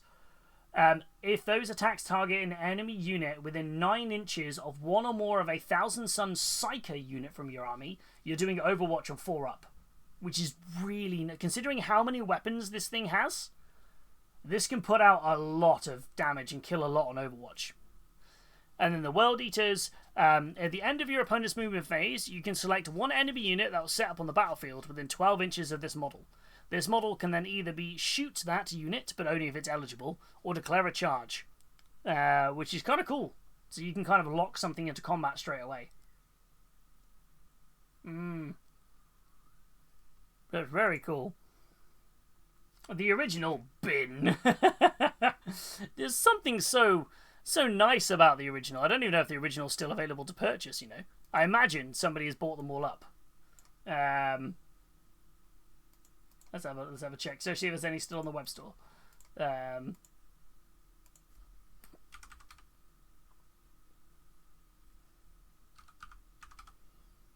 don't think it is. If you search Defiler, it's not there. No, it's gone. No. There was something nostalgic about the original, but this is a phenomenal glow-up, though. I will not hear any more blasphemy against the Robo Crab Boy, thank you. Tinfoil hat level theory. A Perturabo will be an upgrade kit for the Defiler. That would be cool. I feel like I basically want Perturabo to be this, though. I feel like I just want Perturabo to be a Primarch scale up of this. I want him to be extra layers of armor, extra thick, extra kind of like, just almost bordering on like a Hellbrute style with what I would love to see. It would be fantastic. But either way, it would be very cool. Mutilators finally making a reappearance. The last time Mutilators were a thing was... They haven't been in the Codex. Mutilators haven't been in the Codex for about 3 editions, if I recall correctly. I think they were indexed. And they were legended. Because their old sculpt was no longer available to buy. And this is a beautiful upgrade. They look fantastic. Look very, very cool. They are siege experts. They basically go at the front lines when they board and they siege into a building. And I think this reflects them very well. Maybe Perturabo would be like a Primarch-sized Obliterator? Yeah, I like that, I think. I like these Mutilators, although I get why some don't. I think what the biggest bit of negative feedback I saw about these Mutilators was people thought they weren't flesh metal-y enough, if that makes sense. The older versions were like they became one with their suit. And they were like their skin came over the suit and things like that. Which I think, yeah, that was very cool. But I also think that these guys, they've almost shifted their role a little bit. I think they've changed like how they are used, Mutilators. I thought before Mutilators were basically flesh metal bonded Terminators, right? They just dropped in and they just did combat. Whereas I think it shifted a little bit now that these are frontline siege experts. So it kind of makes sense that they're a little bit more heavily armoured on the paneling. And I kind of like that. And I feel like Mutilators didn't really have a place. Why would you take Mutilators over close combat Terminators? That was kind of the problem. Whereas I think these now have a much more dedicated slot in the army. So, but I can understand why some people aren't happy. But I feel like we trust the old Mutilators. Trust me, these are an improvement. That's if you guys don't remember the old Mutilators, hold on.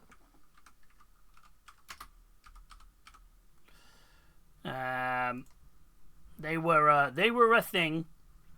They were a thing. If you guys don't remember them, they were things. Yeah, so anyone who doesn't remember the old Mutilators, this is them. Of which I have both metal and finecast versions of these.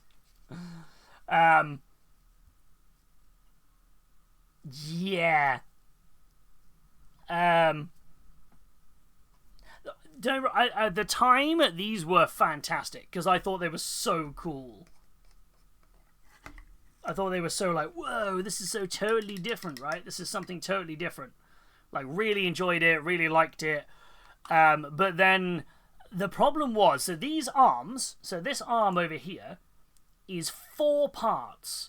You have this part, this top part, the shoulder, and then the tip, the spear. And the problem was the only ways that these got glued together was a single nub and a fully flat area. And with metal and finecast, you would just roll a dice on the other side of the board, and it would be enough of a shockwave for it just to go and break apart. It was wild. It was a wild thing. Yeah. So, but I think, yeah, for me, this is definitely a glow up. I like these a lot more. I think they fit into the... I think there's still moments where they've become more like flesh metal. You can see where they've bonded in with their suit. You know, like the way their hands have become weapons, physical weapons, and it doesn't look like you're going to get the suits off them. But I personally am a big fan of this upgrade. I think this is a nice reimagining for it. Kind of like arm drop off to spoiler. Yes. That man needs those heads. They are of the era, that's it. I think the old Chaos Marines were random in their design. These days, I think they're working to give them a unified style to renew the range. I agree. I agree. I think this is very much more of a... At the time, I kind of got the idea that the Chaos Space Marines were war bands, just without, like, kind of focus.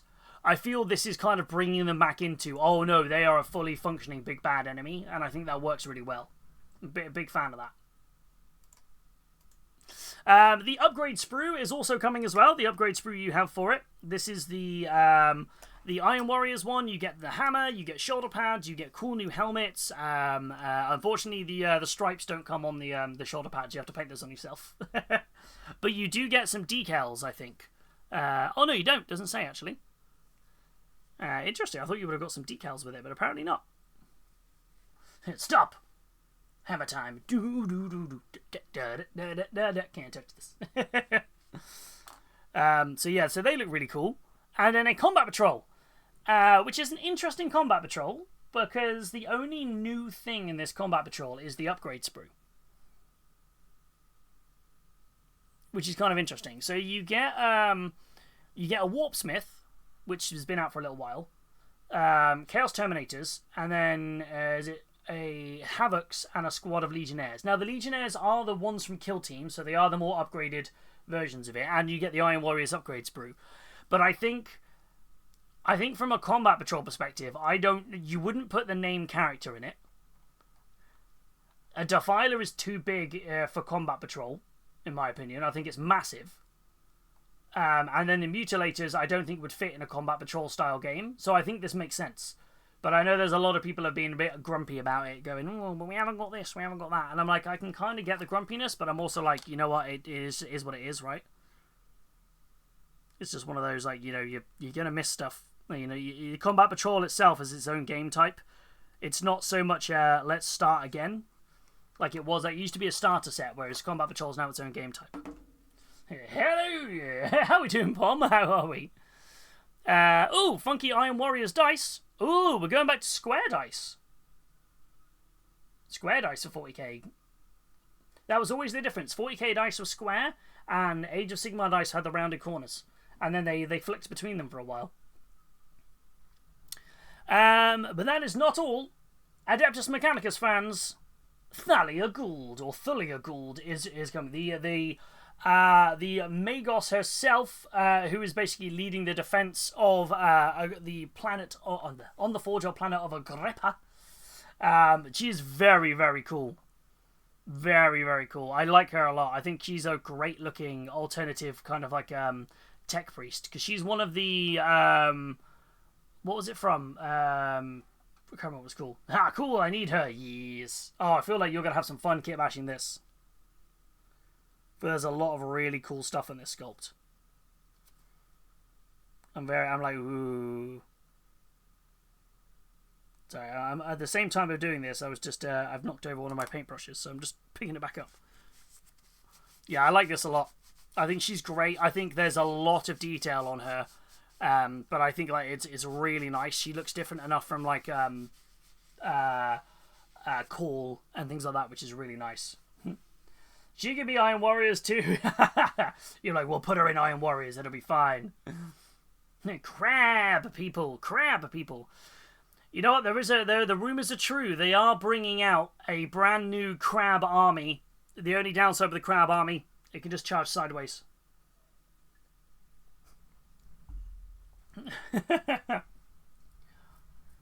She'd be my Archmagos on Abiant, but at least half of her will be. Ooh. Yeah. I really like this. I think it's very cool. Very standard Mechanicus colours. I think it looks great. The Hashatari, which are her squad that comes with her, are also coming out, bringing you some fire support in various ways. So they can be built as close-range exterminators or fusiliers with pinpoint-accurate neutron fusils. Big fan. The Hashatari. They look very, very cool. Let's get another closer look at these. They're very nice. I'm intrigued to know what the size of these are. Are they 32mm bases? Are they 25mm bases? I want to know base size. I reckon probably 28 to 32. I don't think they're going to be big enough on like a 40mm base, but you never know. I'm intrigued to know. No capes. No capes on these. Fancy Iron Warrior cultists. Yeah, I feel like I'm imagining they're going to be the same as a Space Marine because they're much thicker, but I don't know. The Skitarii can be deceptively small. So I'm wondering if it might be a 30 or a 28. We'll have to wait and see. I think I'll kitbash some Immortals for my Dark Mech. Ooh, those would look great. Kitbash with Immortals, yeah.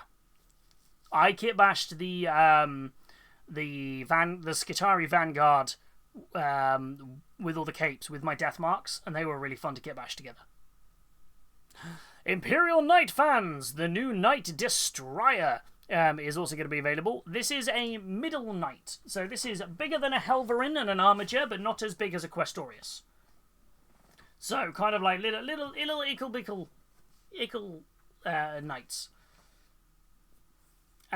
Which is very, so it's kind of like in middle, not quite ickle, but maybe bigger. That's tempting for a Freeblade. Yes, very cool. There's a lot of Chaos Knight players crying out for this to be a Chaos Knight variant as well. I think I'm kind of in the camp where I hope it doesn't get a Chaos Knight version. I think like the Imperial Knights, they have, there's so much crossover between the two sets, which I get there's a small pool of an army. But I feel like it would be nice if the Imperial Knights get something themselves, and I would like to see a different alternative of this, for Chaos. That's me, broke for the foreseeable. Oh no. Oh no. But I like this a lot. I like the fact it's got much more of a medieval kind of face mask to it. I like both of these masks here and here look much more medieval, which is very cool. I'm intrigued to know where the size of this fits. We know it's bigger than an Armiger, but smaller than a Questorius. But very cool. It can come with a Chastiser Gatling Cannon, a Frag Bombard, a Ballistus Reaper Chainsword, or a Thunder Shock Spear. That Thunder Shock Spear looks very cool. It looks like it goes, like, it lunges forward, and then like there's like a piston or something in there, which makes it go like, so it's like, it's here, makes it, looks like as it goes to strike it, it looks as if it's going to go like a sort of style, which I think is really cool. I like this a lot. A new Eye of Terror battalion. So battalions are not as big as battle forces, but they're different to combat patrols. They're somewhere in the middle. And this is interesting here, you get an Onager Dunecrawler, a Scorpus Disintegrator, or an Iron Strider Ballistaris, which can also be built as the alternative variants. I think this is leading into the fact that there's going to be a lot of heavy vehicle gameplay in the campaigns in this story. There's going to be a lot of, like, it's Iron Warriors attacking en masse, right? They're going to have loads of tanks. You need to respond with lots of heavy weaponry in the same way. It's an interesting one. It's a great pickup, I think, if you're running, if you have an AdMech army, but you don't have any of these, or maybe you've got one Iron Crawler, and you've got the tank, but built as the tank rather than the transport, and you can flick them back and forth, which is cool. But yeah, so, Yeah, the back of the spear is a rocket unit. It's so cool, isn't it? It's like, oh, good lord. Yeah, this is the Eradication Cohort Detachment in the new Eye of Terror expansion book. There's also an Eye of Terror battalion for Imperial Knights, which comes with 2 Armiger Warglaives, which can also be built as Helverins. And it comes with a Knight Castellan? I think that's the bigger one, isn't it, with the heavier shoulder pads? I wonder what the battalion price of this is going to be. The Castellan's 120, right? The Castellan's 120. Armies of the Imperial Knights. 118 and 60. So, £178. And you normally get... Well, you can't really get 1.5 of something free. That doesn't really work in this case. So I reckon this will be 145? Is that much of a saving? I suppose it's still saving. It might even be cheaper, actually. So it's 118, so it's £178 in total. How would you work out the price point of that then? 135? No, I mean, you effectively get 1 of the armor just for free. So I reckon it would be like 1, even if it was 145, you're still getting an armature for free there, effectively. It's kind of cool. Yeah, I feel like, yeah, somewhere between 135 and 150. I imagine this will be from GW. It's kind of cool. And then the Sons of Dorn, which is an interesting kind of mismatch one. This is where the Black Templars and the Imperial Fists team up. Obviously being, Progenitor Legion and Successor Chapter. It's quite cool that you get to field them side by side. You get 2 Redemptor chassis dreadnoughts, so you get the Ballistus and the Standard Redemptor, and then you get 2 Repulsor Executioners. So, this is a hefty box. This is some real bringing some firepower to your army. And they put them together to create a new Ceramite Sentinels detachment from the Eye of Terror book. Templars are the first company of the Legion. True, Sigismund did go off to make the Templars, didn't he? So, I suppose these days they're technically a successor chapter. Technically, they're a successor chapter, aren't they? But except for the fact that they don't report how big their chapter is. Every time they turn up, they go, yeah, this is everything we've got.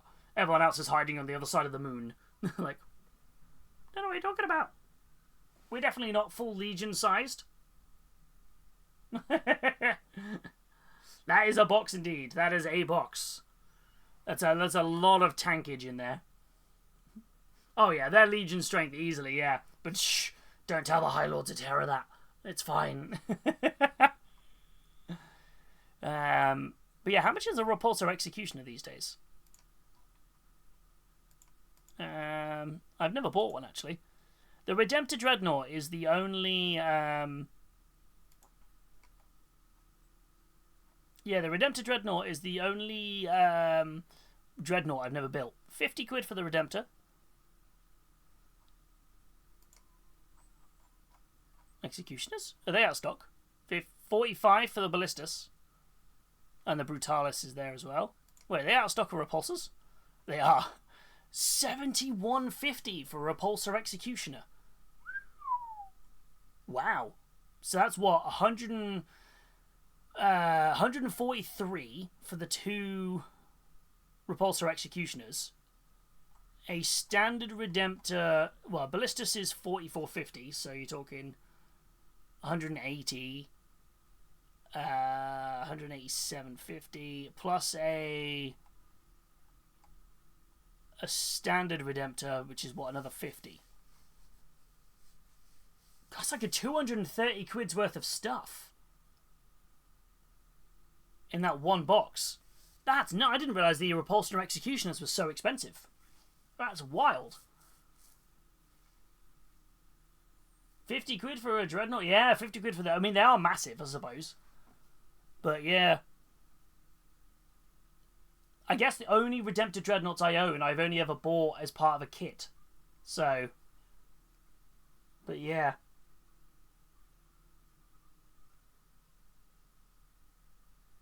It's wild. These the Black Templars treat the Lords of Terror's administrators better than the Space Wolves. Lucas the Trickster once locked a Terror administrator party in a Grok's mating. I like that. I don't think the High Lords were enthused with the Lion gathered up all his sons into a Legion scale force. No, they were not a happy beans. Oh, but yeah, that's I mean, they are huge, aren't they? Redemptors are like this big, aren't they? They're massive. So yeah, £237 worth of stuff. I have a funny feeling these battalions are not all going to be the same price. If they are, if this is what, 150, for example, that or 145, this is an insane bargain for anyone who's a Space Marine collector. New White Dwarf. We march to war. I feel I've only just picked up the last White Dwarf. So the new White Dwarf drops, and there is new stuff in here. So there's the Chaos Defiler gets a bit of a spotlight, which is going to be kind of cool. In the Mortal Realms, you can read about the deadly trials of Drachni Ganeth, the mythic Tower of Blades, and then try them for yourself in the Daughters of Cain themed minigame, where you take on a twisted tree lord, Pit Troggoth, and worse. That's cool, there's a whole minigame in here, that's going to be fun. A new Titanic duel minigame pits singular knights against one each other on a throwdown where you'll blast bits off each other to wear your opponent down. Oh, that's cool. So you can just do a one-on-one knight style game. That's quite fun, actually. That was how Imperial Knights were first introduced. They were introduced in an army, in a game box called Renegade, which had 2 Imperial Knights in it, and basically the rules were that you one of you and your opponent took one knight each, and you just blasted each other. That was really fun. And then it had some terrain in it as well, which was cool. One of you could like repair yourself if you got to the terrain center.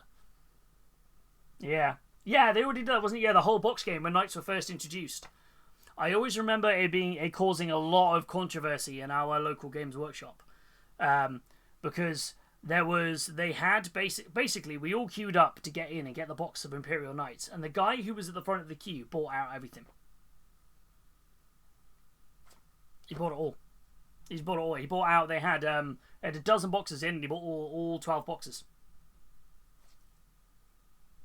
I remember it being a real big controversy, and it was a massive thing for it. But I remember it was a really interesting time, because I remember people were being really annoyed at the member of staff who had done this, but apparently the orders had come from the really not so great area manager that was at the time, had basically said, you need to sell all of these boxes, I don't care if you sell them all to one person. And so they were basically told to do whatever. It was a tough one. It never happened again. The store manager never happened again. The store manager was fantastic and was like, that's never happening again. It was very much one of those, and it never did happen again. So it was one of those. I feel like sometimes it's hard, isn't it? It was very much a case of that it got reported back, and they took the store manager's side, which I thought was the right move for it. I feel it was somebody who didn't remain in the job for much longer at the higher level who had told that member of staff to do that. So yeah, feels like a moment for vigilante justice on the part of the crowd. Yeah, it's one of those. Let's do it. Yeah, it was a rough one. But even to the point when they re-released the Renegade box about a year or two later, that person who bought them all wasn't allowed to buy anymore. So it was done really well. So yeah, but our store manager was an absolute expert at making sure that didn't happen again. Like I said, they just weren't in. It was the day they weren't in. Somebody had called them up, spoken to the member of staff. The member of staff had done it. Is what it is. One of those, isn't it? You get told by a higher up to do it. It was a tricky thing. But moving on, Black Library, Astraeid Thurger, the Pyre of Faith. As a relinquent at arms tasked with delivering sacred relics safely to their resting places, Astraeid Thurger can think of no worse than failing than losing such an artifact in the hands of the enemy. When the unthinkable happens and an ambush by Chaos Cultists sees them take the Sword of Sarim, Astrid throws herself into a vicious battle against the ruinous powers to reclaim both the relic and her honor as the cult overwhelms the planet from within. Who said that? We don't condone that behavior here. Yeah, wait a second. There's a very cool Adeptus Sororitas book available in ebook, hardback, and audiobook all at the same time, as the way it should be. For Adeptus Sororitas, you're eating well this week when it comes to stories from the Black Library. You also have Paragon of Faith, which is basically just all about the Adeptus Sororitas. It's a collection of short stories. So you've got 5 short stories and 2 novellas in this book. Yeah, it looks really, really cool. It looks like a great... It gives you a little bit more information into the background of the Adeptus Sororitas. And then you have another Warhammer 40,000 anthology featuring stories from Dan Abnett, Mike Brooks, Guy Haley, and many, many, many more. In the grim darkness of the far future, there is only war, and the stories told about them. Carnage Unending is a new anthology of classic short stories from some of your favourite Black Library authors, chronicling just a few fragments of the endless battles fought in the 41st millennium, with appearances from the Orcs, Black Templars, Drukhari, Commissar Yarrick, and many more. Bloodstorm, Warhammer the Old World. Whoa, that's a cool cover art. Send a monster to kill a monster. Murderer, betrayer, warrior beyond compare. Yet the cruel standards of the Dark Elves, as Malus Darkblade still has a lot to prove. Possessed by the foul demon Tazark, Malus only has a year to find 5 magic artifacts, or his soul will be forfeit. To retrieve the Idol of Kolkath, he will have to call upon all his cunning and wits to survive a magical labyrinth to defeat its fearsome guardian. That's a cool story. Wait, there's a Dark Elf possessed by a demon. That's a really cool story. That's such a great concept. Like, I'm a big fan of that. That sounds awesome. Like, what a great idea for a story. Just, whoa, hold on a minute. Let's do it this way around, right? That sounds great. Malus Darkblade had a comic too. Ooh. As someone who, like I said, I never really took part in I did anything Warhammer Fantasy. So this is all almost like news to me. I'm like, this sounds so cool. Like, it's such a cool idea. Just to be like, wait a second. I like that idea. I mean, Dark Elves, I kind of hope Dark Elves make a return at some point. There's lots of rumours that they might do in Age of Sigmar, but it'd be cool if they eventually do just pop back up again. You'd be like, woo! It'd be nice to see them return. Which would be very, very cool. Here's a demon in his head. That's really cool. What a great story. Over on Warhammer Plus, we have a lot of shows following this weekend's Golden Demon at Adepticon 2026. Every day from Monday to Friday, we have a new episode of Painting Desk. Wow! So they're doing Painting Desk Roadshow, where each episode will interview with painters at the event. That's such a cool idea! And we'll also have an exclusive chat with the Slayer Sword winner.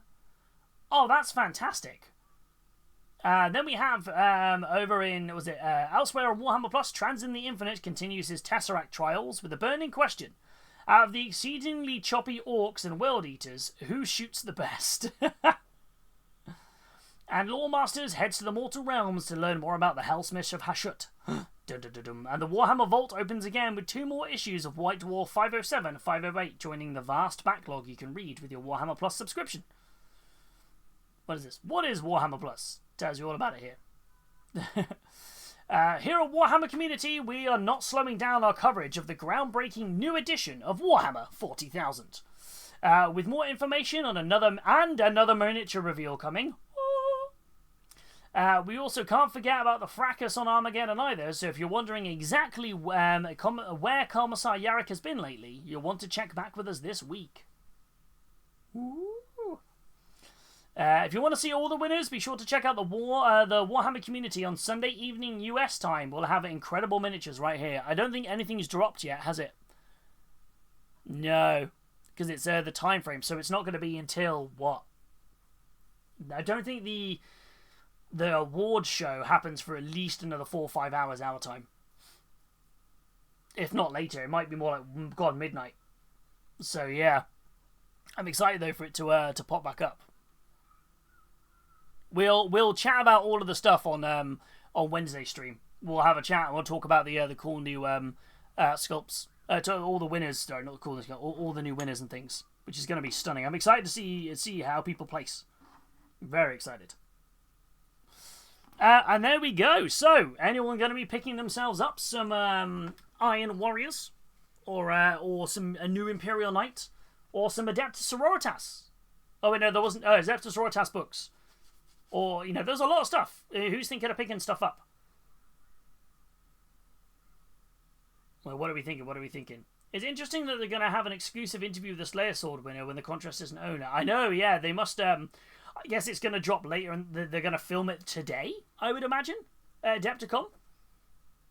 I imagine they're going to kind of speak to them after the winners announced. So I assume they're going to pull them to one side and go, "We'd like to interview you," straight away, and catch them But yeah, the wallet is safe this week. Yeah, I am just waiting on my Custodes group box. I feel like we've hit an absolute perfect point to the fact that we finished this guy today. I am at a very happy stop point on this guy. I think the adding of the moss around the edges worked really well. I feel like we're very much where I wanted to be for it. I think I'm very happy with how this has come together. Our first model for Darkwater, all painted up.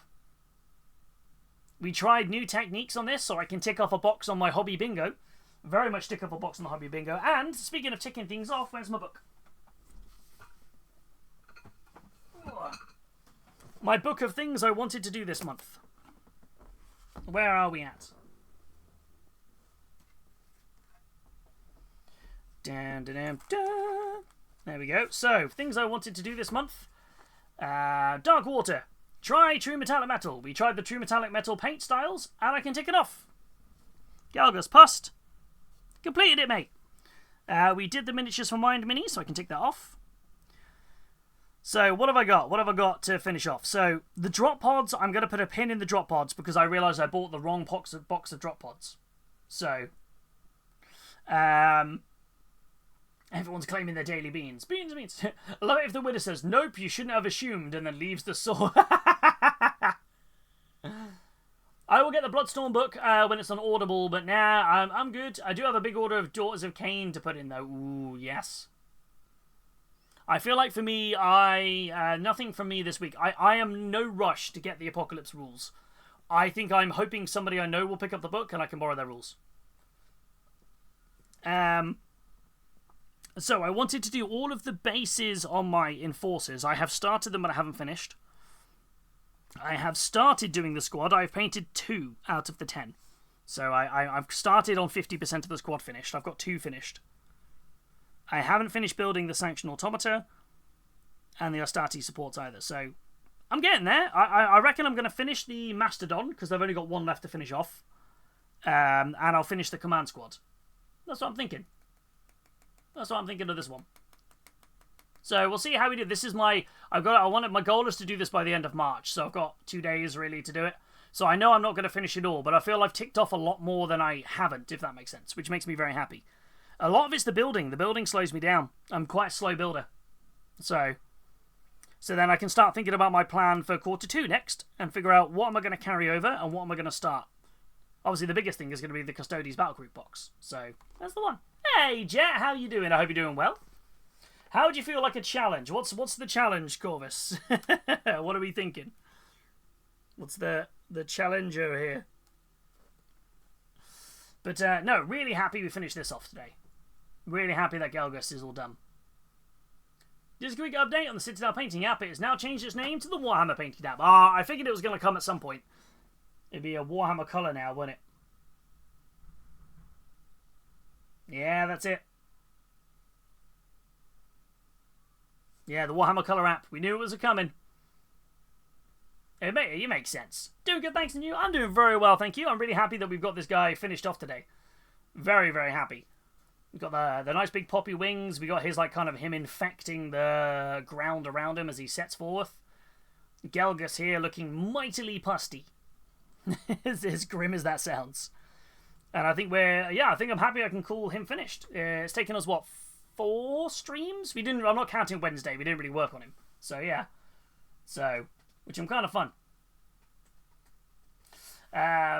Definite trigger for the warning for the start of the Malus Darkblade, but ooh, I feel there's going to be a dark book.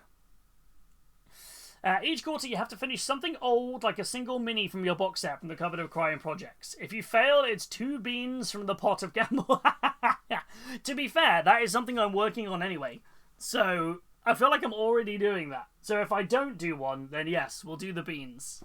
But I feel like we've done good so far. The old thing from the box was... what did I finish from the box? It was actually anything, because it's all technically old stuff, right? Thank you for the follow. Welcome on in. How are you doing? Yeah, I feel like anything was old. What counts as old? That's the question there. Like, if it's in the cupboard, it's old. The majority of the book is okay, but the Dark Elves, you know what they're into. Ooh. Question, have you played Warhammer Quest yet? Is it worth it? I haven't yet, no. My plan is to paint it. I would like to paint it, then play it. So my goal is to... This is going to sound really like it takes for a while. But my goal is to paint it over the course of this year. Because I know that I've got a lot of other projects gone. So we've started off with Gelgust. Next up, I think I want to work on either the Cankerborn or his other guys that comes with him. I know I really want to work on the Cyst Witch at some point. So effectively, if I finish one model a month... So yeah, should be fine. Do you still have the list from when you sorted it? I do still have the list. I had some ideas about putting something on a wheel at one point, but the only downside came from that was basically when we've done like a spin the wheel of backlog before, some of the stuff was massive to finish off. So some things that we span it twice. One thing was a single mini, the other one was the entire Silver Tower box, and that took months. So I felt it was an interesting way of doing it.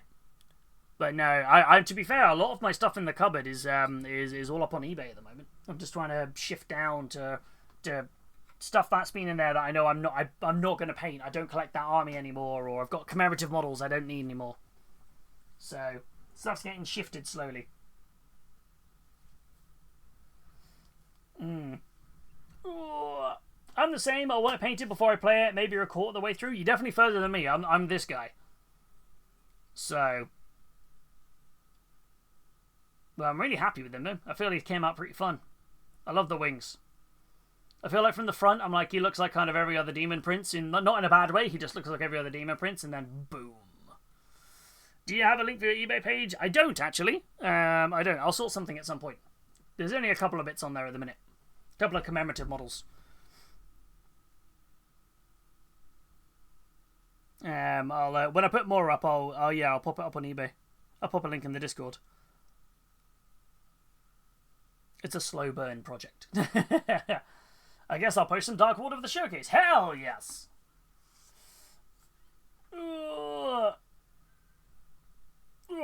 But yes.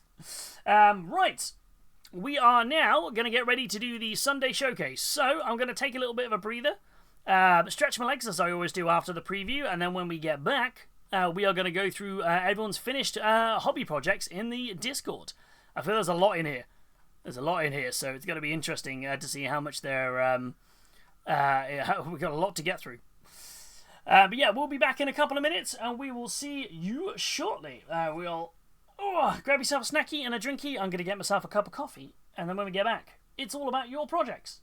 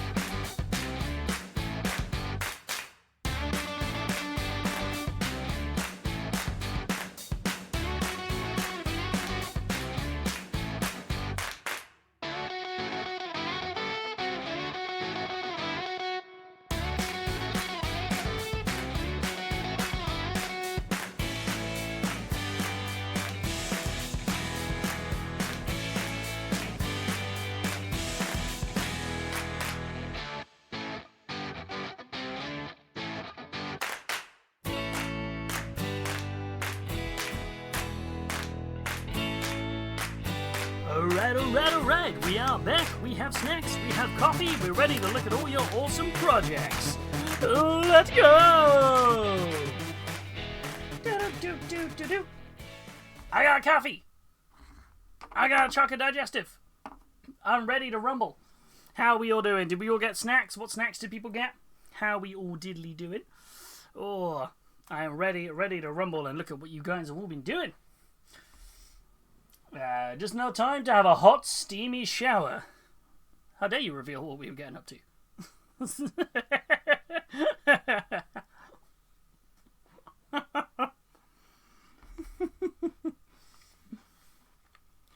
That was private, Johan. How dare you? Oh, I had a Snickers. Snickers.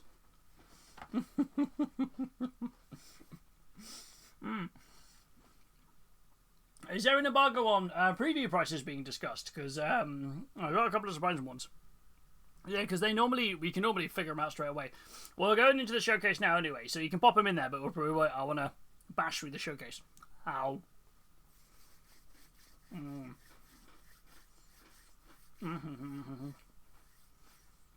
Okay. That's about what I was expecting, to be fair. It's still saving a lot of money on all of those. Yeah. Go pet yourself. Pet your head, then. No, I can pet the little... Look. I can pet the little 2D milkshake. Look. Boop, boop, boop. Little belly rubs. I can pet the milkshake sticker. That's what we can do. Yeah. Hey, Quishy, how you doing? I think we're only a couple of hours away from the award ceremony. Yeah, it's not long. Not long away from it. Going to be interesting to see. We've already started seeing people post their finalist and commended things. Milkshake is scratching at the door like, give me my pet. Wait, is he actually at the door? No, with me.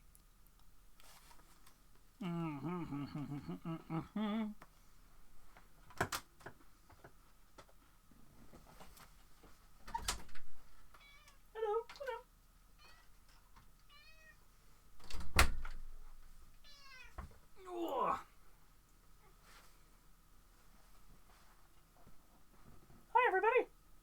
How we doing? I'm a wiggle butt. Oh. You coming back in here now? There he is. Milkshake is back. Getting some petties. Little pets for the boy. David Aroba, Slayer Sword calling it now. I've not seen anything. I've not seen anything apart from a few people posting that they've got commended or finalist pins from this morning, but I've not seen anything else. I'm very behind in what's been announced. What people have been submitting, so I'm excited to watch it. Father, you know the door should be closed. I must be able to enter. Yeah, little guy.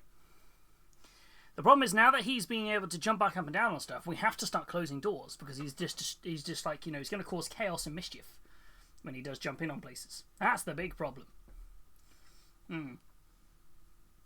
So I'm like, wait, what? Little shaky boy. But yeah. Touch. Touch.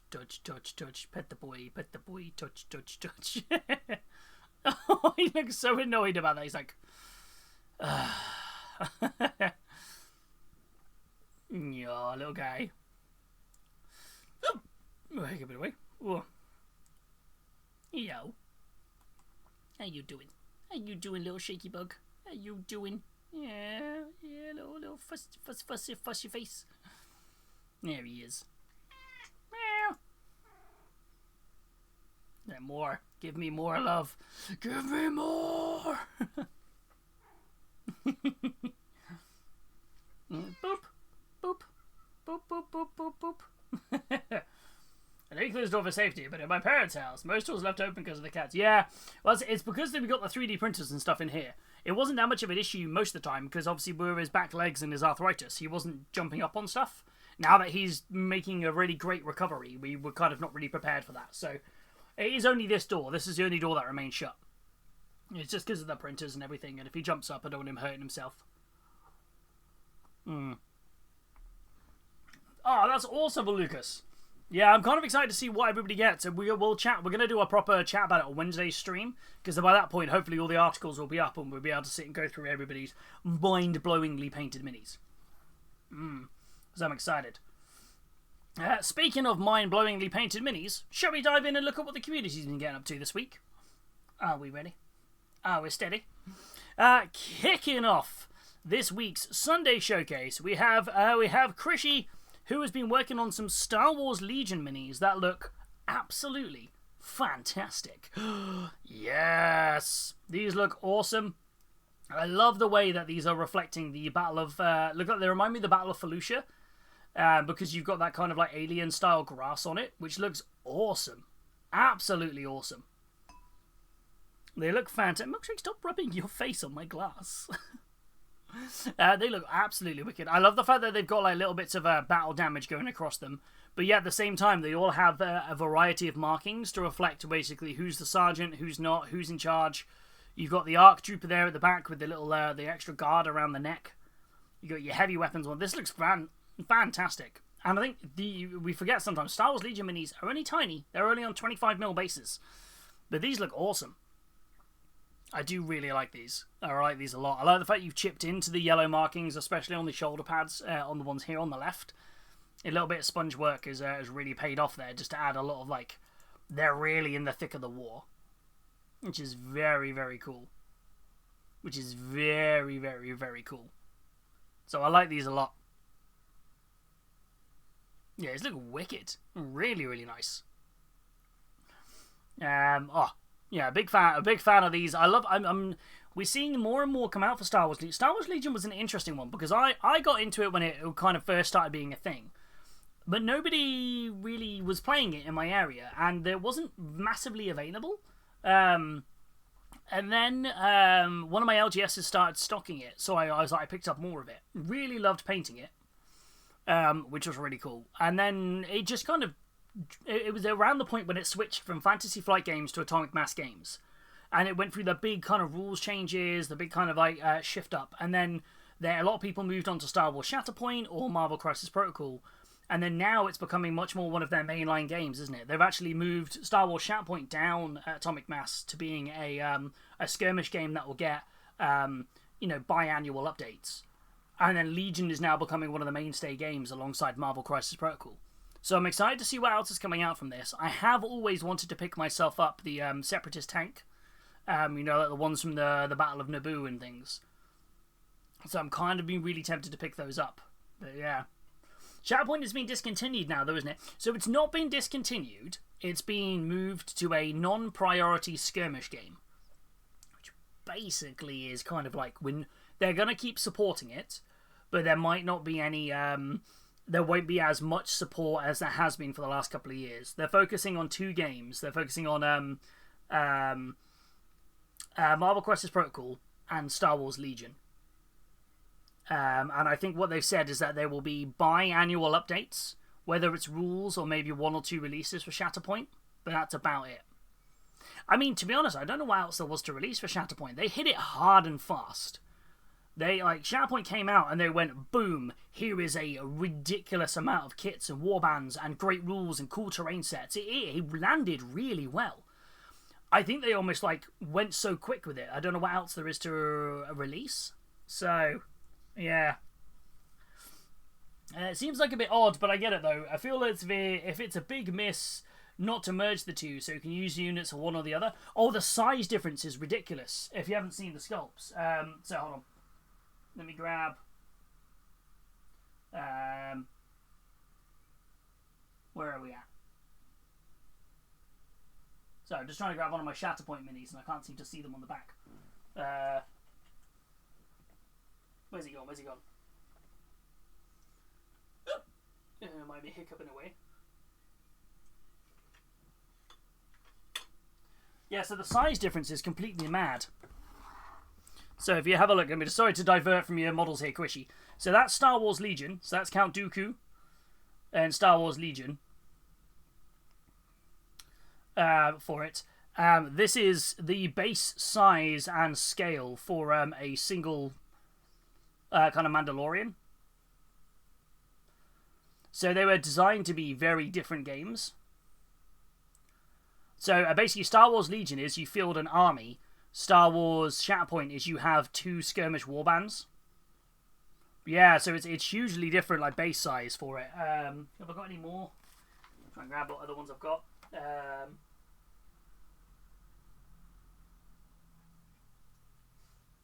are we at?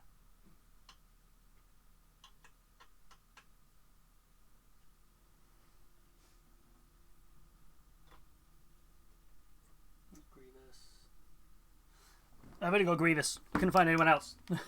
So yeah, so it was very much kind of like comparing 40k to Kill Team. I'd probably say, if I'm honest, I'd probably say it's like comparing Heresy to Legions Imperialis. Like the big difference in terms of the scale of the games, but I kind of get that logic.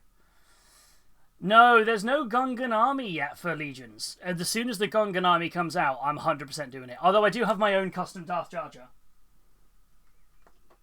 in Star Wars Legion scale. I have my own custom Jar Jar. So yeah. Yeah, so it's they were meant to be different because it was effectively meant to be Shatterpoint was the same as Marvel Crisis Protocol. So Marvel Crisis Protocol is you know, kind of show you the scale difference. So that's Ultron for Marvel Crisis Protocol. That's Hulkbuster for Marvel Crisis Protocol. Shatterpoint's the same logic. Shatterpoint's the same sort of size bases, just in the Star Wars themed. So yeah, it was never going to be massively comparable to Legion. Ooh, I'm going to put the stuff back on the shelf before I forget where it is. But yeah. Oh hey buddy, do you want to go to the window? There you go, little man. But Star Wars Legion is a game which I think is actually is very underrated. I think it plays really well. You really get the depth of the scale of like the galactic war that was going on, and I really enjoyed that. So yeah. Milkshake, what are you doing?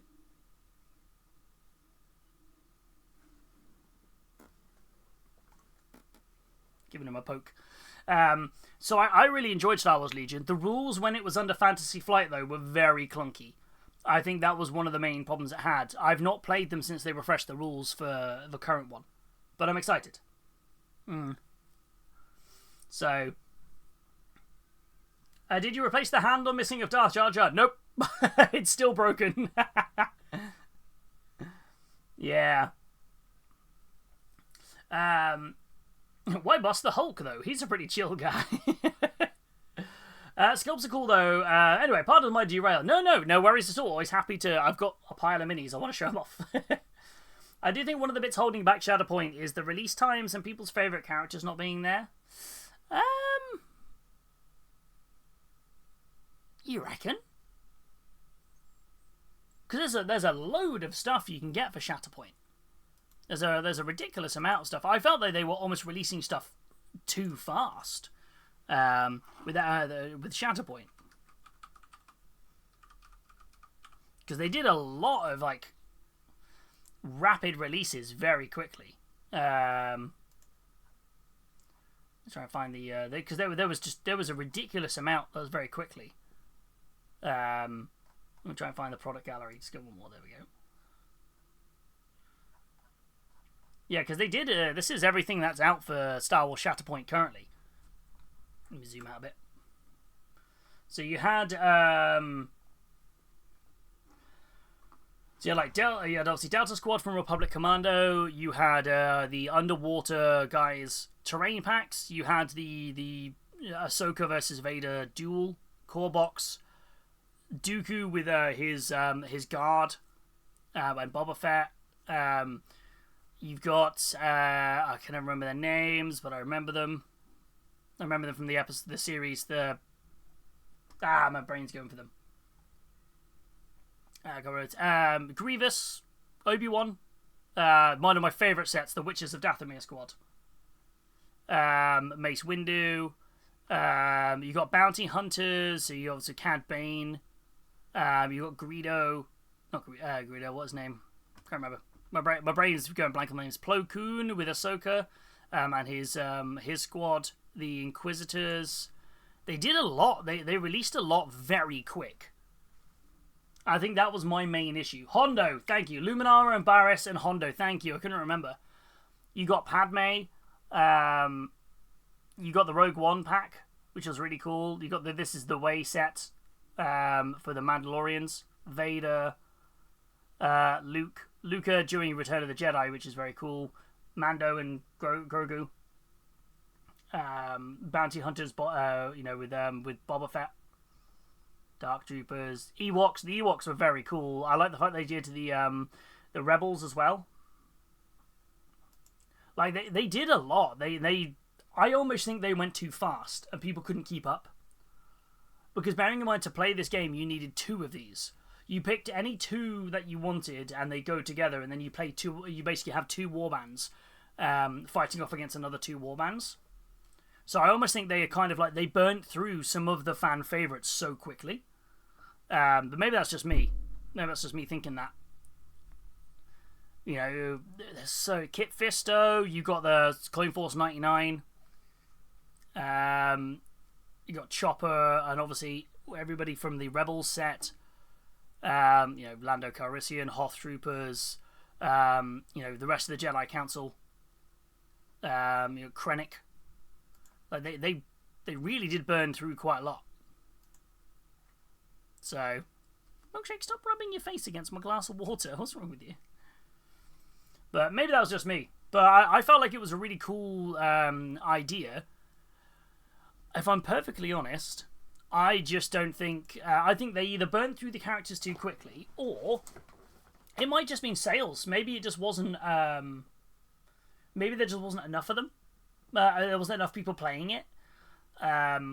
But then again, I saw tournaments were doing fairly well. You're not talking like GW or Marvel Crisis Protocol levels, but you were talking good levels. I saw tournaments as big as 180 players, which is massive for a skirmish game. And I also saw tournaments as big as 36, so kind of pretty reasonable. I guess it becomes down to one of those things where, and this is going to sound really odd, I think it suffers from a very similar thing that I would imagine Marvel Crisis Protocol will suffer from eventually. Which is when you run out of characters to release, what keeps people buying armies? Buying kits? And I think that's sometimes what can be forgotten is one thing that GW do very well is constantly evolving and releasing new kits. I don't know any other company that does a weekly release schedule the way that GW does. And they constantly are advancing the story and the narrative. Something like this can only go as big as the stories that exist out there at this moment in time. So, Star Wars Legion, it's an army game, right? You bring out more rules to play bigger armies. If someone wants to buy a new army, they have to buy a whole new army. Star Wars Shatterpoint and Marvel Crisis Protocol, you want to play it, you just pick up the guys you need, and that's it. That's all you need to do. You find a team that works for you, you paint it up, you have a blast, you don't ever play it, you don't need to buy anything again. So I don't know how they would iterate that, if that makes sense. And I'm wondering if that's where they kind of fell into that gap. Marvel is such a bigger selection of stuff. Yeah. It's interesting. But yeah, they look fantastic. They are great models to paint. If you ever want to sit and paint them, they are phenomenal. I still want a Marvel Crisis Protocol to do an Uncanny X-Force box. They did do an X-Force box. I don't know which one it was. They did an X-Force affiliation pack. Which was... there you go. It was a Cable, X23, Domino, and Honey Badger.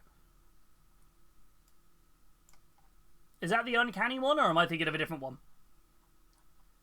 And I know you can get Deadpool and stuff separately. So... Marquis has redeemed the Milkshake Snack POV. You'll have to wait on that one because we are in the middle of the showcase. So you'll have to wait on that, Marquis, till the end of the showcase so we can get through people's minis. for it. So you have to hang on that one here for it. But yeah, there was an Uncanny Force that was released, which was very cool. But anyway, I got very distracted. So these look awesome. These look absolutely fantastic, Squishy. They look awesome, and I'm very, very excited to see more. And yeah, picked up Felucia straight away with the the blue grass. Love the idea of this, and I love the way that they are very much in the thick of battle, which is very, very cool. So big fan of these. So it's Wolverine, Archangel, Phantom X, Eva, Psylocke. Oh, so all of those models I think exist in Marvel Crisis Protocol. I just don't know if you can put them together as one team. But I'm not as au fait with the rules as I used to be, so yeah. Did you by chance see my mini in the Finish mini section? So I won't post him again. I realised it was in the wrong channel. I haven't checked the Finish minis myself today, no, unfortunately. With the showcase, we just do the Sunday area. The Sunday showcase one. So if you have posted it in the wrong area, so feel free to post it in here and we'll do it next week. So for it, if it's after the cut-off block, it goes into next week's list for it. So you're more than welcome to put it in there, but I haven't looked at the Finish models section. I only go through the Sunday part of it. So don't worry too much on that, Wobbly. If you can just whack it in the you've got a whole week to put stuff in for next week's one. But I'm excited to see it. Actually, wait, I think I did see Wobbly. Did you do yours as the Raptor? I think I did spot it earlier on when wasn't it? You did the really nice Raptor with the combi weapon, right? But yeah, I've seen it anyway. But still, put it in the showcase for next week because it'd be awesome to chat about it on stream. So yes, yeah. Next up, continuing their paint up of the various Phoenix Lords, we have Heed Paints, who has been this time worked on classic Morgan Ra. Oh, we saw classic Fugan the other week, and now we're seeing classic Morgan Ra. Hells to the yes. This is such an iconic model, which is very, very cool. Which I love it. And I feel like it was quite cool because last week we saw Johan's version of the latest Morgan Ra kit, which was a very, it shows like the glow up the sculptors had. But I've got a real soft spot for these classic Phoenix Lords, with the metal slotted bases, and I just think they're fantastic. I love the way you've done the bone on this Heed. This is gorgeous. Really, really nice way. The fact that you can see it's almost like a polished wraith bone on the end of that scythe as well, which looks so cool. It's so nice. It's really, really lovely. And the fact you carried that on beautifully around to the back part of the scythe as well looks stunning. There's something about this model which just looks undeniably metal. And I mean that in the fact that this looks like it should be on the front of any metal album, just sort of I love it. Like the skulls everywhere, the over exaggerated skeleton into the armor, very much this is someone who's I will put they land on the battlefield and putting fear into people by being a physical manifestation of death. It's so nice. This is absolutely stunning. But yeah, now, classic figurines look awesome. They do, don't they? Because they're such a nostalgia hit for the classic sculpts. But I love the fact that even though he was a slotted base, he didn't fit on the base. He never fit on his original 25mm base. It was so funny. I'm gonna sneeze. That's me. Whoa. Hey, Bubby. Oh, I'm sorry. This looks fantastic. Palm is loving it. It's banging. Captain Mannering's loving it. Plus, it's so Jess Goodwin. It is fantastic in that respect, isn't it? I don't know why, but in my head, Morgan Ra sounds like Marcus the Worm. Morgan Ra. Marcus the Worm. Very Eddie from the Iron Maiden. Yes, exactly that, Kazawan. Very much so. Oh, it's so cool. It's painted spectacularly as well. Is this the metal or the fine cast variant, Heed? The Slotter is doing a lot of heavy lifting to keep him on the base. 100%, right? Right, it is the metal one. Of course, they did the made to order, didn't they, a little while back? But yes. which is very, very cool. Very, very cool. Oh, but yeah, I love this. Absolutely love it. Like, nailed it. Nailed it. But yeah, Robert, we need to wipe the Montcar from this planet. Oh. But yeah, this is stunning. Absolutely stunning. Alright, so you've done Fugan. You've now done Morgan Ra. You've got the rest of them too. So who came in that kit? Azaman. Was it where's my brain again? Did it come with the Eldrad, or was the Eldrad separate? And then you've got Karandras and classic Jane Zar. I don't think it came with anybody else. Did it come with Baharoth? The classic Baharoth? Was that in the when you ordered all the Witch Kings? The Witch Kings? And you ordered all the Phoenix Lords. But I don't know why my brain went to Witch King. Azaman, Baharoth, Karandras, Jane Zar, and the classic Avatar. Yes. Yes. Don't get me wrong, the new Avatar is absolutely stunning, but that classic Avatar was such a... When somebody put it on the tabletop, I'm like, oh, I'm gonna have to kill that.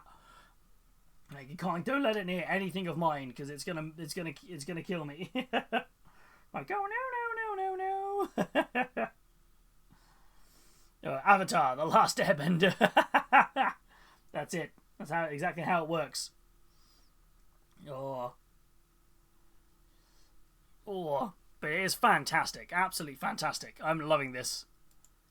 I can't wait to see the rest of them together, Heed. And again, I mean, maybe I'm assuming here, but you always do a really, really nice base with your sculpts. Like, you always do a little diorama photo frame or something, so I'm intrigued to know what you've got planned for these. I've been making my way through Avatar The Last Airbender. It's alright. It's a good time, Avatar The Last Airbender. I do love it. Yeah, I think it's one of those shows where it's like, yeah, it does that perfect blend of doing hard-hitting topics in whimsical, while keeping it whimsy and light in places. But if you're watching it through on Netflix, the final episode is actually like 4 episodes, but they don't put the break in it, which is so good. So you just end up thinking, blimey, this is a long episode, but it's so good. And the voice acting cast in that is crazy. It's such a good voice acting in it. I don't know if somebody mentioned Hook earlier on in the show. The voice for Zuko is the actor who played Rufio in Hook. Which is like, when you hear it, you're like... Appa is one of the best out of... Appa is the big fuzzy boy, the MVP. I also love the this is the story of Avatar The Last Airbender. This is the story of Momo had a knife. It's like... It's so funny. Oh, love it. Next up, we go from the Lord of Death himself into Dead Mechanicus? Dun dun dun! I love this. This is Natman, who has been working on their Horus Heresy Mechanicus army, where basically everything is very much ghouls, vampires, werewolves, and beasties. Kind of what would happen if you took the Mechanicum and they took all of their inspiration from the classic Monsterverse. And it's been fantastic to see. Really, really been loving watching this come together. Which is so cool, because it's very much like a... In my head, I kind of feel like I know that the Mechanicus, like, use flesh and, like, you know, they create servo skulls out of, like, you know, skulls of criminals and things like that. I feel like I kind of forget that, like, you know, realistically, some of it's probably going to look very zombified.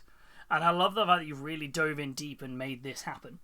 It looks stunning, that man. It's always been fantastic to see, and I'm so excited to see even more of it. When they all come together on the tabletop, it's going to be like a whoa. You know, I've been watching these, and they seem much more accurate to the servo-inspired creatures from the Mechanicum. That's it, right? That's it, from the servitor styles. Because you think they are... When you become a servitor, you literally get lobotomized. And then you're just... Every time a piece of your organic body fails, they just replace it with a bit of with a bit of cybernetics. So they're not... You know, they're very much like they're not going to be well looked after organic humans. And I think you're capturing this here really well. But also, I just love the fact that I love the guy there who's just got he hasn't got a second arm. He's just got like a metal nub. Like the arm was crushed, and they went, well, he only needs to fire his guns. They've just gone like cauterized it by dipping the end of it in metal.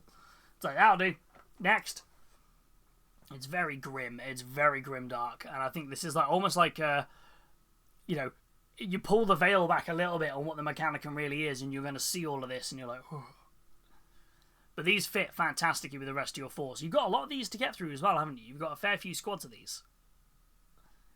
Making good use. I love the one guy's got the axe shoved into the side of his head.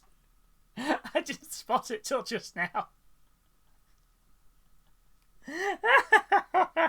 That's brilliant. Oh. So, wait, lobotomize him, quick.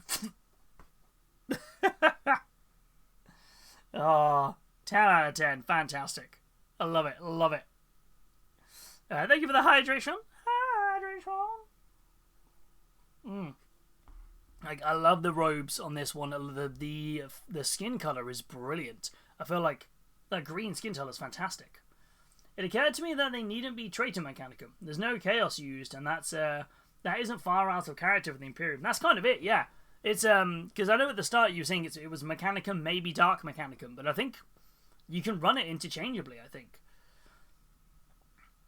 I almost feel like this is if it was Dark Mechanicum, I'd almost imagine they had been infected with the scrap code, so they stopped looking after their organic parts, and they literally became like zombies and beasties and things like that, which is cool. But also I can kind of see it being, oh, we've lost half our forces because of this scrap code. Quick, grab all the corpses, shove them into servitors. Like, we'll make it work. Just pump loads of electrical impulses through them. I feel like the Mechanicum would do either. They'd be like, let's make it work, shall we? I mean, it's very, very cool. It's fantastic.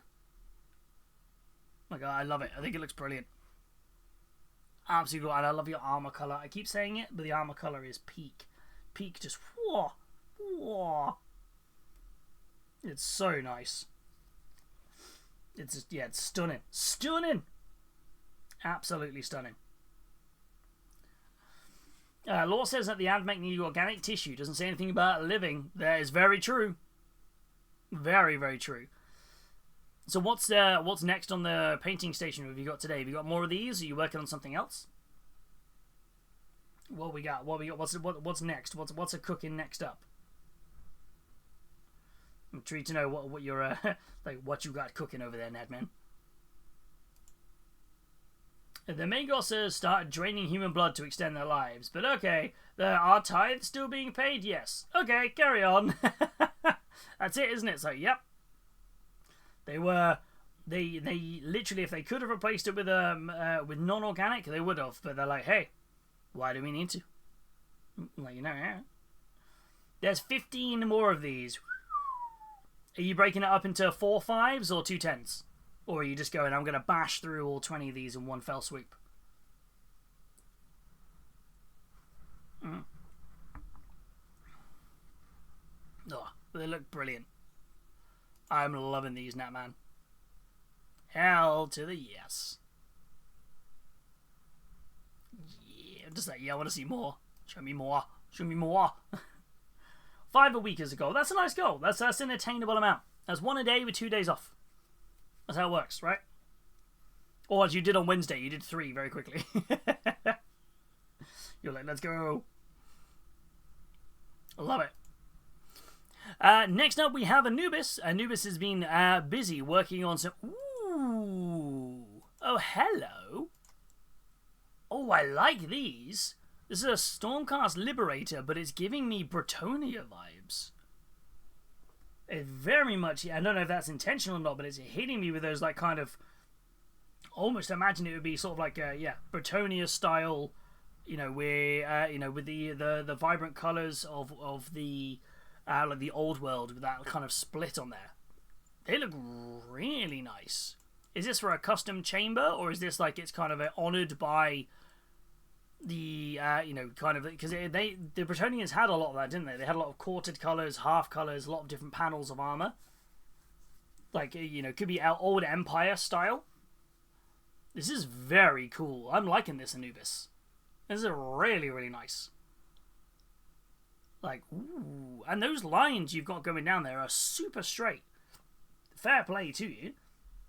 Somebody who's done many a half and quartered armies, freehanding that is like a... It's a moment where you have to hold your breath to be like... Because if you slightly wobble, neatening it up is always a pain. But nailing it first time is the best, because you're just like, done. But yeah, this looks really, really nice. I'd love to know more about them. I'm really a big fan of these. And it's nice actually to see Stormcast in a different colour palette. They're normally gold or silver or black armoured if you're doing Anvils or the Heldenhammer.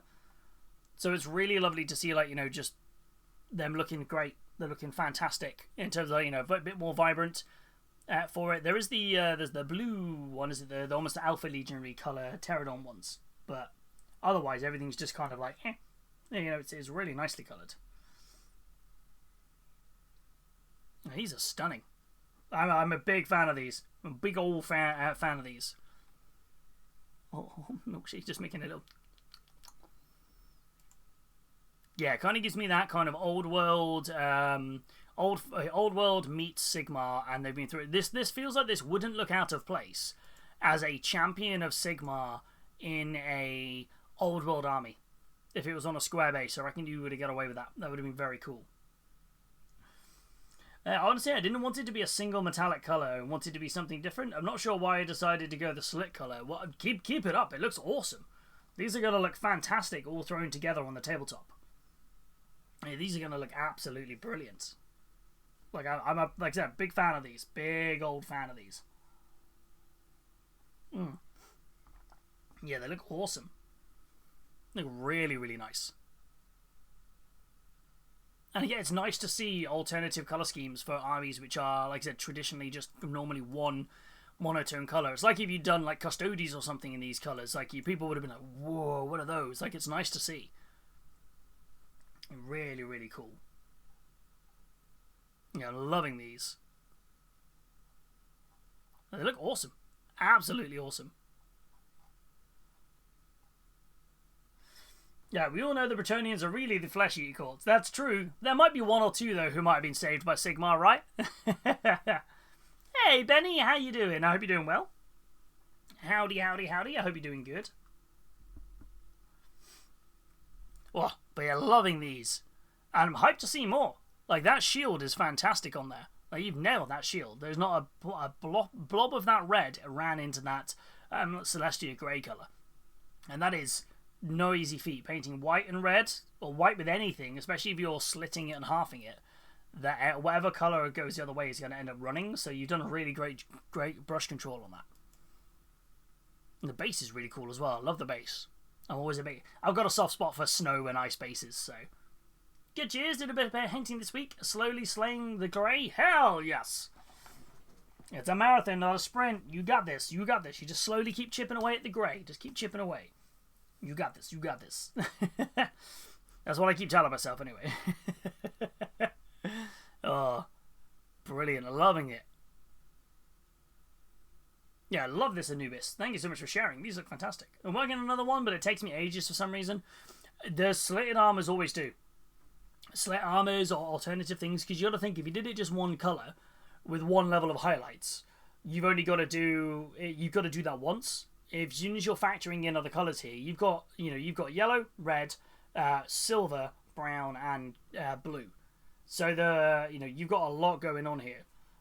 So you just got to do extra ones, and that's it. It just takes extra steps, and that's why it puts a lot of people off doing multicoloured armies, because there's so many extra steps to do. Honestly, like, keep it up. This looks fantastic. I'm hyped to see them keep coming together. Just one model at a time. Just keep tackling. Like, you're nailing it. Funnily, I had a plan to do a pink and purple scheme on my Pterodids, but I half split some red paint, so they ended up being red. Easy. That's it. Sometimes you just gotta follow the route of the where the paint left you, wasn't it? Right? It's just like, oh, in seconds. It's like, I better follow this through. Oh, and speaking of pink and purple Tyranids. I think Johans must have heard that was where the conversation was going, because next up we have Johans' beautiful and stunning sculpts right here. These are... I can't get over how nuts the bases are on these. Like this is wild. Like, this is absolutely wild. Like, you've done so much on the base here. Like, I'm just a bit like,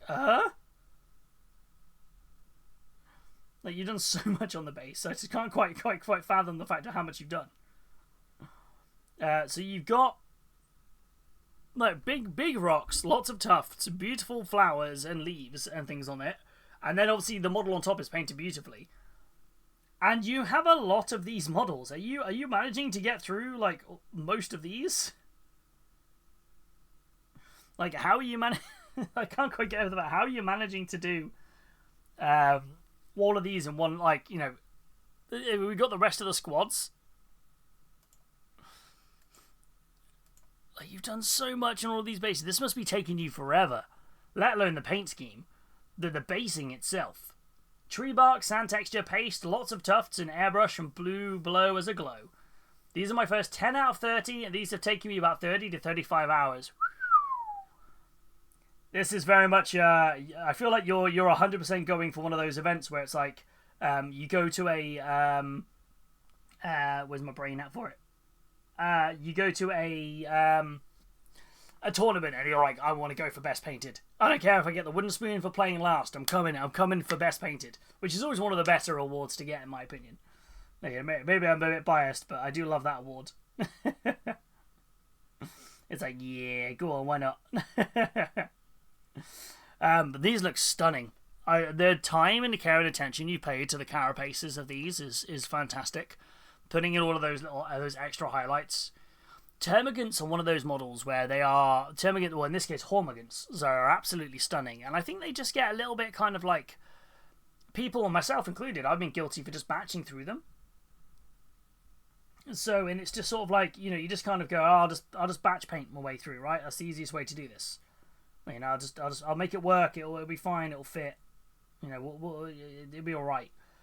And you sort of end up. They always end up a little bit like, and not in a harsh way. There's a lot of projects here. There's a lot of model, and I always feel they always end up a little bit kind of like, not as loved as some of the big centerpieces of the Force.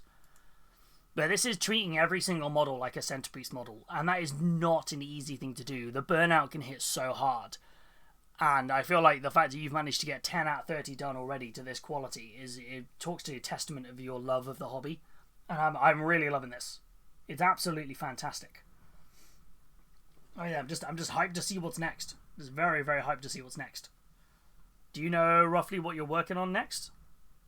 As in, are you doing the other 20 of these, or have you got other models for the army?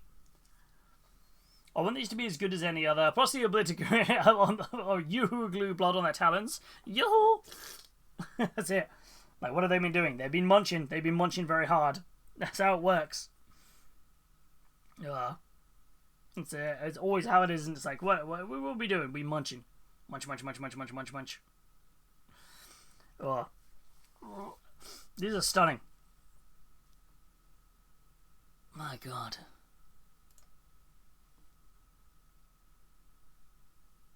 I got another 10 in the works. Norn and the Neurotyrant a few weeks back. Deathly Palictus, the whole lot.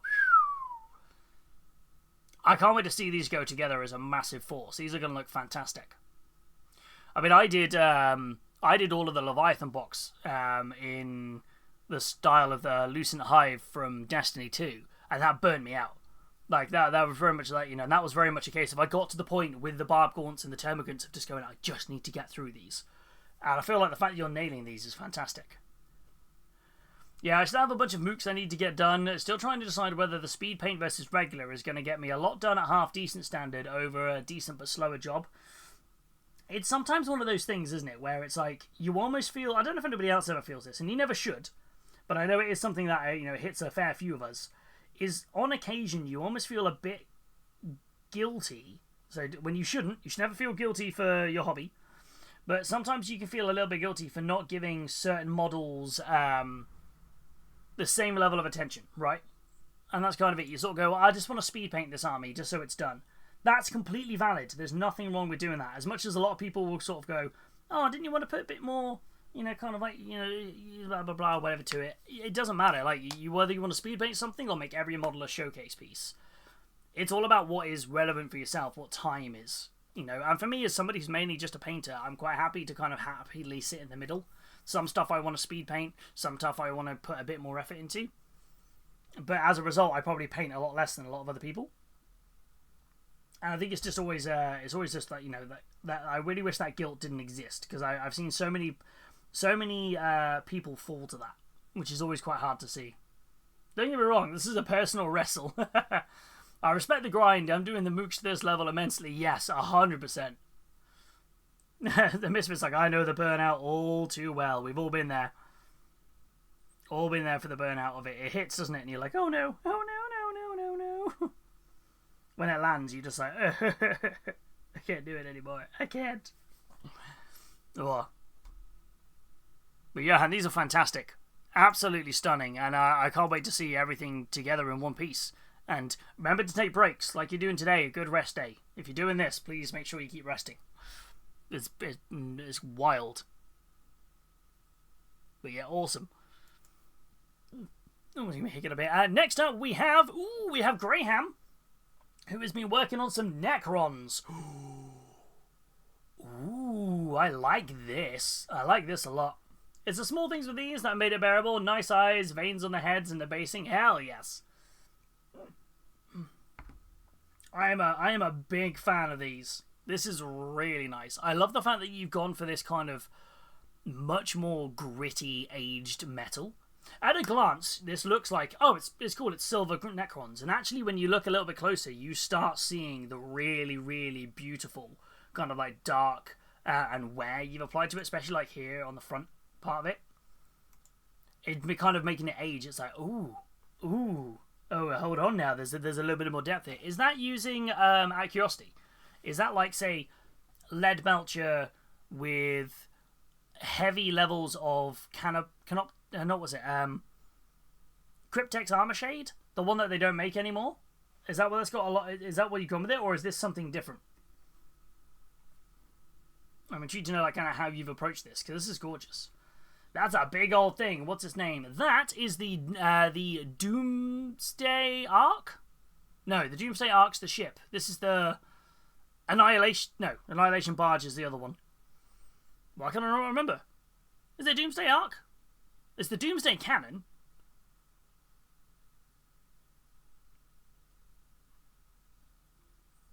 Because I know it's the Necron Barge is the transport version.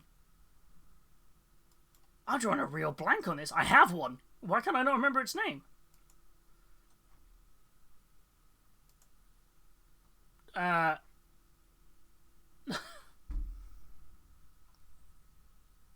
It is the Doomsday Ark. It is the Doomsday Ark. Okay. For some reason I thought the Ark was the...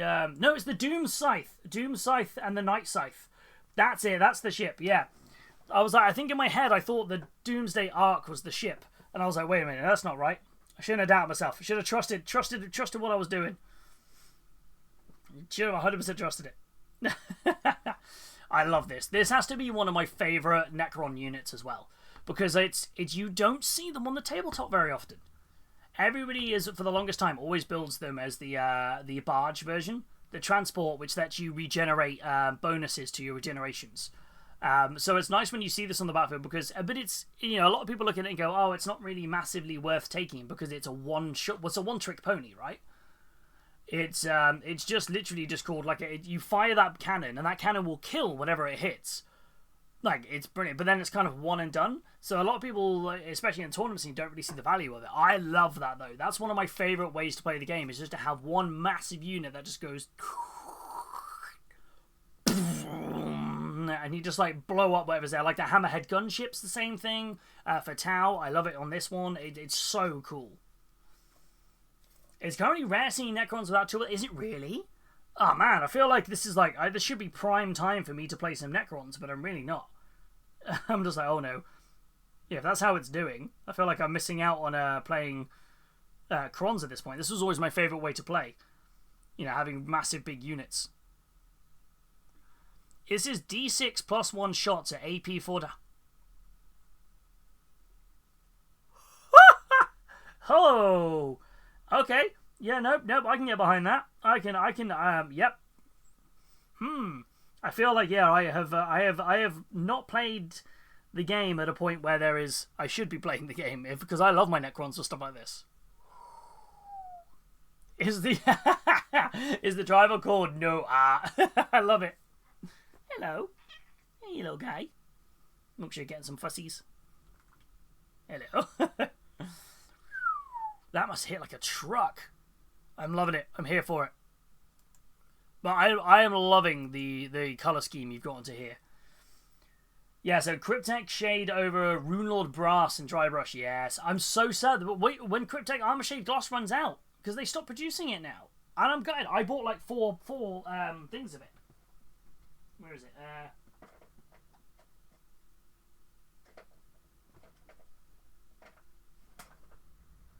I bought like four bottles of it because this is so quintessential to my Necron paint scheme, and I'm not even using it to this level. Yeah, I'm down to the last drops of my only pot. No! I feel like send a polite email to Games Workshop and just say, out of curiosity, have you got any of these out the back? Or, to be fair, probably a good place to check is your LGSs. You'll be surprised at how many people probably still have loads of it laying around in the back. If I see any, I'll let you know. I'll let you know. And then, of course, you have your Ophidian Destroyers, which can we just talk about those the Gorse Scythe weapons on the back, please? I'm sorry. Well, what is this witchcraft? They look fantastic. I love the fact that you have got the really nice yellowy green edge highlights at the top part of it, and it goes into that really dark part underneath, as if it's basically heating up or like oscillating between the colours. Like, the Hyperphase Scythe is going to do a lot of damage when it's on the hot part of it. And that's the cool bit, because the energy is kind of recycling. I am loving this. Absolutely loving this. James Workshopson has done us dirty, right? Where is it? Where is our stuff? But this is fantastic. These are the Ophidian Destroyers as well are gorgeous. I love the fact that you've got this really nice blue claw and it's carrying over to like the helmet. Like the skull part, this little blue. This is so nice. And your flayed ones. Oh, the flayed ones always kind of make my skin crawl a little bit because they're just like... They're so nice. This is fantastic. Note to self. Don't go toe-to-toe with these Necrons, right? I feel like you've captured the gothic horror that the Necrons actually represent.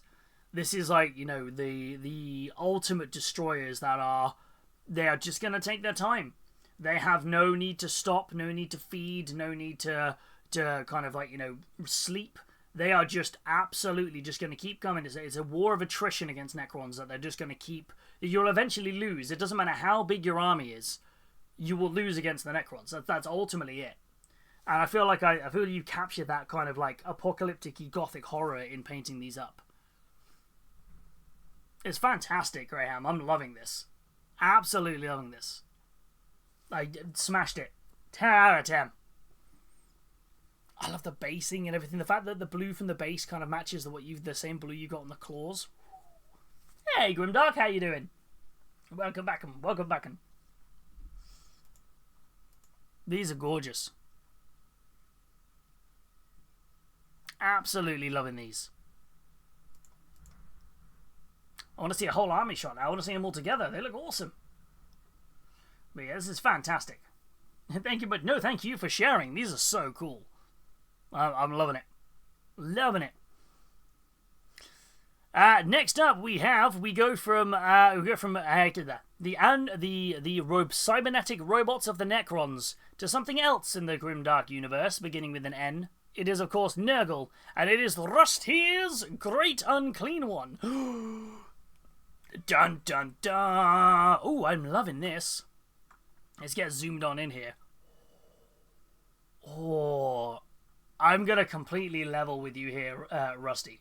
Like, I have never seen anybody do the kind of like dry brush contrast method on something as large as a Great Unclean One. After seeing this, I don't know why more people don't do it. This is awesome. You've got all the really nice recess shading on this, and it looks fantastic. You've got those lovely little recesses in here. You've picked out all the pockets of it. You can tell that there's like different levels of the yellow and the green on this. This looks fantastic. Like, absolutely brilliant.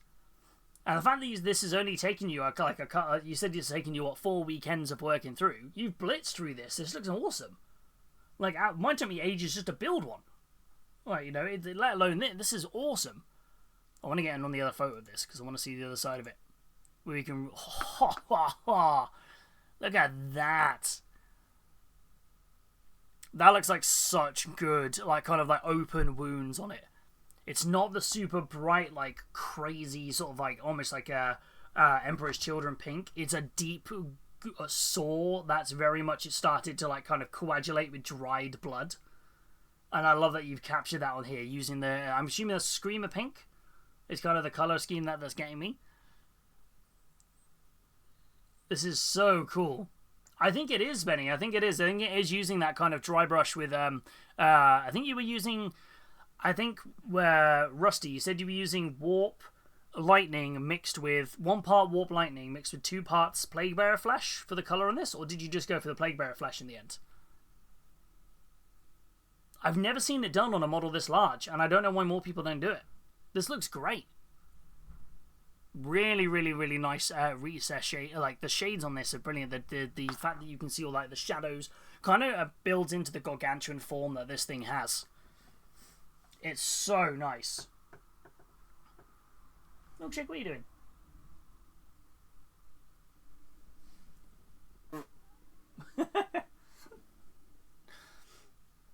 He was just like pouring at the window to be like, what's going on out there? So I just like went on his butt and he went, ah. Oh.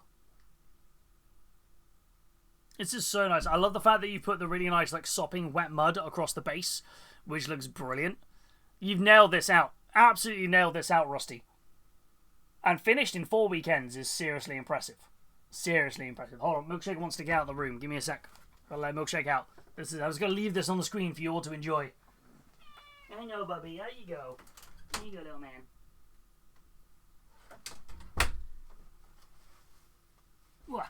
There we go.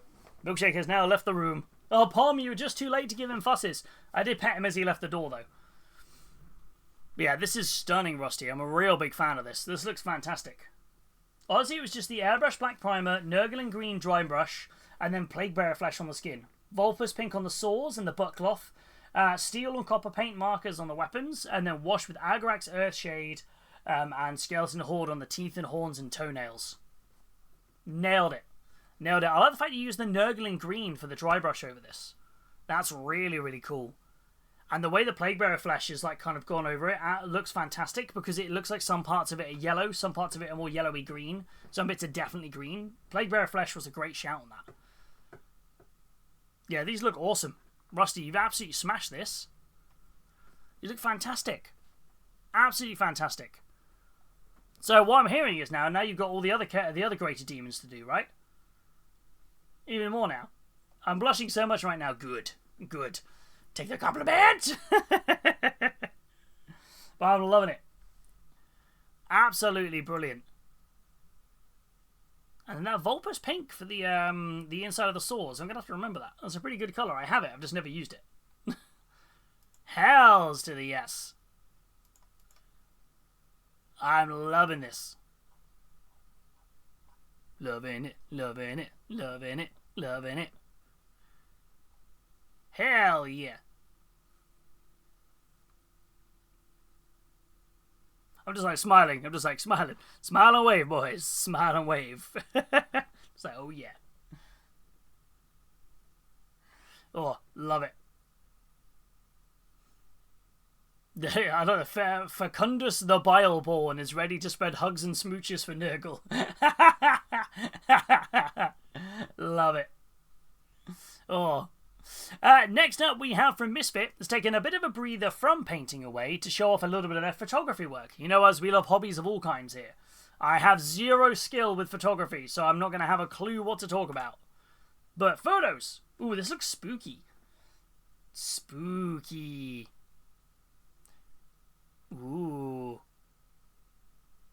This is cool.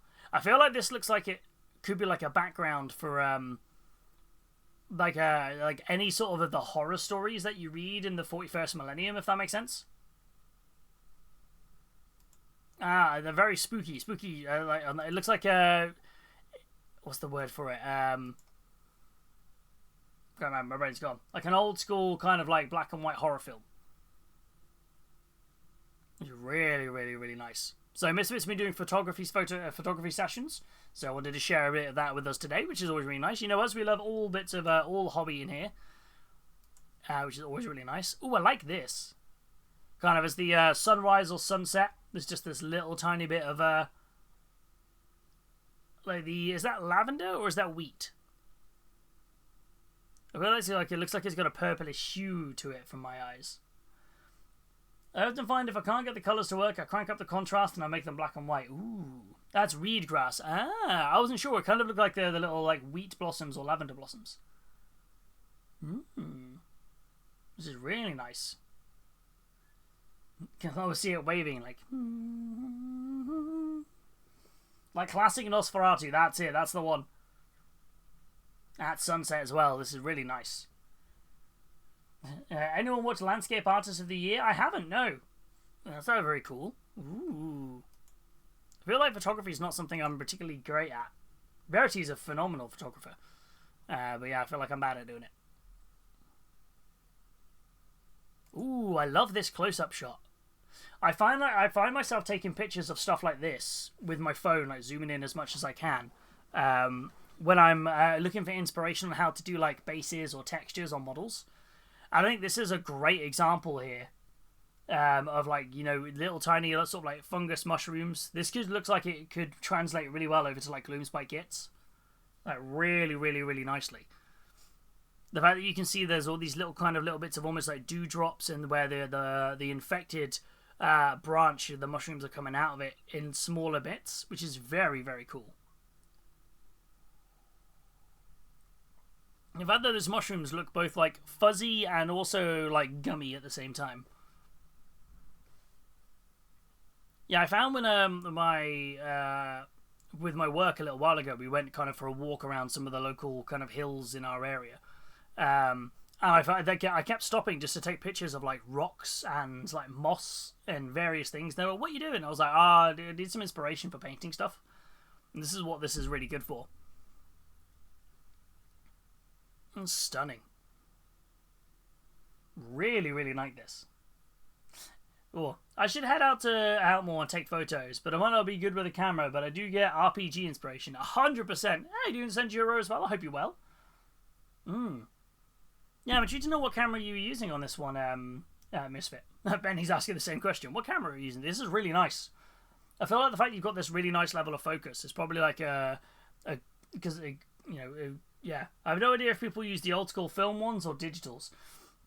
I imagine most stuff is digital these days, although there has been a weird resurgence of old school film coming up. I think we see it with a lot of like Instax Polaroid sort of camera and things. More and more people do it. We took a Polaroid with us when we went on our honeymoon. It was nice just to take some photos that you only get one shot to take the photo, if that makes sense. It's a digital Pentax DSLR. Nice. This is really, really lovely. And thank you for sharing. I always say, like, you know, whilst we do mainly minis here, it's always really nice to kind of like show off what else we got. You know, other hobbies people get up to. And we've had more and more of you guys showing off, like, you know, artwork, showing off, you know, kind of crafts, and in this case, other hobbies. You know, I really appreciate that. Thank you. We're all about sharing. Like I said, it's hobby time at Healys, not just mini painting time at Healys. Whatever your hobby is, if I can share it, show it off. As long as it's suitable for me to share on Twitch. That's always the line. I'm like, wait, can I share this on Twitch without getting into trouble? That's the big one. Like, oh no. Like, wait a second. Oh, I love it. The processing software has gotten so good these days. The AI tools are phenomenal. I've been able to get photos I wrote off to look good. That's good to know. That's really, really cool. Definitely lots of options there's so much more post-processing available, which is really cool. I love it. I'm just like, I want to go outside and enjoy nature. Then I just looked out the window and realised it's windy and rainy. I went, no, shut the curtain today. Which is really cool. Oh. Yeah, I love it. Absolutely love this. Do. What, itchy nose? Yeah. Maybe just respond quickly to a message.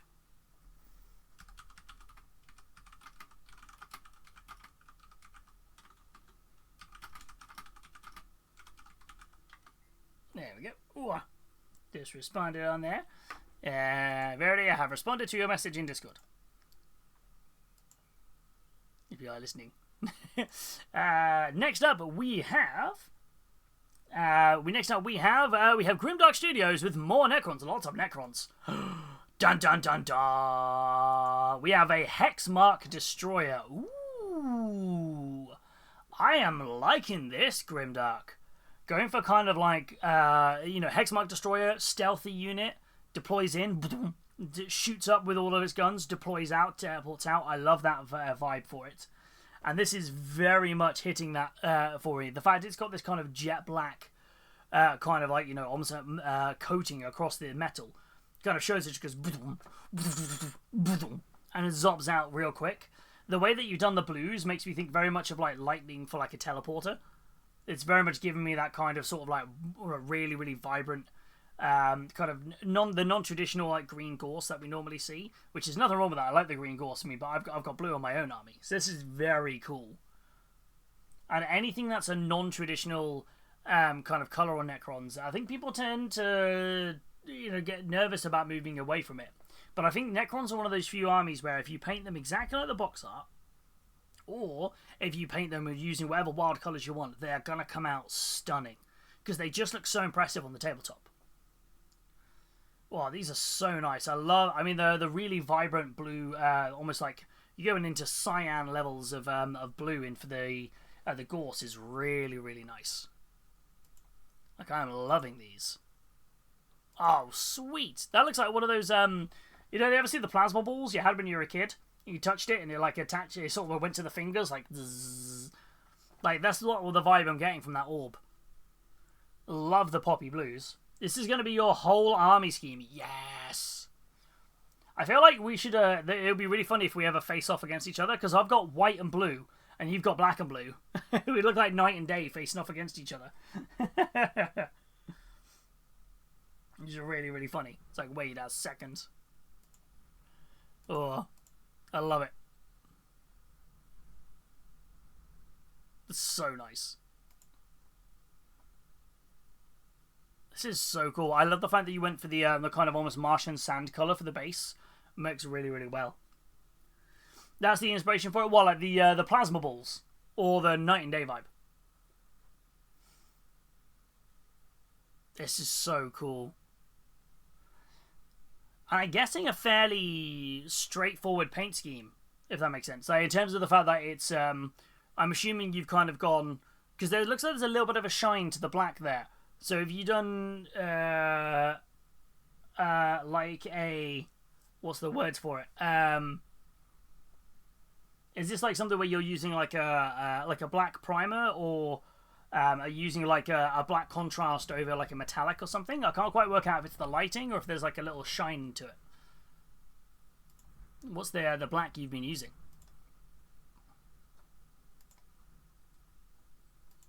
This is really nice. Jinx, yeah, that's on the. It does look really nice though. The color base. Currently painting Saraz. Oh, he's such a great model to paint. He's fiddly, but he's so much fun. I have to admit, I got about 2/3 through painting him, and I started really cursing the fact I didn't do it in sub-assemblies. And then when I finished it, I was like, nah, I didn't need it. Didn't need it. Primed in black, and then I used Corvus black mostly. And the lighting is the shiny. There we go, fair enough. Corvus black is a very underrated colour. Really underrated colour. I feel Corvus black and Incubi Darkness and Dark Reaper are three colours that work really well for blacks. Because Corvus black is more of a really dark grey. And that's it. It's not as dark as charcoal black, but it's not as it's got like a really nice bluey grey hue to it. And I use Corvus Black quite a lot. And I would always say as well, great tip for using Corvus Black is buy the airbrush paint. It just goes on super smooth. It's fantastic. The airbrush paint for Corvus Black is one of my favourites to use as a black paint. Because it's already pre-thinned, it goes over really, really nicely, and you get this really lovely colour for it. So yeah, I'd always recommend that. If you ever get the chance, I'm like, whoa, it's a good one to try. Ooh. I may have Ceres ready for the next one. I've got the details crazy, even with the dark armor and the blue go. Yes, it's a great sculpt. He is a fantastic sculptor as he's here. I'm intrigued to know how you're going to do the absorption person for this. Like I'm intrigued to know with the black and the blue how you're going to do this guy. That's going to be really fun to see. It's a great sculpt, and I think he's got all these great areas and details where you're going to make those blues really pop well. I think he's going to look great. He's going to look fantastic. I'm hyped to see this. Very hyped to see this. Ooh. What's that noise? Is that a weird noise outside? But yeah, it's really lovely. I'm loving it. It's a nice model. How did you do the white? Oh, my Saraz. I'll be honest. I think this was. I'm trying to remember how I did the white on this. This is a long time ago. Oh, this was just Games Workshop Grey Seer. So I primed the model black, put the Grey Seer primer over it next, and then used the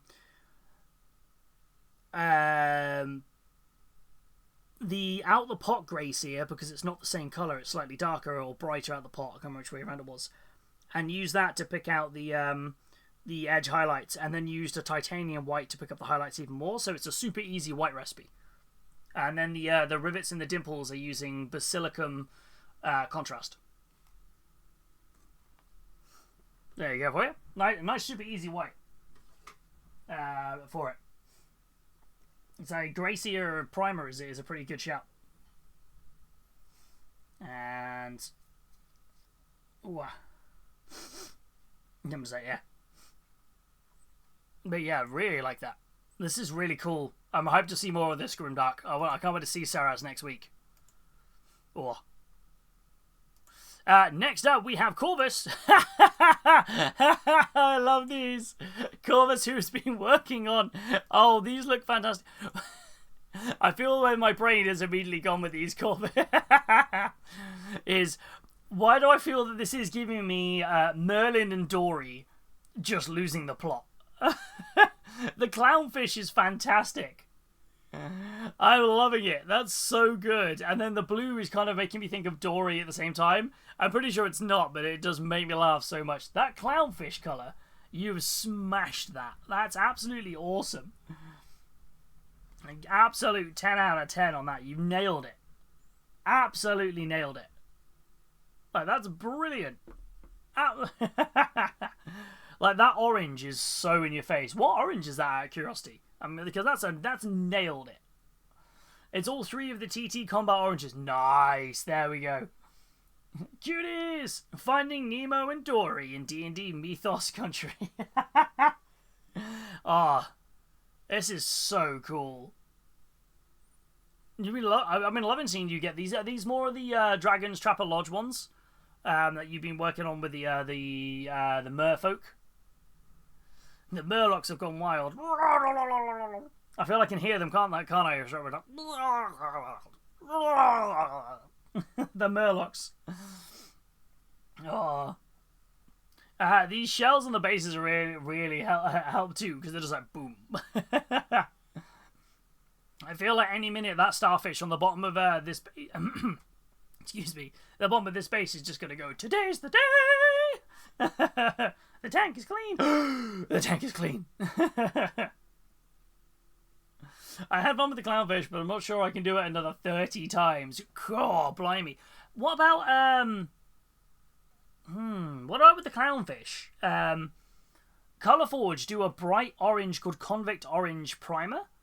Would that give you the base colour? So then it's just the highlights? It's the wash and the highlight then? Would that help? If you've got to do a lot of these for a lot of the fish ones.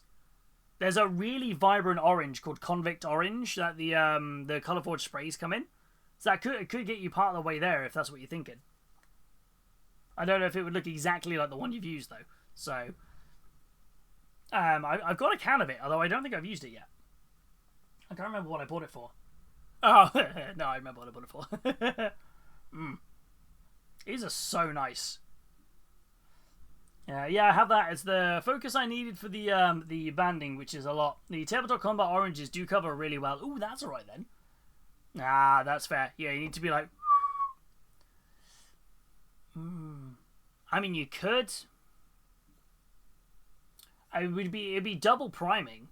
You could use like the Tamiya super thin tape. So like paint the arms white or something, and then put the tape around it, or where the band is, and then paint the rest of it with the spray with the orange. Maybe. I suppose it's probably a lot of work, isn't it? But you've nailed it on here. They look fantastic. I know it's a lot of work to do it, but I feel like it's so cool. Very, very cool. Maybe you could just do each of the fish, just different fish colours. There, you can flex your brain a little bit there. Be like, let's look for inspiration in a lot of different ones. So you could do a koi carp one, and there's like 5 different colours of koi carps. You could do piranhas. You could do basically like cods, catfish, monkfishes, all those different ones. I feel like you could really go like quite wild with all these because there's all the different fish in the sea. Thank you for the kind words. I might do them in different fish types, like maybe in squads of 5. Ooh, I like that. I like that.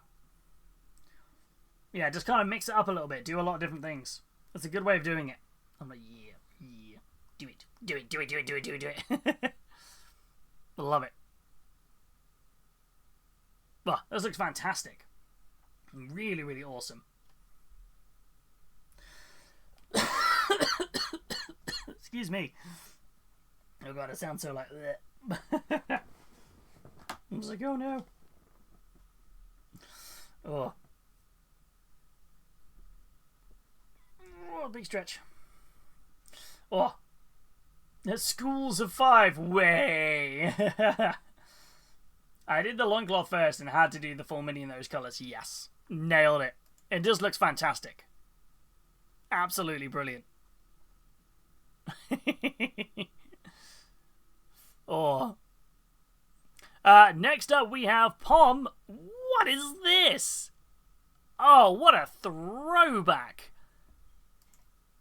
Pom, this is awesome. So this is a Crimson Fists Predator faux hammer with some 2nd edition bits added. I bought the turret a little more forward. The sponsor and shields are off-brand Kinder Egg bits I cut up and treated and had a good time with the transfers for it. That is awesome. That is absolutely wicked. Let's get some zooming in on this. Thing is so cool. If you can read this, you're dead. Yes. Oh, I love this. The fact that you said that those are cut up little bits of Kinder Egg is absolutely wild. That's such a cool little addition to add those bits of the turrets on the side. That is awesome. This is so cool. Is this taking this is one of the older Predator kits, isn't it? The 2nd edition ones. Is the Demos Predator with extra doodads? That's the one. I can't remember what it was. I know you did extra doodads for it. This looks great. I love the little camo bit as well on this missile at the back. The red is absolutely gorgeous. The red is super gorgeous on this. Plus a chocolatey treat to help celebrate. That's exactly it. A little chocolatey treat to celebrate you finishing the model. Hells to the yes. It's giving me a hiccup in a way. Oh, I'm just sort of like my brain's like, there you go. Oh, yeah, these look great. It's the Horus Heresy one with all the trimmings. I do like the Demos pattern Predator. It is a really nice one. I feel like the Demos pattern Predator should be used for all Chaos vehicles. The Deimos Pattern Rhino and the Predators should all be used for those, because it's like they would have the older tanks. Oh, this is so nice. And this is Scream's 2nd edition 40k, because it's the really in-your-face reds with those gorgeous highlights, edge highlights pushed to like as bright as you can go. I'm loving this. This is literally just missing a Goblin Green base, and it is perfect 2nd edition. Which obviously you didn't need it for the tanks anyway. Oh, I like this. This is so nice. I love this little addition. Is this for the Hunter Killer Missile? The paint scheme is stolen from the Rogue Trader Book 2. Yes. Nailed it. Absolutely smashed it. It looks phenomenal. Absolutely phenomenal. Wow.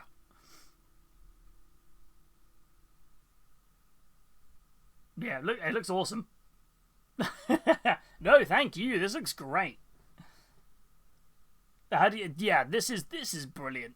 I love the little like peace symbol over here. Peace, it was never an option. Ah, man. I feel like the Crimson Fists are so overdue having like, how have you not got a Primaris Pedro Cantor? Like, that really baffles me that hasn't happened. I'm like, such an iconic model. How have we not had a Primaris Pedro Cantor? It's fully magnetized, so you, too, but haven't done up any options for it yet. Nice choice. I love the little flames on the bits of the guns as well, the las cannons. That's so nice. It is just screaming 2nd edition classic 40k, and I'm here for it. It's just fantastic. Absolutely sensational. Oh, edgy nose. Oh. Yeah. I'm just like, what's... I'm just like, this is great. I think the pick is a tiny bit better than in real life, but I didn't have time to color correct. No, it looks awesome either way. It looks absolutely brilliant. Sometimes the hard thing with photography, isn't it? Because I know even right now I've got 2 slightly different monitors, one slightly older than the other, so even the 2 reds on my screen look slightly different. The flames was a pain to paint, but it was so much fun. Hey, if it's been fun, it don't matter, right? You're just like, hey, it's a bit of fun. Hey. Oh. Yeah, this looks fantastic. Absolutely fantastic. Hell yeah, Bum. I'm loving this. I am loving this. What a spectacular mini to wrap up the showcase with.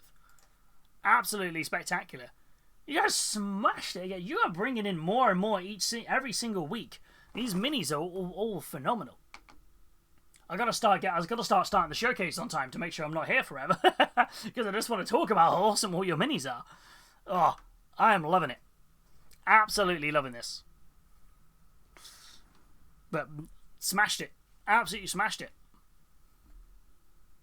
Oh, yeah. What a great showcase. I mean, every week I love the showcases, but I feel like you guys are just bringing more and more fun, wacky, and wild models and amazing paint schemes in every single week.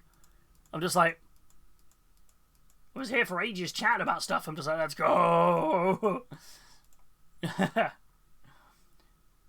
Oh, yeah, the 3-pick limit is always a tough one to put in there, because I'm always like, I don't want to put it in, but I kind of have to put it in.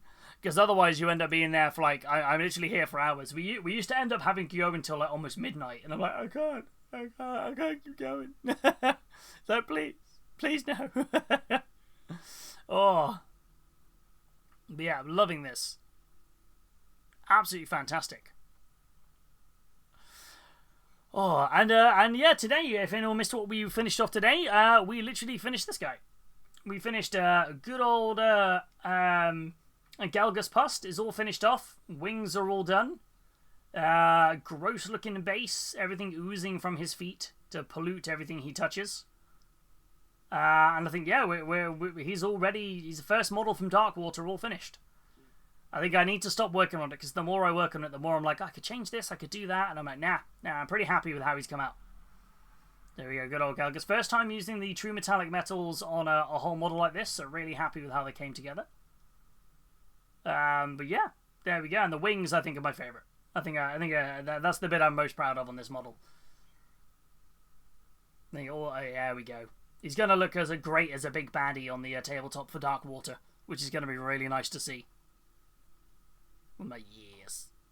Yes. Oh, love it. There we go. But yeah, and I think at that point, if you would have been a regular army, looking at those wings the whole time, which is a nice treat, like, oh, that is it. Yeah, I'm really happy with the wings we came out. We were going back and forth for ages on what colours. And I feel like, yeah, good shout. We ended up making a good choice. Oh. But yeah, I think at that point, though, that is probably time for us to raid off and spread some love. I know exactly where we're going. And I'm very excited to raid over because I don't get much chance to raid over and say hello to them. So I'm very, very excited. We are going to go raid over and speak and spread the love to the wonderful Fricka Friggle, who is incredibly talented. And they are working on some gorgeous looking minis today. So it's always really nice to raid over and say hello. Which is brilliant. So we're going to raid over and spread some love. But no, thank you everybody for coming in today. It's been a really, really lovely stream. We got loads and loads of stuff done. We finished off, I think, as we're getting to the end of the month. It's come up really nicely that we have kind of... we finished off Galgus. I've got a couple of days left to do some building. And then, hopefully next weekend, fingers crossed if it arrives on time, we'll be starting the Custodes Battle Group box, which I'm hyped about. We're Wednesday stream, we're going to be chatting about all the Golden Demon stuff. No idea what we're doing Friday, but Sunday we are hopefully going to be working on Custodes. That's the goal here. But for now, as always, folks, thank you so much for being here. As always, please remember to stay safe, stay positive, and above all, be an ambassador for your hobby. Thank you so much again to Tickle for the Tickle PLA for the raid. Thank you so much Verity for the bits, for Graham, Maggots, Captain Mannerings, and Weeaboo for the resubs, and welcoming in all of our new followers as well. Thank you so much. But yeah, have a wonderful evening. We will see you all on Wednesday. Bye.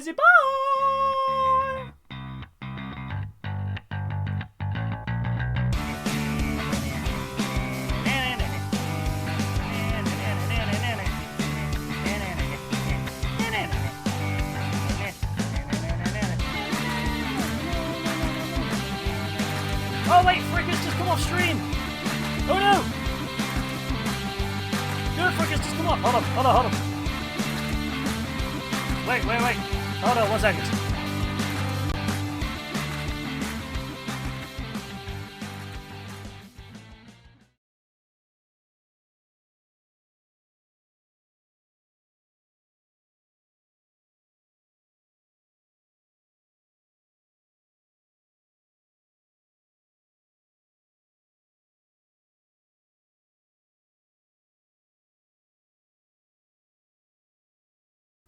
Sorry, I didn't realize I'd muted still.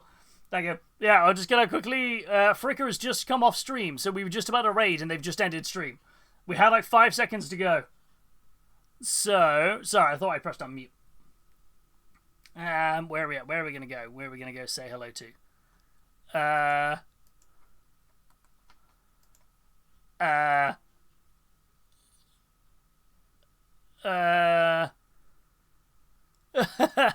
Let's go spread some love. More cat, please. Let us go and see.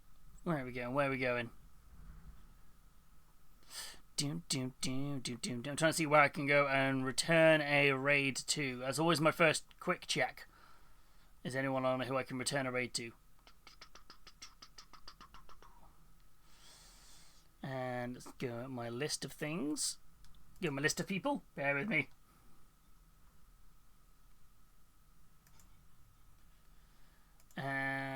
Where are we going? I'm just scrolling through the list.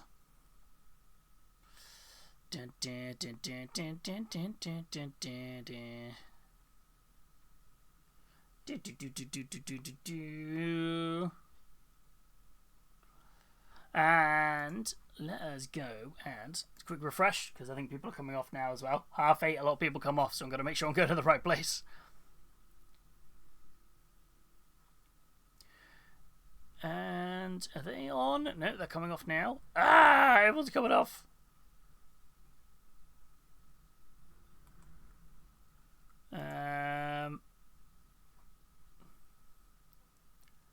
There's a lot of French and German people on, which I don't speak French or German, so that's not useful. Oh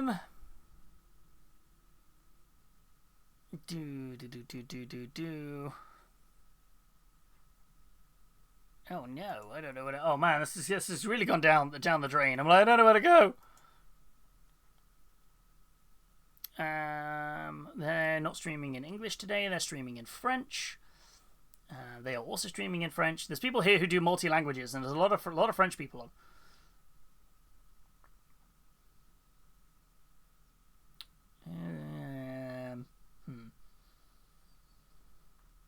Okay, that's we got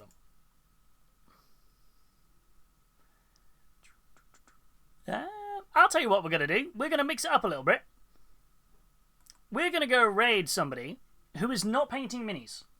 We're going to raid someone who's not painting minis because I can return a raid to them because they raided us a little while ago, but they're in a different category. And if you're a fan of Pokemon, you're going to come with us because we're going to go and say hello to the wonderful Freshly Dan, who has raided us a few times. So we're crossing categories, and we're going to go say hello to the lovely Freshly Dan here.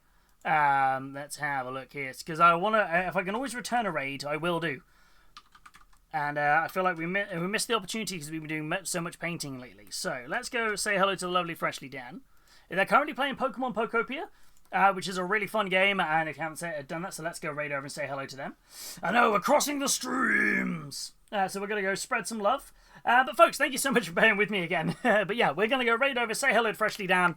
But thank you so much. I'll share the raid emotes again just to make sure everybody has them. Raid. Sub-raid. There we go. But thank you so much for coming on in. Have a wonderful, wonderful evening, everybody. Freshly Dan is amazing. We're going to go see them. We'll see you all later in the week. Bye!